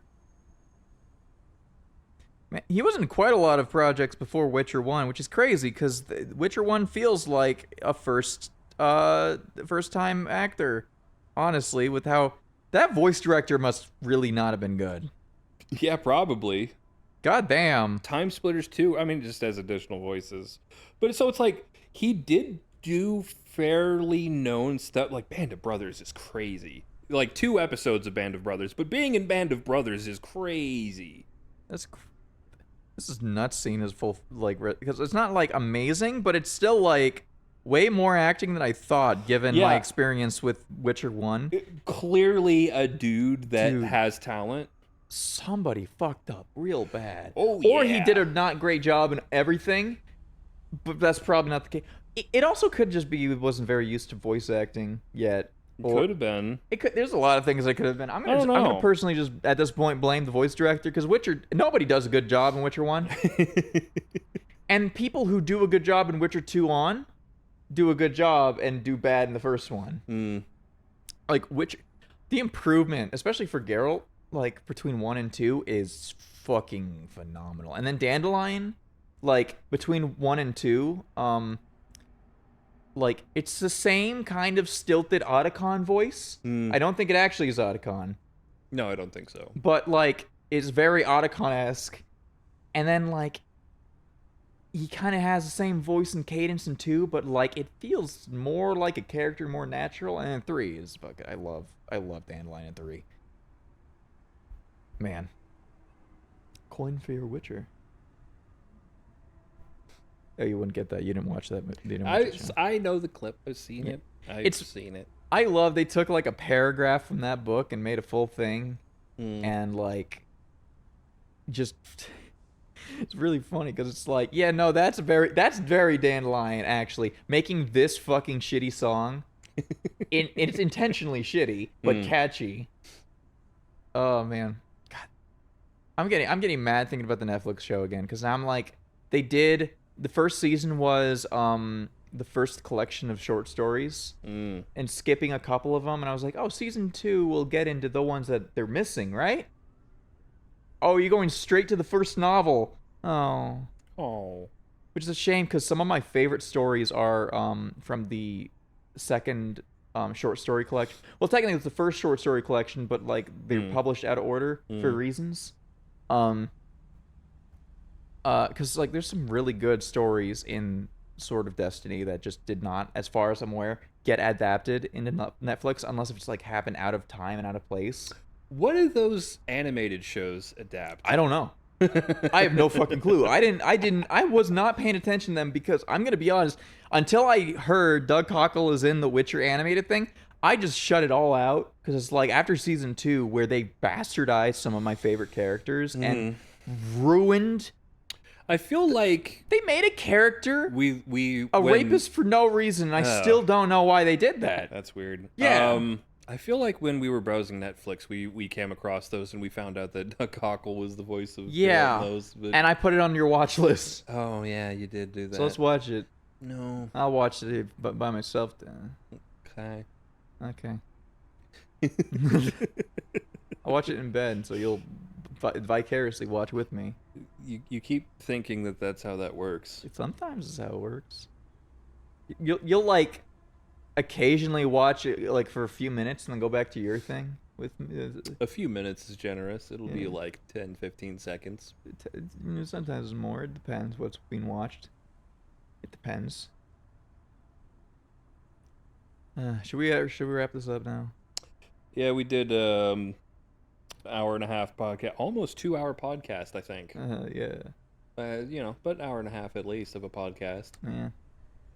We went all over the place. My analytics are gonna look so bad. I bet like most of the viewers left as soon as the game was over. We went all over the gaff. What's the viewer count right now? 3, and I am potentially one of those, probably. Yeah, we went from 11 viewers to 3. Wow, that's my good. Analytics are gonna look so bad, dude. That's crazy. It's gonna look fucking awesome. We had 11 viewers. That's awesome. I think most of them were from Spice Peach from they network. rated with 2. Really? Mm-hmm. Oh, we just had 11 viewers. Yeah. And then they left at some point, or they became lurkers, which Twitch hates cool. right now. Yeah. Even with the better Twitch TV stuff, like you can't get around it anymore. Yeah. So I take it you saw that update.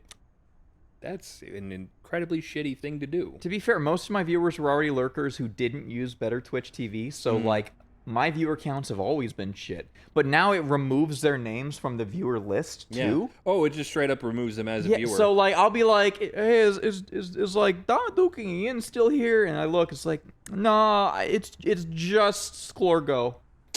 Yeah. Appreciate Sklorgo's view, but as all. What are we saying? Burgers too? Just in general. Burgers. I think just in general for the engagement, or maybe were we talking about burgers? No, I don't think so. I could go for a burger now. I wonder what we could get on that app.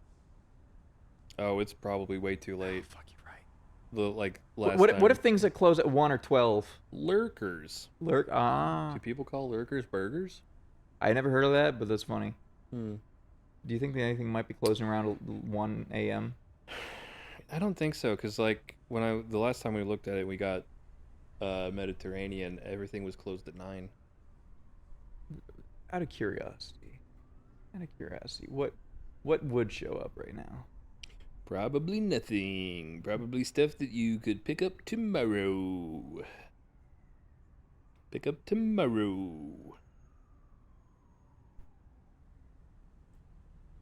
Man, that Mediterranean was great. It's $6. So $7 basically for the Mediterranean. Fantastic, amazing, I thought incredible. it was 8. Well, there's like a service fee. Oh, yeah. So like Fake afterwards, fee. Yeah. Okay. yeah. So there was like $1 plus but like that's fine. $8 is still a great price.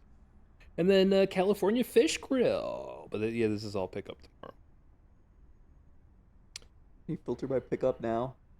No, it's all pickup tomorrow. Damn it. Okay, that makes sense. Bagel. Surprise bag of bagel. I wonder how many bagel. What do it means by pickup tomorrow? Like pick up at 1 a.m. No, it tells you the window 8 to 9, 4 to 4:50, 8:30 to 9. Yeah, so like pretty much everything's like 9 o'clock, which is it's gonna be like right before everybody closes, and they're like, "This is what we got left over." We were fools for not. Well, we were streaming. We couldn't. No. Yeah. It wouldn't have worked. It really. Nope. Okay. Well. Dispatch is really cool. We should have probably spent the podcast talking about the thing we just viewed. Probably. I don't know. I feel like there's not much to say right now. Yeah. That was what I was thinking when I thought about leading the conversation that direction. I was like, nothing happens yet. Yeah, it's all set up. Like the one big surprise was Omni-Man being the boyfriend of Blonde Blazer. And I was spoiled on that by today's trailer that came out. Oh. For the game. The launch trailer shows that, and I was like, I wasn't going to go for her anyway, but now I'm really not going to, like, nudge Robert and her. Yeah. That's, like, the only surprise. I mean, like, I don't know. Like, it's not her fault. It's whatever happened before. Robert Robertson met. So, you know. Yeah. It's whatever. That scene would have been really funny if you went in for the kiss with that. Yeah. I hate like that's not like it's bad writing to do that, but I just hate it. Mm-hmm. Cause it's like, you know what? I think stories don't even need relationships. I think stories should be sexless. Story should be gay, thank you. Or sexless. Gay or sexless. Like Star Trek. Funny, which is it's one of the straightest and sexed up things ever. It's getting less straight, but it's also getting less sexed. So, thank God for Lower Decks. God rest her soul. Did you watch the final season of that? I think I've been avoiding it because when I see it, it's over, and it'll be over forever. Unless if I watch that Brave New Worlds episode where they show up in, but then I would be tempted to watch Brave New Worlds, and I really don't want to see the fascist season. Ooh. They have a liberal fascist season right now, and it's like, which is crazy because like up until that, what you just told me, I had heard that Brave New World was one of the better Star Trek things. It was fine. Ooh, it was like liberal Star Trek. Look, I'll give you here's like decent or good new Star Trek at that. It wasn't just like, because, you know, a lot of people were like, oh, the Orville is the new Star Trek. And the Orville is just like... rehashes. It's reheating the fucking shit you got in the fridge. Yeah. So, here, to give you an idea of the politics of pre-current season Brave New Worlds, one of the character's biggest fears that a lot of his nightmare sequences are about is the fear of becoming a disabled person and how awful and disfigured I'd become. In the Star Trek future, even? Which, like, the only There's amount like so many like aspects of that is like, oh, how horrible to be disabled. Like, that's shitty already. But then it's like, we're in the Star Trek future. The only, like, leeway I'll give them is Captain Pike in the original series. he does get it pretty bad, and he's like in a wheelchair, had to speak in text, type to text, and he's in this big funnel. Yeah. The problem being that was written in the 60s. Yeah. Where that is the worst thing that could happen to a person, is becoming unuseful to society. And now in modern Star Trek, before the Brave New World, you know, there are a lot of It's ways also that like- disabled people have been able to... There's an entire episode DS9 about, like, you know, disabilities and how that doesn't really... That can't stop you from achieving what you want. It'll limit what you can do necessarily, and like greatly affect how you interact with the world and how people interact with you, but like has an overall positive outlook on disabilities, because it's not something to be ashamed of. As opposed to Brave New Worlds, where it is I don't know exactly what's happening. I just saw Jesse Gender be very, very upset. And I don't remember the details, but it was like what I read was like, that is, I would expect this from a lesser sci-fi series. And that's crazy because Jesse Gender is also very forgiving of new Star Trek. The forgiving stuff, like the things that Jesse Gender forgives Picard is crazy. But like, this is also, you got to remember, Eli, this is the era where Section 38 is a necessary evil of the Star Trek universe. You need this overarching, ungoverned secret police to do what's necessary to protect the freedoms of the people of the Federation. Like, number one, that's insane. That's always been insane. Section 38's always been kind of like a fucking weird thing that Star Trek is like. Also, the Star Trek has kind of deliberately not talked about it until like recently. So here's the thing. Section 38 was introduced as the dark side of the Federation to and like posing the argument. So let me start. DS9 is where a lot of Section 38 stuff happens. Section 30, DS9 is one of the best Star Trek things ever written. And the reason why is because they posit this early on, that Section 38 is required to keep the Federation running. You know how many crises we averted without you even knowing? And by the end, they counter-argument of, we can do this without you. We don't need you. You are the scum of the Federation. And the solution was a peaceful resolution to this war. Yeah. The entire point of DS9 is saying, we don't need people like Section 38. Yeah. We don't need fascists to fight fascists. We need empathy, like understanding. We need to reach out and diplomatically solve things. There are definitely some points where they because of its time of war, they step into gray area and outright bad area. Fucking Commander Cisco is known as Commander Warcrime Cisco for a reason. Which is funny because like when you're not talking to like the diehard Trek fans, it's Janeway that's the war crimer. She does some bad things. She definitely breaks the Prime Directive in ways that I don't agree with. The only outright, I would say, that I can remember off the top of my head, I was in a bit of a fugue state for like half of Voyager, because half of it's bad. Half of it's real good, though. Like half, it sucks how it's half and half. And a quarter of it, or like 15% of it, makes me as a Native American experience an out-of-body like experience. It's a bad time.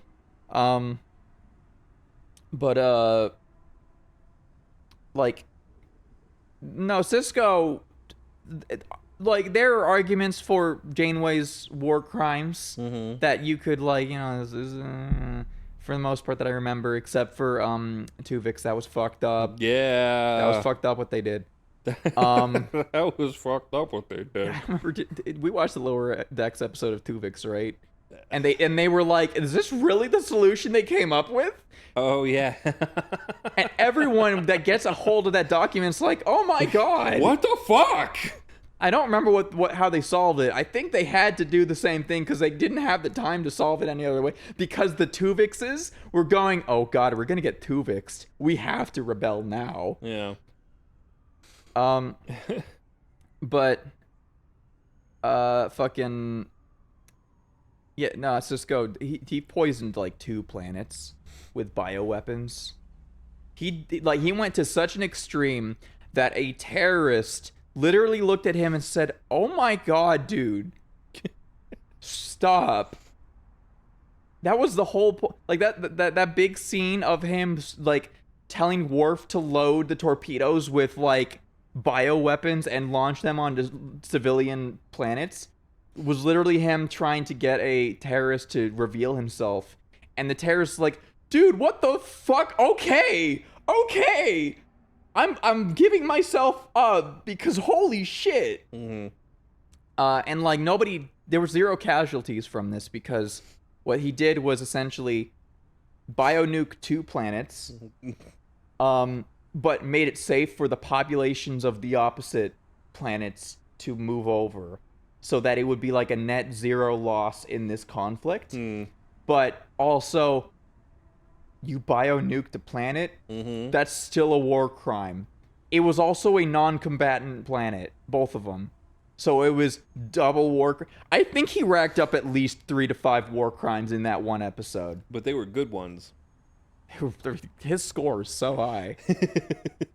And then he did the good war crimes. And then in the Pale Moonlight, he scores up a couple more war crimes. Well, I mean, if you're going to call the episode that. It's a really good episode. It's one of those episodes that's so good, I might show you it with no context one day, because it's one of my favorites, aside from the language episode that's very fun. Are you familiar with the reference of the name of the episode? Dance with the Devil in the Pale Moonlight. It's a Joker quote. Yeah. It's not a Joker quote. It's a fucking poem, I think. I just don't remember which. But Joker says it. Yeah. Ever dance with the devil in the pale moonlight? Is that Jack Nicholson? I think it was Jack Nicholson, right? Yeah, Jack Nicholson, who does not sound like Heath Ledger. Yeah, but he does he's like whispering, No. and he's like, oh, does he yell that line out? No, but he doesn't sound like Heath Ledger. I think like for that, I'm gonna say for that one line, he sounds like the Heath Ledger. Are you familiar with how Jack Nicholson talks? It's been a really long time, so my memory is a little hazy. I haven't seen that movie in a long time. Everyone in Blood Group swears that Tim Burton Batman is bad. I feel like they're crazy and wrong. They are bad. No, wait, both of them? Yeah. Nah. But so like, there's a thing, especially the one with like okay, I gotta remember which one is which. So the first one was the Joker movie. Yeah. Second one was the Penguin movie and Catwoman. Yeah. Maybe I'm trying to remember which one's Batman and Robin, which one is Batman Forever. We could just call it Tim Burton Man 2. Yeah. Because I don't remember the naming scheme. But so it's like the one with Jack Nicholson. Yeah, the first. It's not good, but it's very charming and it has a lot of soul. There's a lot of things to really like about it. It's just like it's not all the way there. Yeah. The one with Jim Carrey is really, really bad. That's not Tim Burton's. Is that not a Tim Burton one? No. That is it Jim Carrey and Mr. Freeze? Or that No, that's Jim Carrey and Two-Face. I think Mr. Freeze got his own movie. I think that's the one with the back credit card. That's the back credit card one. Which one? Who did that one? Joel Schumacher. Yeah, Batman Forever. Was that a Schumacher? Yes, it Yeah, was. that one. Yeah. Yeah, okay, that one's really bad. Yeah, that one has Poison Ivy and the Jonker and the Rodler.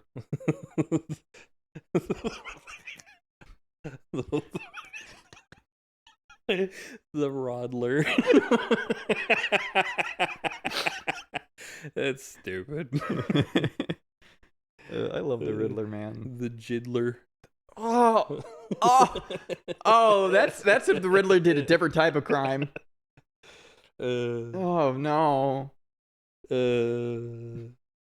Yeah, Batman Forever is also like not great. The Ronkler.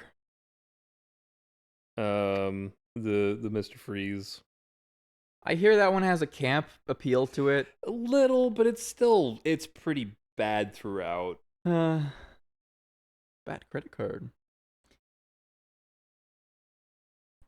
It's weird. The height of edgy Batman trying to bring it back to the silly Batman is crazy. Yeah. Very ill-advised idea. I mean, I think part of it was that he wanted to make it more comic booky, and in his brain, that's what that was. Mm-hmm. And then Joel Schumacher was like, comic books, they're stupid. I kind of want to look into the history of those movies to see what exactly happened. Was it Joel Schumacher was insane, or was it the like? Joel Schumacher was insane. I mean, yeah, but how much was a studio executives got an insane guy intentionally? Okay, well, I think that's a fair question, because they might have wanted that. Why? At the height of the Bronze Age, like, why would you? What edgy Batman was in vogue? Why would you do that? It's weird. I gotta remember what all Joel Schumacher has done. I know he's like a very eccentric guy. Bat nipples. Oh my god, he did The Wiz. The Wiz, is that the California? No, it's the Wizard of Oz sequel that has like Diana Ross and Michael Jackson in it. Okay. That's weird. Is that the scary one? No. Okay, no. No. The scary one is based on the book. Yeah. The book is an actual Through like, Looking Glass, I think is what it's called. It was like a smaller kind of like art house production, the movie. I bet, yeah. With funny St. dudes in Elmo's masks. Fire and the Lost Boys. Man, Joel Schumacher did some good shit. What the fuck was he spoken for fucking Batman? It must have been executive order or something. Maybe, but like also he very much hates comic. I mean, like not hates comic books, but like he does not respect comic like books at all. Tom Burton. Yeah, like Tim Burton had like a vision that was like inspired by the comic books, but was kind of like he was just doing Tim Burton do's Batman. Yeah, that reminds me, we need to watch the Penguin show apparently. Oh yeah. Like I kind of don't care to, but like apparently it's important enough and it's good. So yeah. I mean, it's basically a sequel to the Batman movie. Yeah, but it's like I want Robert Pattinson. He doesn't show up in that, I don't think. I do kind of want to see more Colin Farrell Penguin.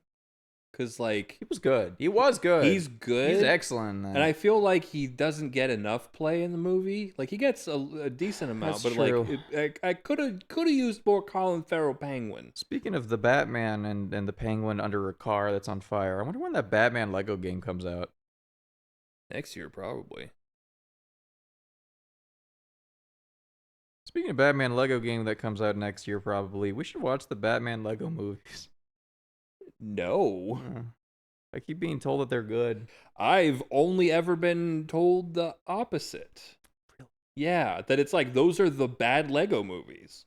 Really? I've only heard the opposite. I've heard, well, not the opposite, but I've heard that like people say that they're a lot of fun and they're like the closest you're going to get to Brave and the Bold in the modern era. So the thing that I hear is Will Arnett Batman, very good. And is very Diedrich Bader-y in style. Coming soon. Okay. The rest of those movies, bad. And especially, what's his face that does the Joker? Zach Galifianakis. Terrible Joker. Terrible Joker. Zach Galifianakis. Jonker. Almost actually typed Jonker. I'm gonna go to this clip. I'm gonna skip to the part where the Jonkler is speaking. Okay.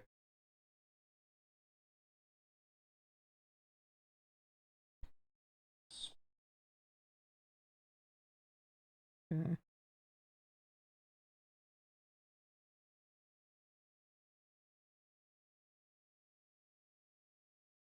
Is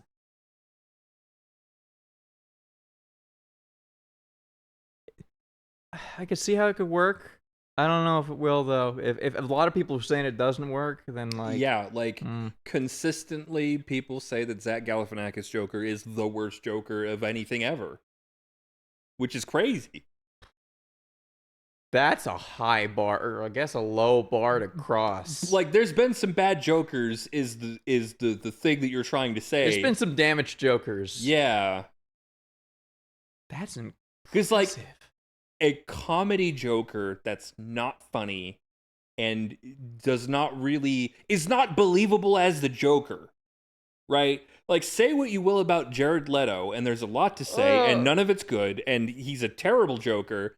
I do understand that creation of the Joker, and it's like, I can believe, as bad as it is, that is the Joker. That in this universe, that's the Joker, sure. I mean, it is very similar to that era's Joker in the comics, because of the three Jokers bullshit. Fucking, let's not talk about that. Oh, I don't. I feel like even a straight man Joker like that would seem to be that was doing is gotta be better than. Oh, my favorite Joker is the one who makes no jokes and doesn't laugh and smile. It's like, yeah, that's like absolute Joker, by the way. He does that. It's like a big thing with that Lego Joker. Is that like there are basically no jokes. The joke is that there are no jokes, and it's Zach Galifianakis basically just being a normal guy as the Joker, and that's the joke. Normal guy, man. And like he also doesn't really have a Joker laugh, and like hardly laughs ever.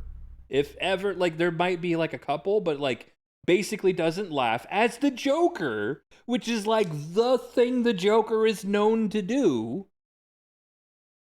To the point where like Mark Hamill was like squeezing in laughs into just random sentences just because like the Joker is amused with himself.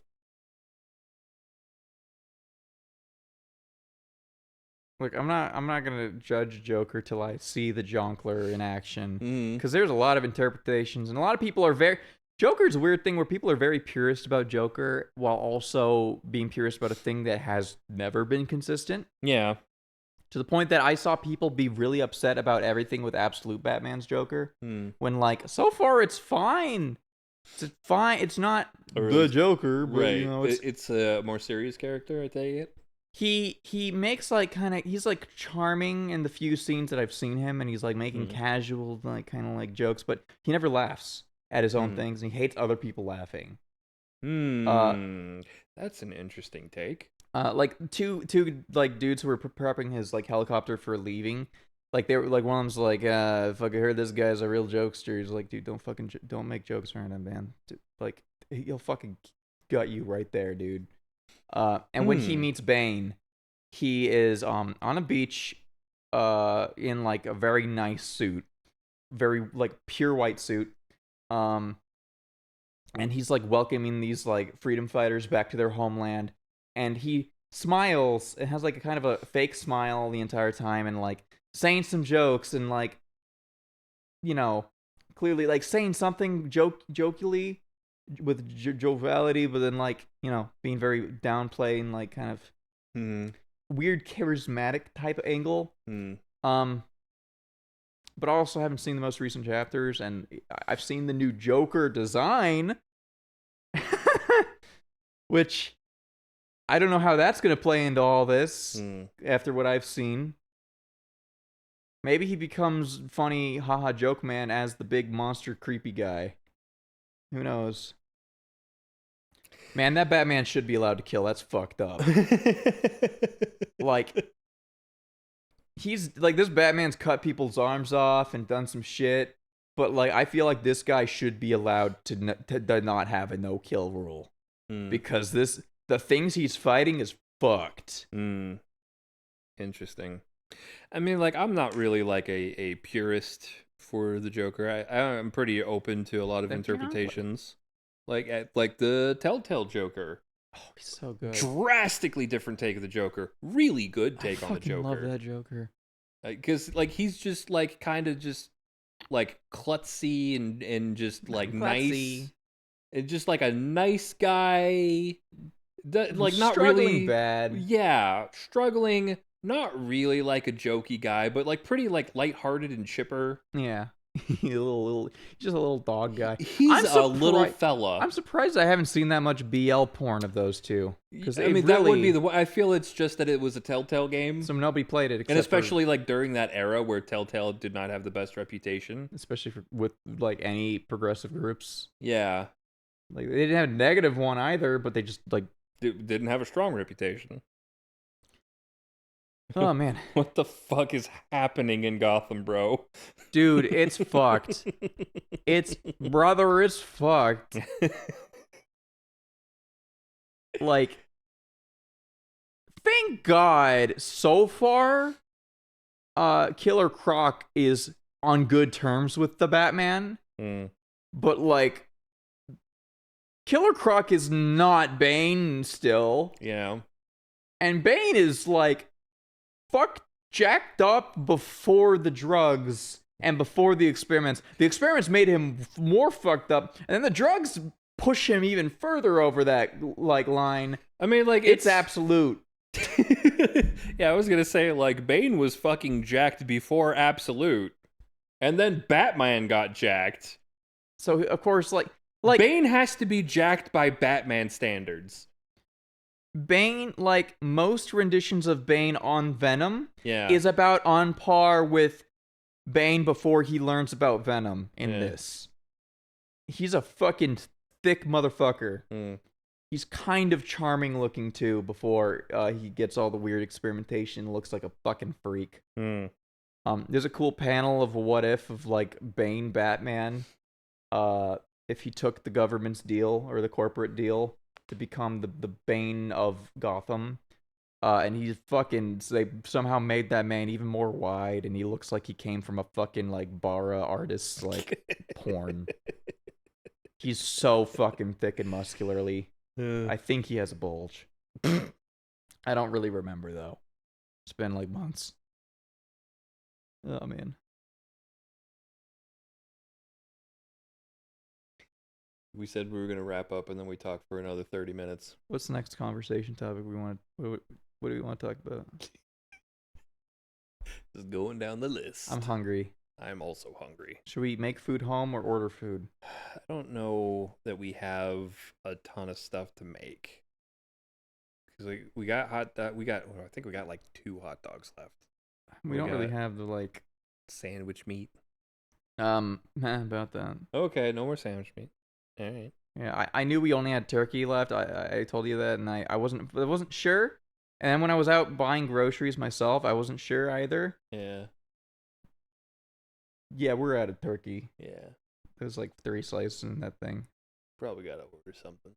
But, you know, whatever. Yeah, we also don't... Like, we have some things we could cook, but we don't have the dishes right now to do that. We got soup. We don't really got, like... And ramen. We got some nice bulldog. Yeah, but bulldog like... is pretty good. The ramen is a type of soup? That's true, I get...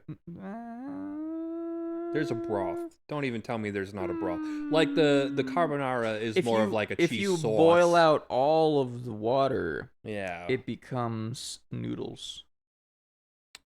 Which is not a bad way to eat that, honestly. It's, in some ways, it's kind of better, but the broth does add a bit. Like, I'm thinking about this and like salivating. Mm-hmm.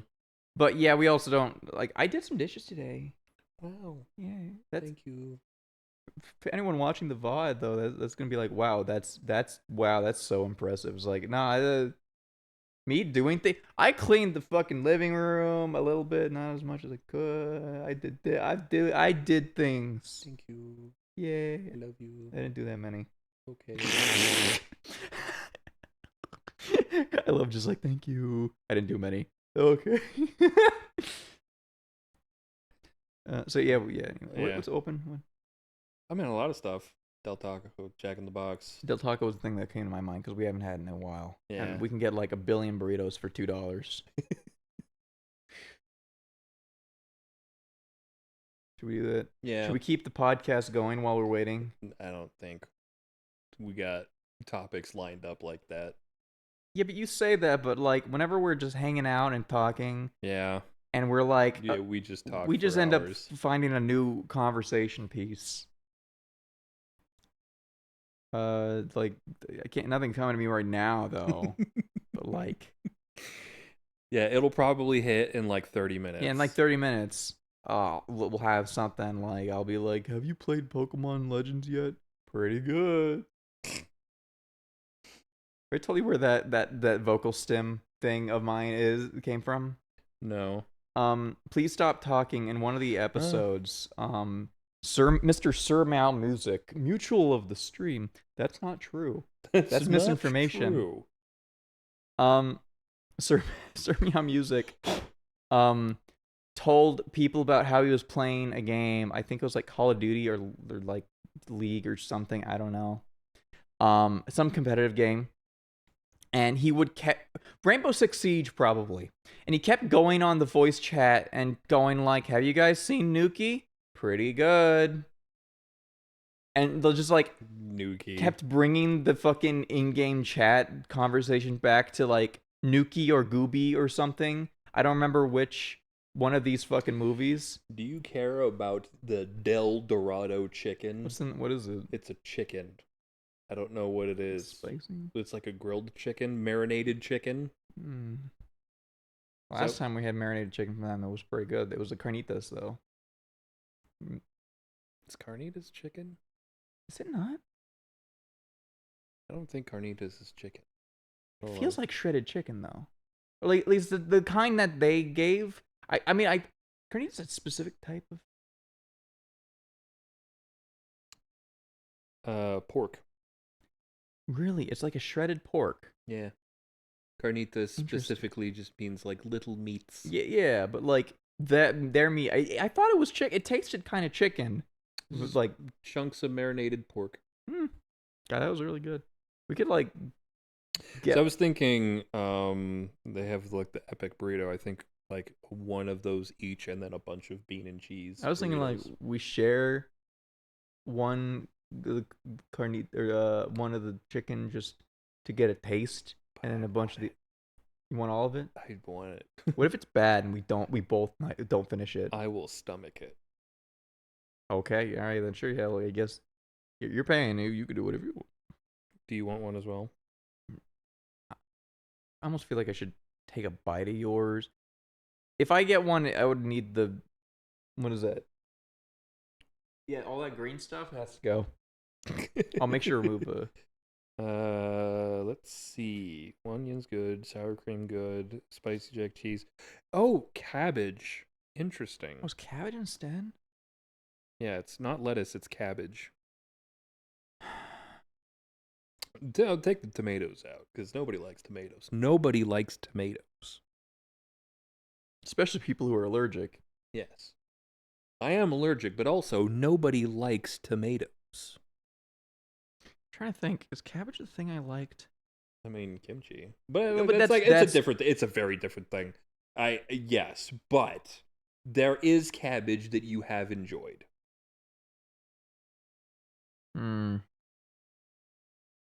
Thinking. You want to do light cabbage, so like not the normal amount. Just I should be eating something green and has no nutrition in it at all because it sucks. Oh, shut up to me. Just wanted to see if I could. I saw a chat message appeared. I can't see it from here though, and I can't get it to load over here. Oh, it's probably not loaded for me either. It is an emoji of some kind. I need it. Come on, load. Fucking, this phone sucks, dude. Nice. And then just like a bunch of bean and cheese burritos. Yeah. With green sauce or red or half and Yeah, half. green sauce. Both sauces? Just green sauce. Oh, just. Because the green sauce is much better than the red sauce. And sometimes you want like a red sauce though, mixed in. No. Oh, it's a burger vomiting up a sliced tomato. Tomat. Oh, this is a stir emoji. Jim is a star, Jim is a star. Everybody wants to see this happen. Payne is the scariest guy I ever met. I love that line is literally. I accidentally just pinned that.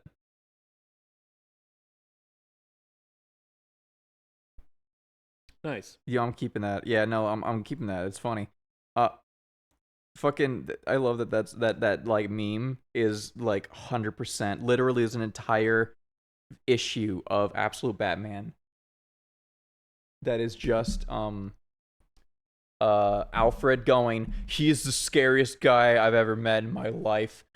It's gonna be so bad. I'm going to fucking spiral out super hard and imagine all the worst outcomes right now. It's a literal episode where nothing happens except Alfred is monologuing to himself about how much he's afraid of Bane and what Bane can do and what he might do.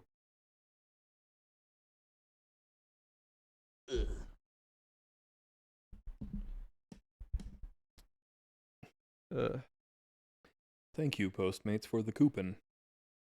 Don't thank Postmates. They don't deserve it. They don't, but... Also, we're not allowed to say their brand on stream anymore, not after the incident. What happened? The hot dog incident. Ah, yes, the hot dog incident. Fuck. Should I put music on, do you think? Do you think that would be... Well, I'm gonna put some music on. Dying. My phone's getting there. Yeah, but mine's at 5%. It's been on 5% for most of this stream. Oh, I'm gonna...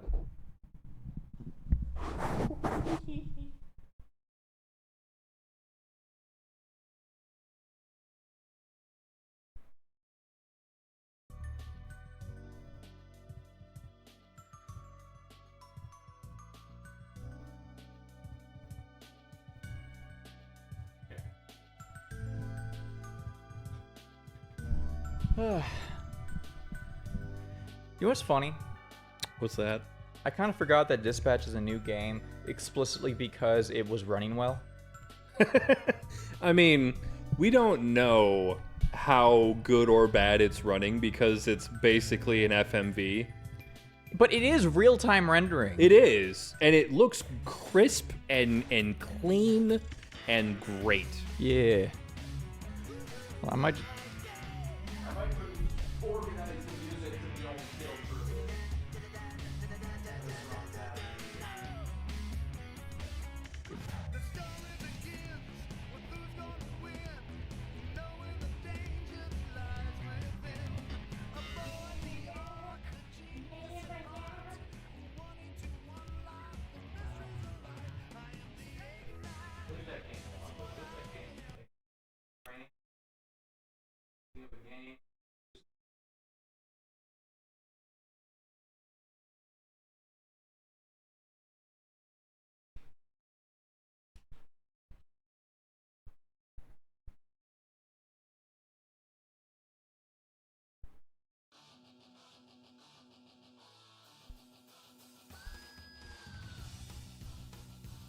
It's not as chill as my brain was thinking for some reason, but... Oh, my fucking phone's over there. What game is this? Zero Divide. Ah. Yeah, no, Zero Divide's a fighting game, and so it's like pretty fast-paced. Does Zero Divide 2 have a more No. chill... No. One of them feels like Jungle Beats. I just can't remember which. Jungle Beats? Donkey Kong? No, not that one. I don't remember what it's called. That genre? Jungle? Oh, yeah, just Jungle. Yeah, it's like the electronic, like... It's weird that Jungle Beats doesn't have a single jungle track in it. That I remember. This dude's crazy, look at him. Wow. Isn't that like a... Shinsuke? Isn't that guy like a politician's son? I mean, if he is, that's news to me. I feel like there's some sort of really hot twink on Twitter /Blue Sky that like people are like, this is like fucking some Portuguese politician's son or something. Okay, I think it is it's a Brazilian guy. I think it's like the son of a former Brazilian prime minister or whatever. Was like a twink cosplayer. I feel like it was this guy. No, dude, this dude's body looks like a fucking AI generated image. It's crazy. Look at this. Yeah. Look at that waist. That's crazy. Yeah, it's good genetics and like very strict dieting and exercise and things. Good fucking heavens. Yeah, literally the heavens. Do you think that the new Angel stocking, Pantheon stocking boys were made specifically so Shunsuke could cosplay them? No, but he did anyways, and so it works out. It's a perfect fit, honestly. And Shunsuke specifically is also cosplaying Best Boy Polyester. Oh yeah. Now that it's come out, do I feel differently about? I still think I like polyurethane more. I think. But I've warmed up more to polyester than before. I feel like, so I haven't finished the season. I still got like a couple episodes to go, but I feel like as it has gone on, I have been vindicated, and polyester is the better of the two. He's the one that engages in cross-dressing and getting fucked in the butt. They both do, but yeah, he is the one that gets tied down to a bed. Yeah, no, the other one engages in feederism. The other one engages in getting butted. Yeah, in the butt. Which is crazy. I also I've always felt this way, but I feel like as the show goes on that like polyester is consistently portrayed more attractively than polyurethane is.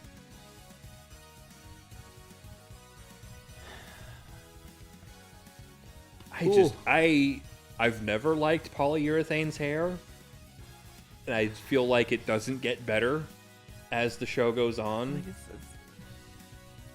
Like it would look better if it wasn't like the weird like fishtail in the back. Yeah, but like I still I don't know. You know me, I don't like foreheads. Do I know that about you? Well, okay, well I know you because I don't like showing my forehead, but you like my forehead, so I'm more. Also, now that I have longer hair, it's harder for me to like function without doing something about hair and forehead. Because you don't have much options. Like you go for some form of ponytail, which often pulls the hair back from the forehead. Yeah. But usually when I'm trying to look good, I will have as much hair covering half of my face with the ponytail as possible.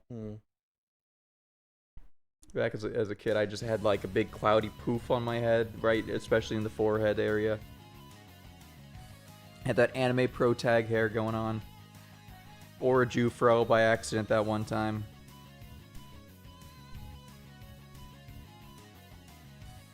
Didn't you need to charge that? I got it to 7%. It'll survive for a bit. Oh boy, 7%. Look, I gotta look at short stacks on the timeline while we're live. It's true. And daddies, ooh. There's some big boys made of furry.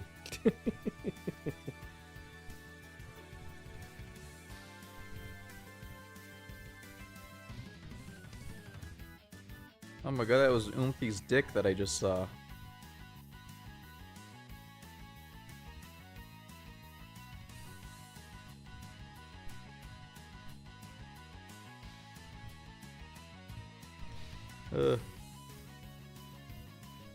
Yeah, my brain's now at the point where it's like, I don't have any other I don't really have any other conversation topics in my brain.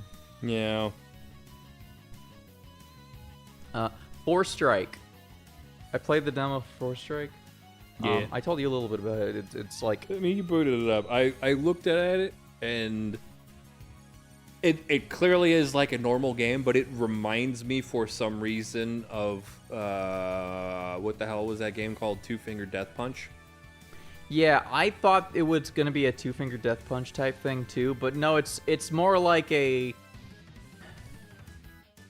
It's an action game that does the perfect knowledge of everything thing that like Shogun. I don't remember what's called, Shogun Showdown or something. I don't remember. But Into the Breach types. But those are always turn-based. This is a real-time thing. You foresee the fight, so you practice it over and over again. You get down to a science, and then you execute it one final time in reality. But the thing is, the reactions of the enemies is kind of based on their like proximity and the actions you take and the exact timing of the actions you take. So there are times where you're not 100% certain whether this enemy will reposition in front or behind as you knock somebody down, which can completely change what happens. So like early on I would practice something like 3 or 4 times, get it down perfectly, then execute it, and something would go slightly different than I expected. That's wild. Slightly different than I expected. And I had to improvise on the fly, and it became a fucking much scarier game. And it's really interesting. And sometimes I will practice something 100 times and then go in and immediately fuck it up. And then I hate myself for 30 minutes before fucking up bad. And then go immediately back in and redo it again. But like, it's such a good time. I genuinely fucking love it. Anyone who's like listening, I highly recommend Force Strike. At least try the demo if it's still available. I don't know. Yeah, not everybody is Hell Maiden that after Steam Next Fest ended, they're like, demo's going up forever. I don't know if Force Strike's demo's still up. I don't know, honestly. Yeah. But Steam Next Fest did end, so a lot of those demos, if you didn't download them, they're gone. Man, Force Strike is oh man. I had one of my runs. I had a build where like I was using the way of the Cold Eye,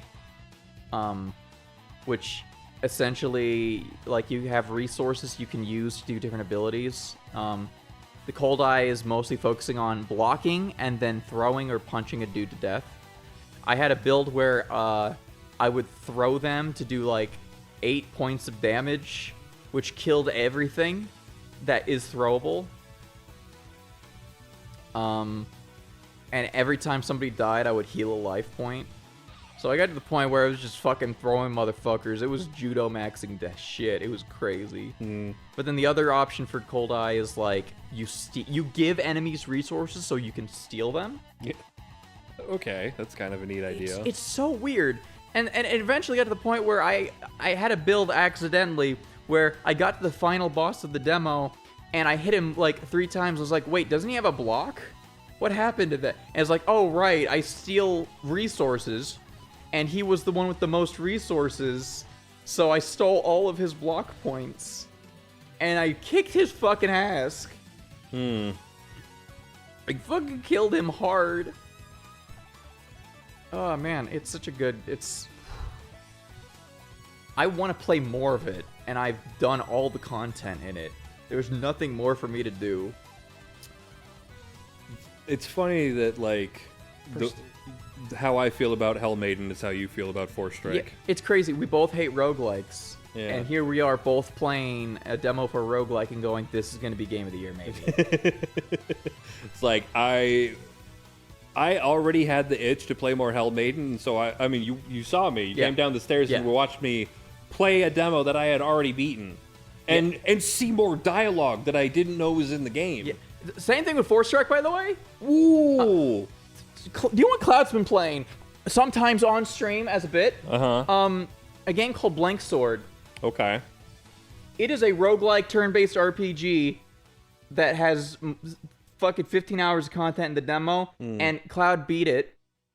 And the developer comes out and says, hey, congrats, you beat it. Do you want, like, another ending for the demo? Go beat it with these specific items. And Cloud went back to the beginning and kept finding new content. Oh, wow. And is still playing it right now, I think. And, like, But again, another person who doesn't really like roguelikes playing a roguelike from the Steam Next Fest and going, this is probably going to be Game of the Year when it's out and after the Kickstarter. Sometimes you just need to find the one that hits for you. Because also, like, Double Dragon Gaiden, I really liked. And, like, although it's very roguelite. Yeah. Because, like, it's not really, like, randomized. It's, like, designed levels, but, like, you can play the levels in a certain order, and then you get random power-ups. But, like, the formula worked very well for a beat-em-up, and I was really happy with it. And especially, like, you know, when you're doing well and you get a lot of money and you can buy a lot of power-ups, like, by the end of that game, you can become real juiced, and that's fun.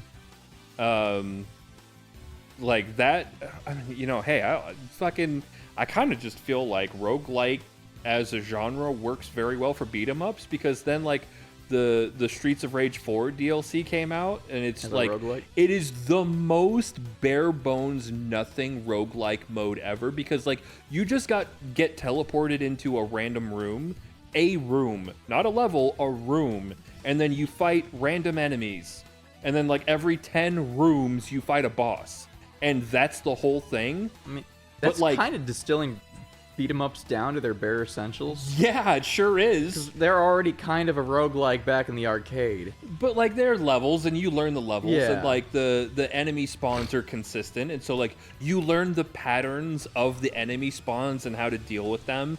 Like, there is level design to a beat 'em up, and, like, it's just the thing that nobody fucking gets about beat 'em ups, because nobody fucking plays beat 'em up seriously. But, like, there is a level design, and you learn the level, and it's a consistent thing to the point where, like, you learn a beat 'em up and, like, can ace it. But, like, the Streets of Rage 4 DLC, it adds in the power-up, like, gimmicks and variables, and like, that shit, and, like, stuff that the enemies can do, and then, like, random hazard events in the rooms that can happen.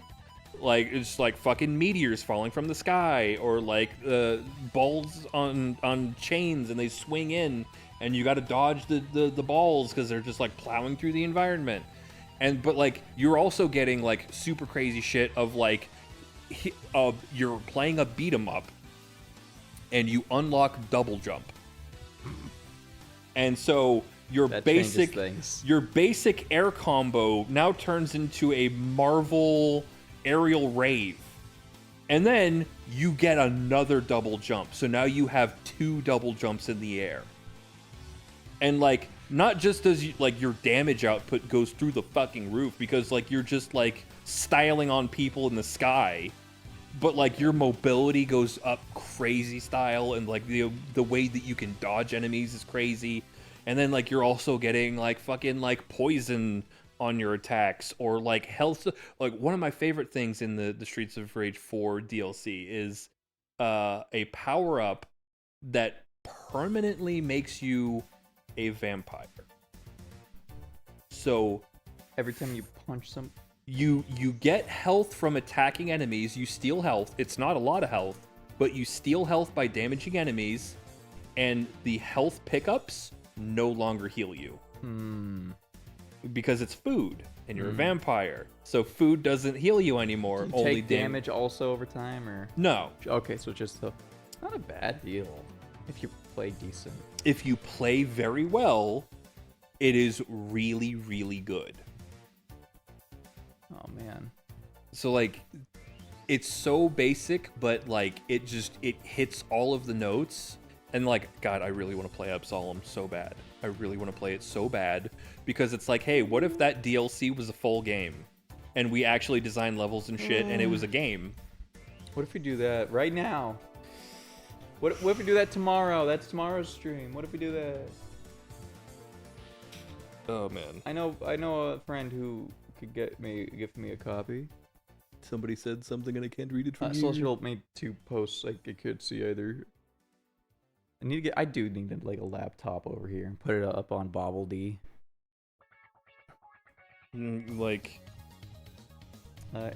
It's combat rooms with random upgrades, and it's the most addictive shit. I'm playing Absolem right now, this whole time, Lamau. Yeah. It's roguelike as like a modifier for beat 'em up is like perfect. It's just actually perfect. Yeah. Like roguelike beat 'em up and roguelike strategy games. Like, I'm not super big on strategy games, so they don't do it for me. But like, I feel like, cause like I played that game that Willie likes. That's like Shogun. Into the Breach. Is that what it's called, right? Into the Breach? Into the Breach is the mech one. Yeah. It's like Shogun version of that on a 2D plane. And I tried playing it, and it's like, it's good. It's not engaging for me. But Force Strike is the same exact game. Essentially. Except you punch things. And with the... Because it's not... The one that Willie likes is a turn-based thing? Yeah, I believe, if I remember correctly. The only thing I'll say is that one looks better. This one, Force style is very Mr. Pixel, McPixel.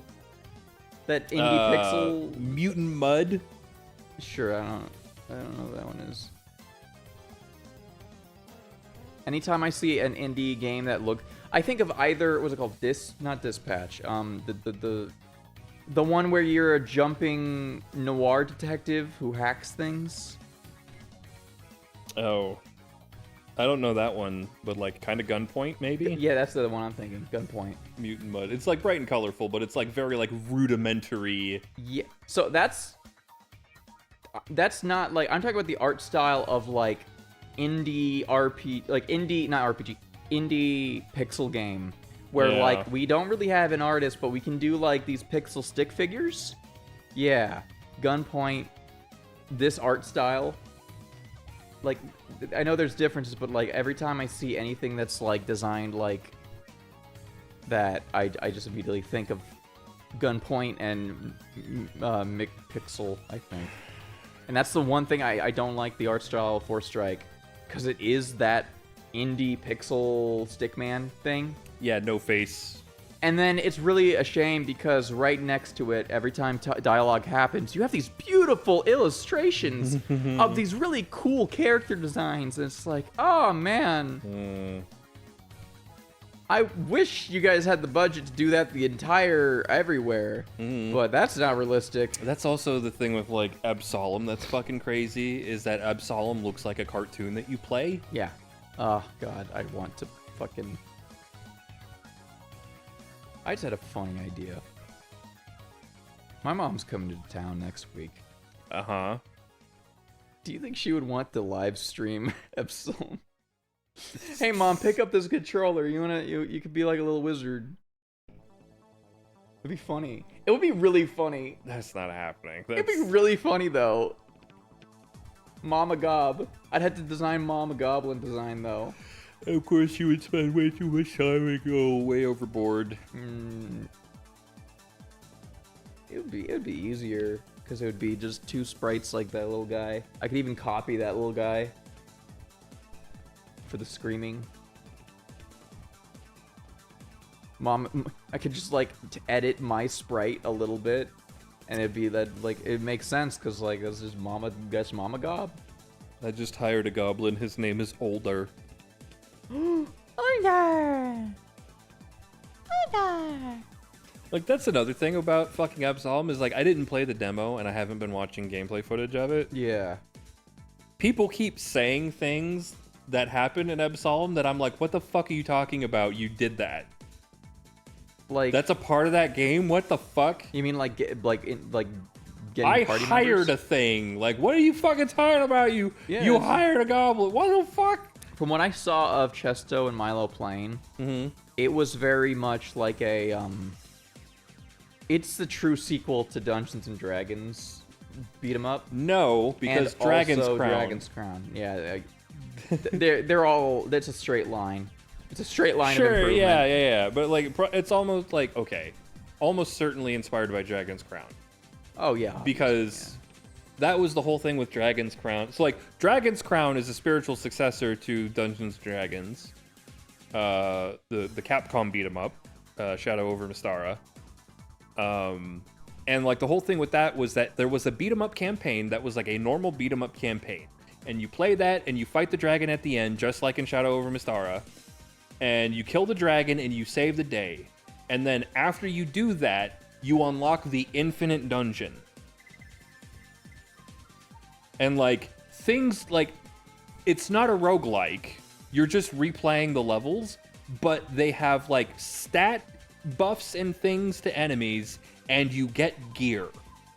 And so it's like this infinite grind of floor, like you're replaying the levels, but like they stat up, and like the further you go in the dungeon, the better gear drops you get.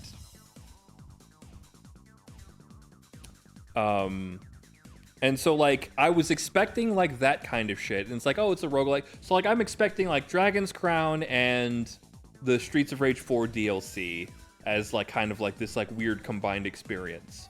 But then people were like, oh no, there's like fucking shops and shit, and like I hired a guy, and I'm just like, what the fuck are you talking about? I feel like that's odd. Like I'm more shocked that those other games didn't have shit like that, like shops and like hireable dudes. That feels like an obvious, like you would do that for like RPG beat 'em up. In those games, it would just be shit that you like. You beat a level, then like you get an upgrade, or like you went this far in the dungeon, and so you got this gear. It's just like drops, and like there wasn't like a thing that you go to. And like in Dragon's Crown, there's like a thief that can help you, but he will just show up in levels randomly.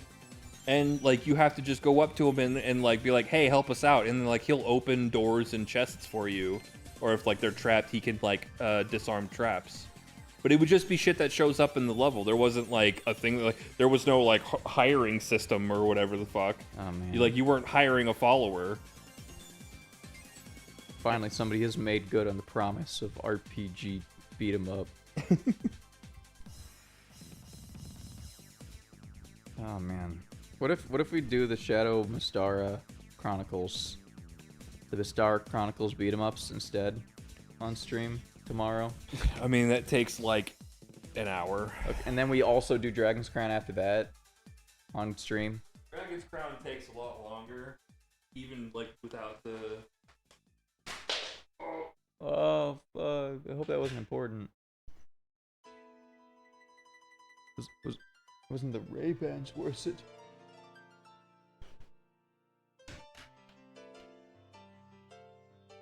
Now, that could be a fun, at least like a look at stream or something. We could maybe, I don't know, maybe not tomorrow or next week or even something. I don't know. Eventually, someday. Get drinks. You want a drink? Yeah, Mountain Dew. That's all we have. We used to drink water, but then the Vegas water is bad, so we only drink Mountain Dew now. See how we survive. Okay, though, I think with that, I think that's a good place to end it for today. Maybe back with the stream tomorrow. I have bills coming up, so I'll probably be streaming as much as I can. And I won't be able to stream next week because, family is in town, so... Oh shit, did that fall out? That's bad. Can I see that? Oh, there's very little. Did it leak out? Oh, some of it leaked out too. Well, that's God, I hope I can find $200 for a medication soon. That's fun. Anyway, thank y'all for coming by. Thanks, everybody. There might be a stream tomorrow. I don't really know anymore. What day is today? Wednesday? Yeah.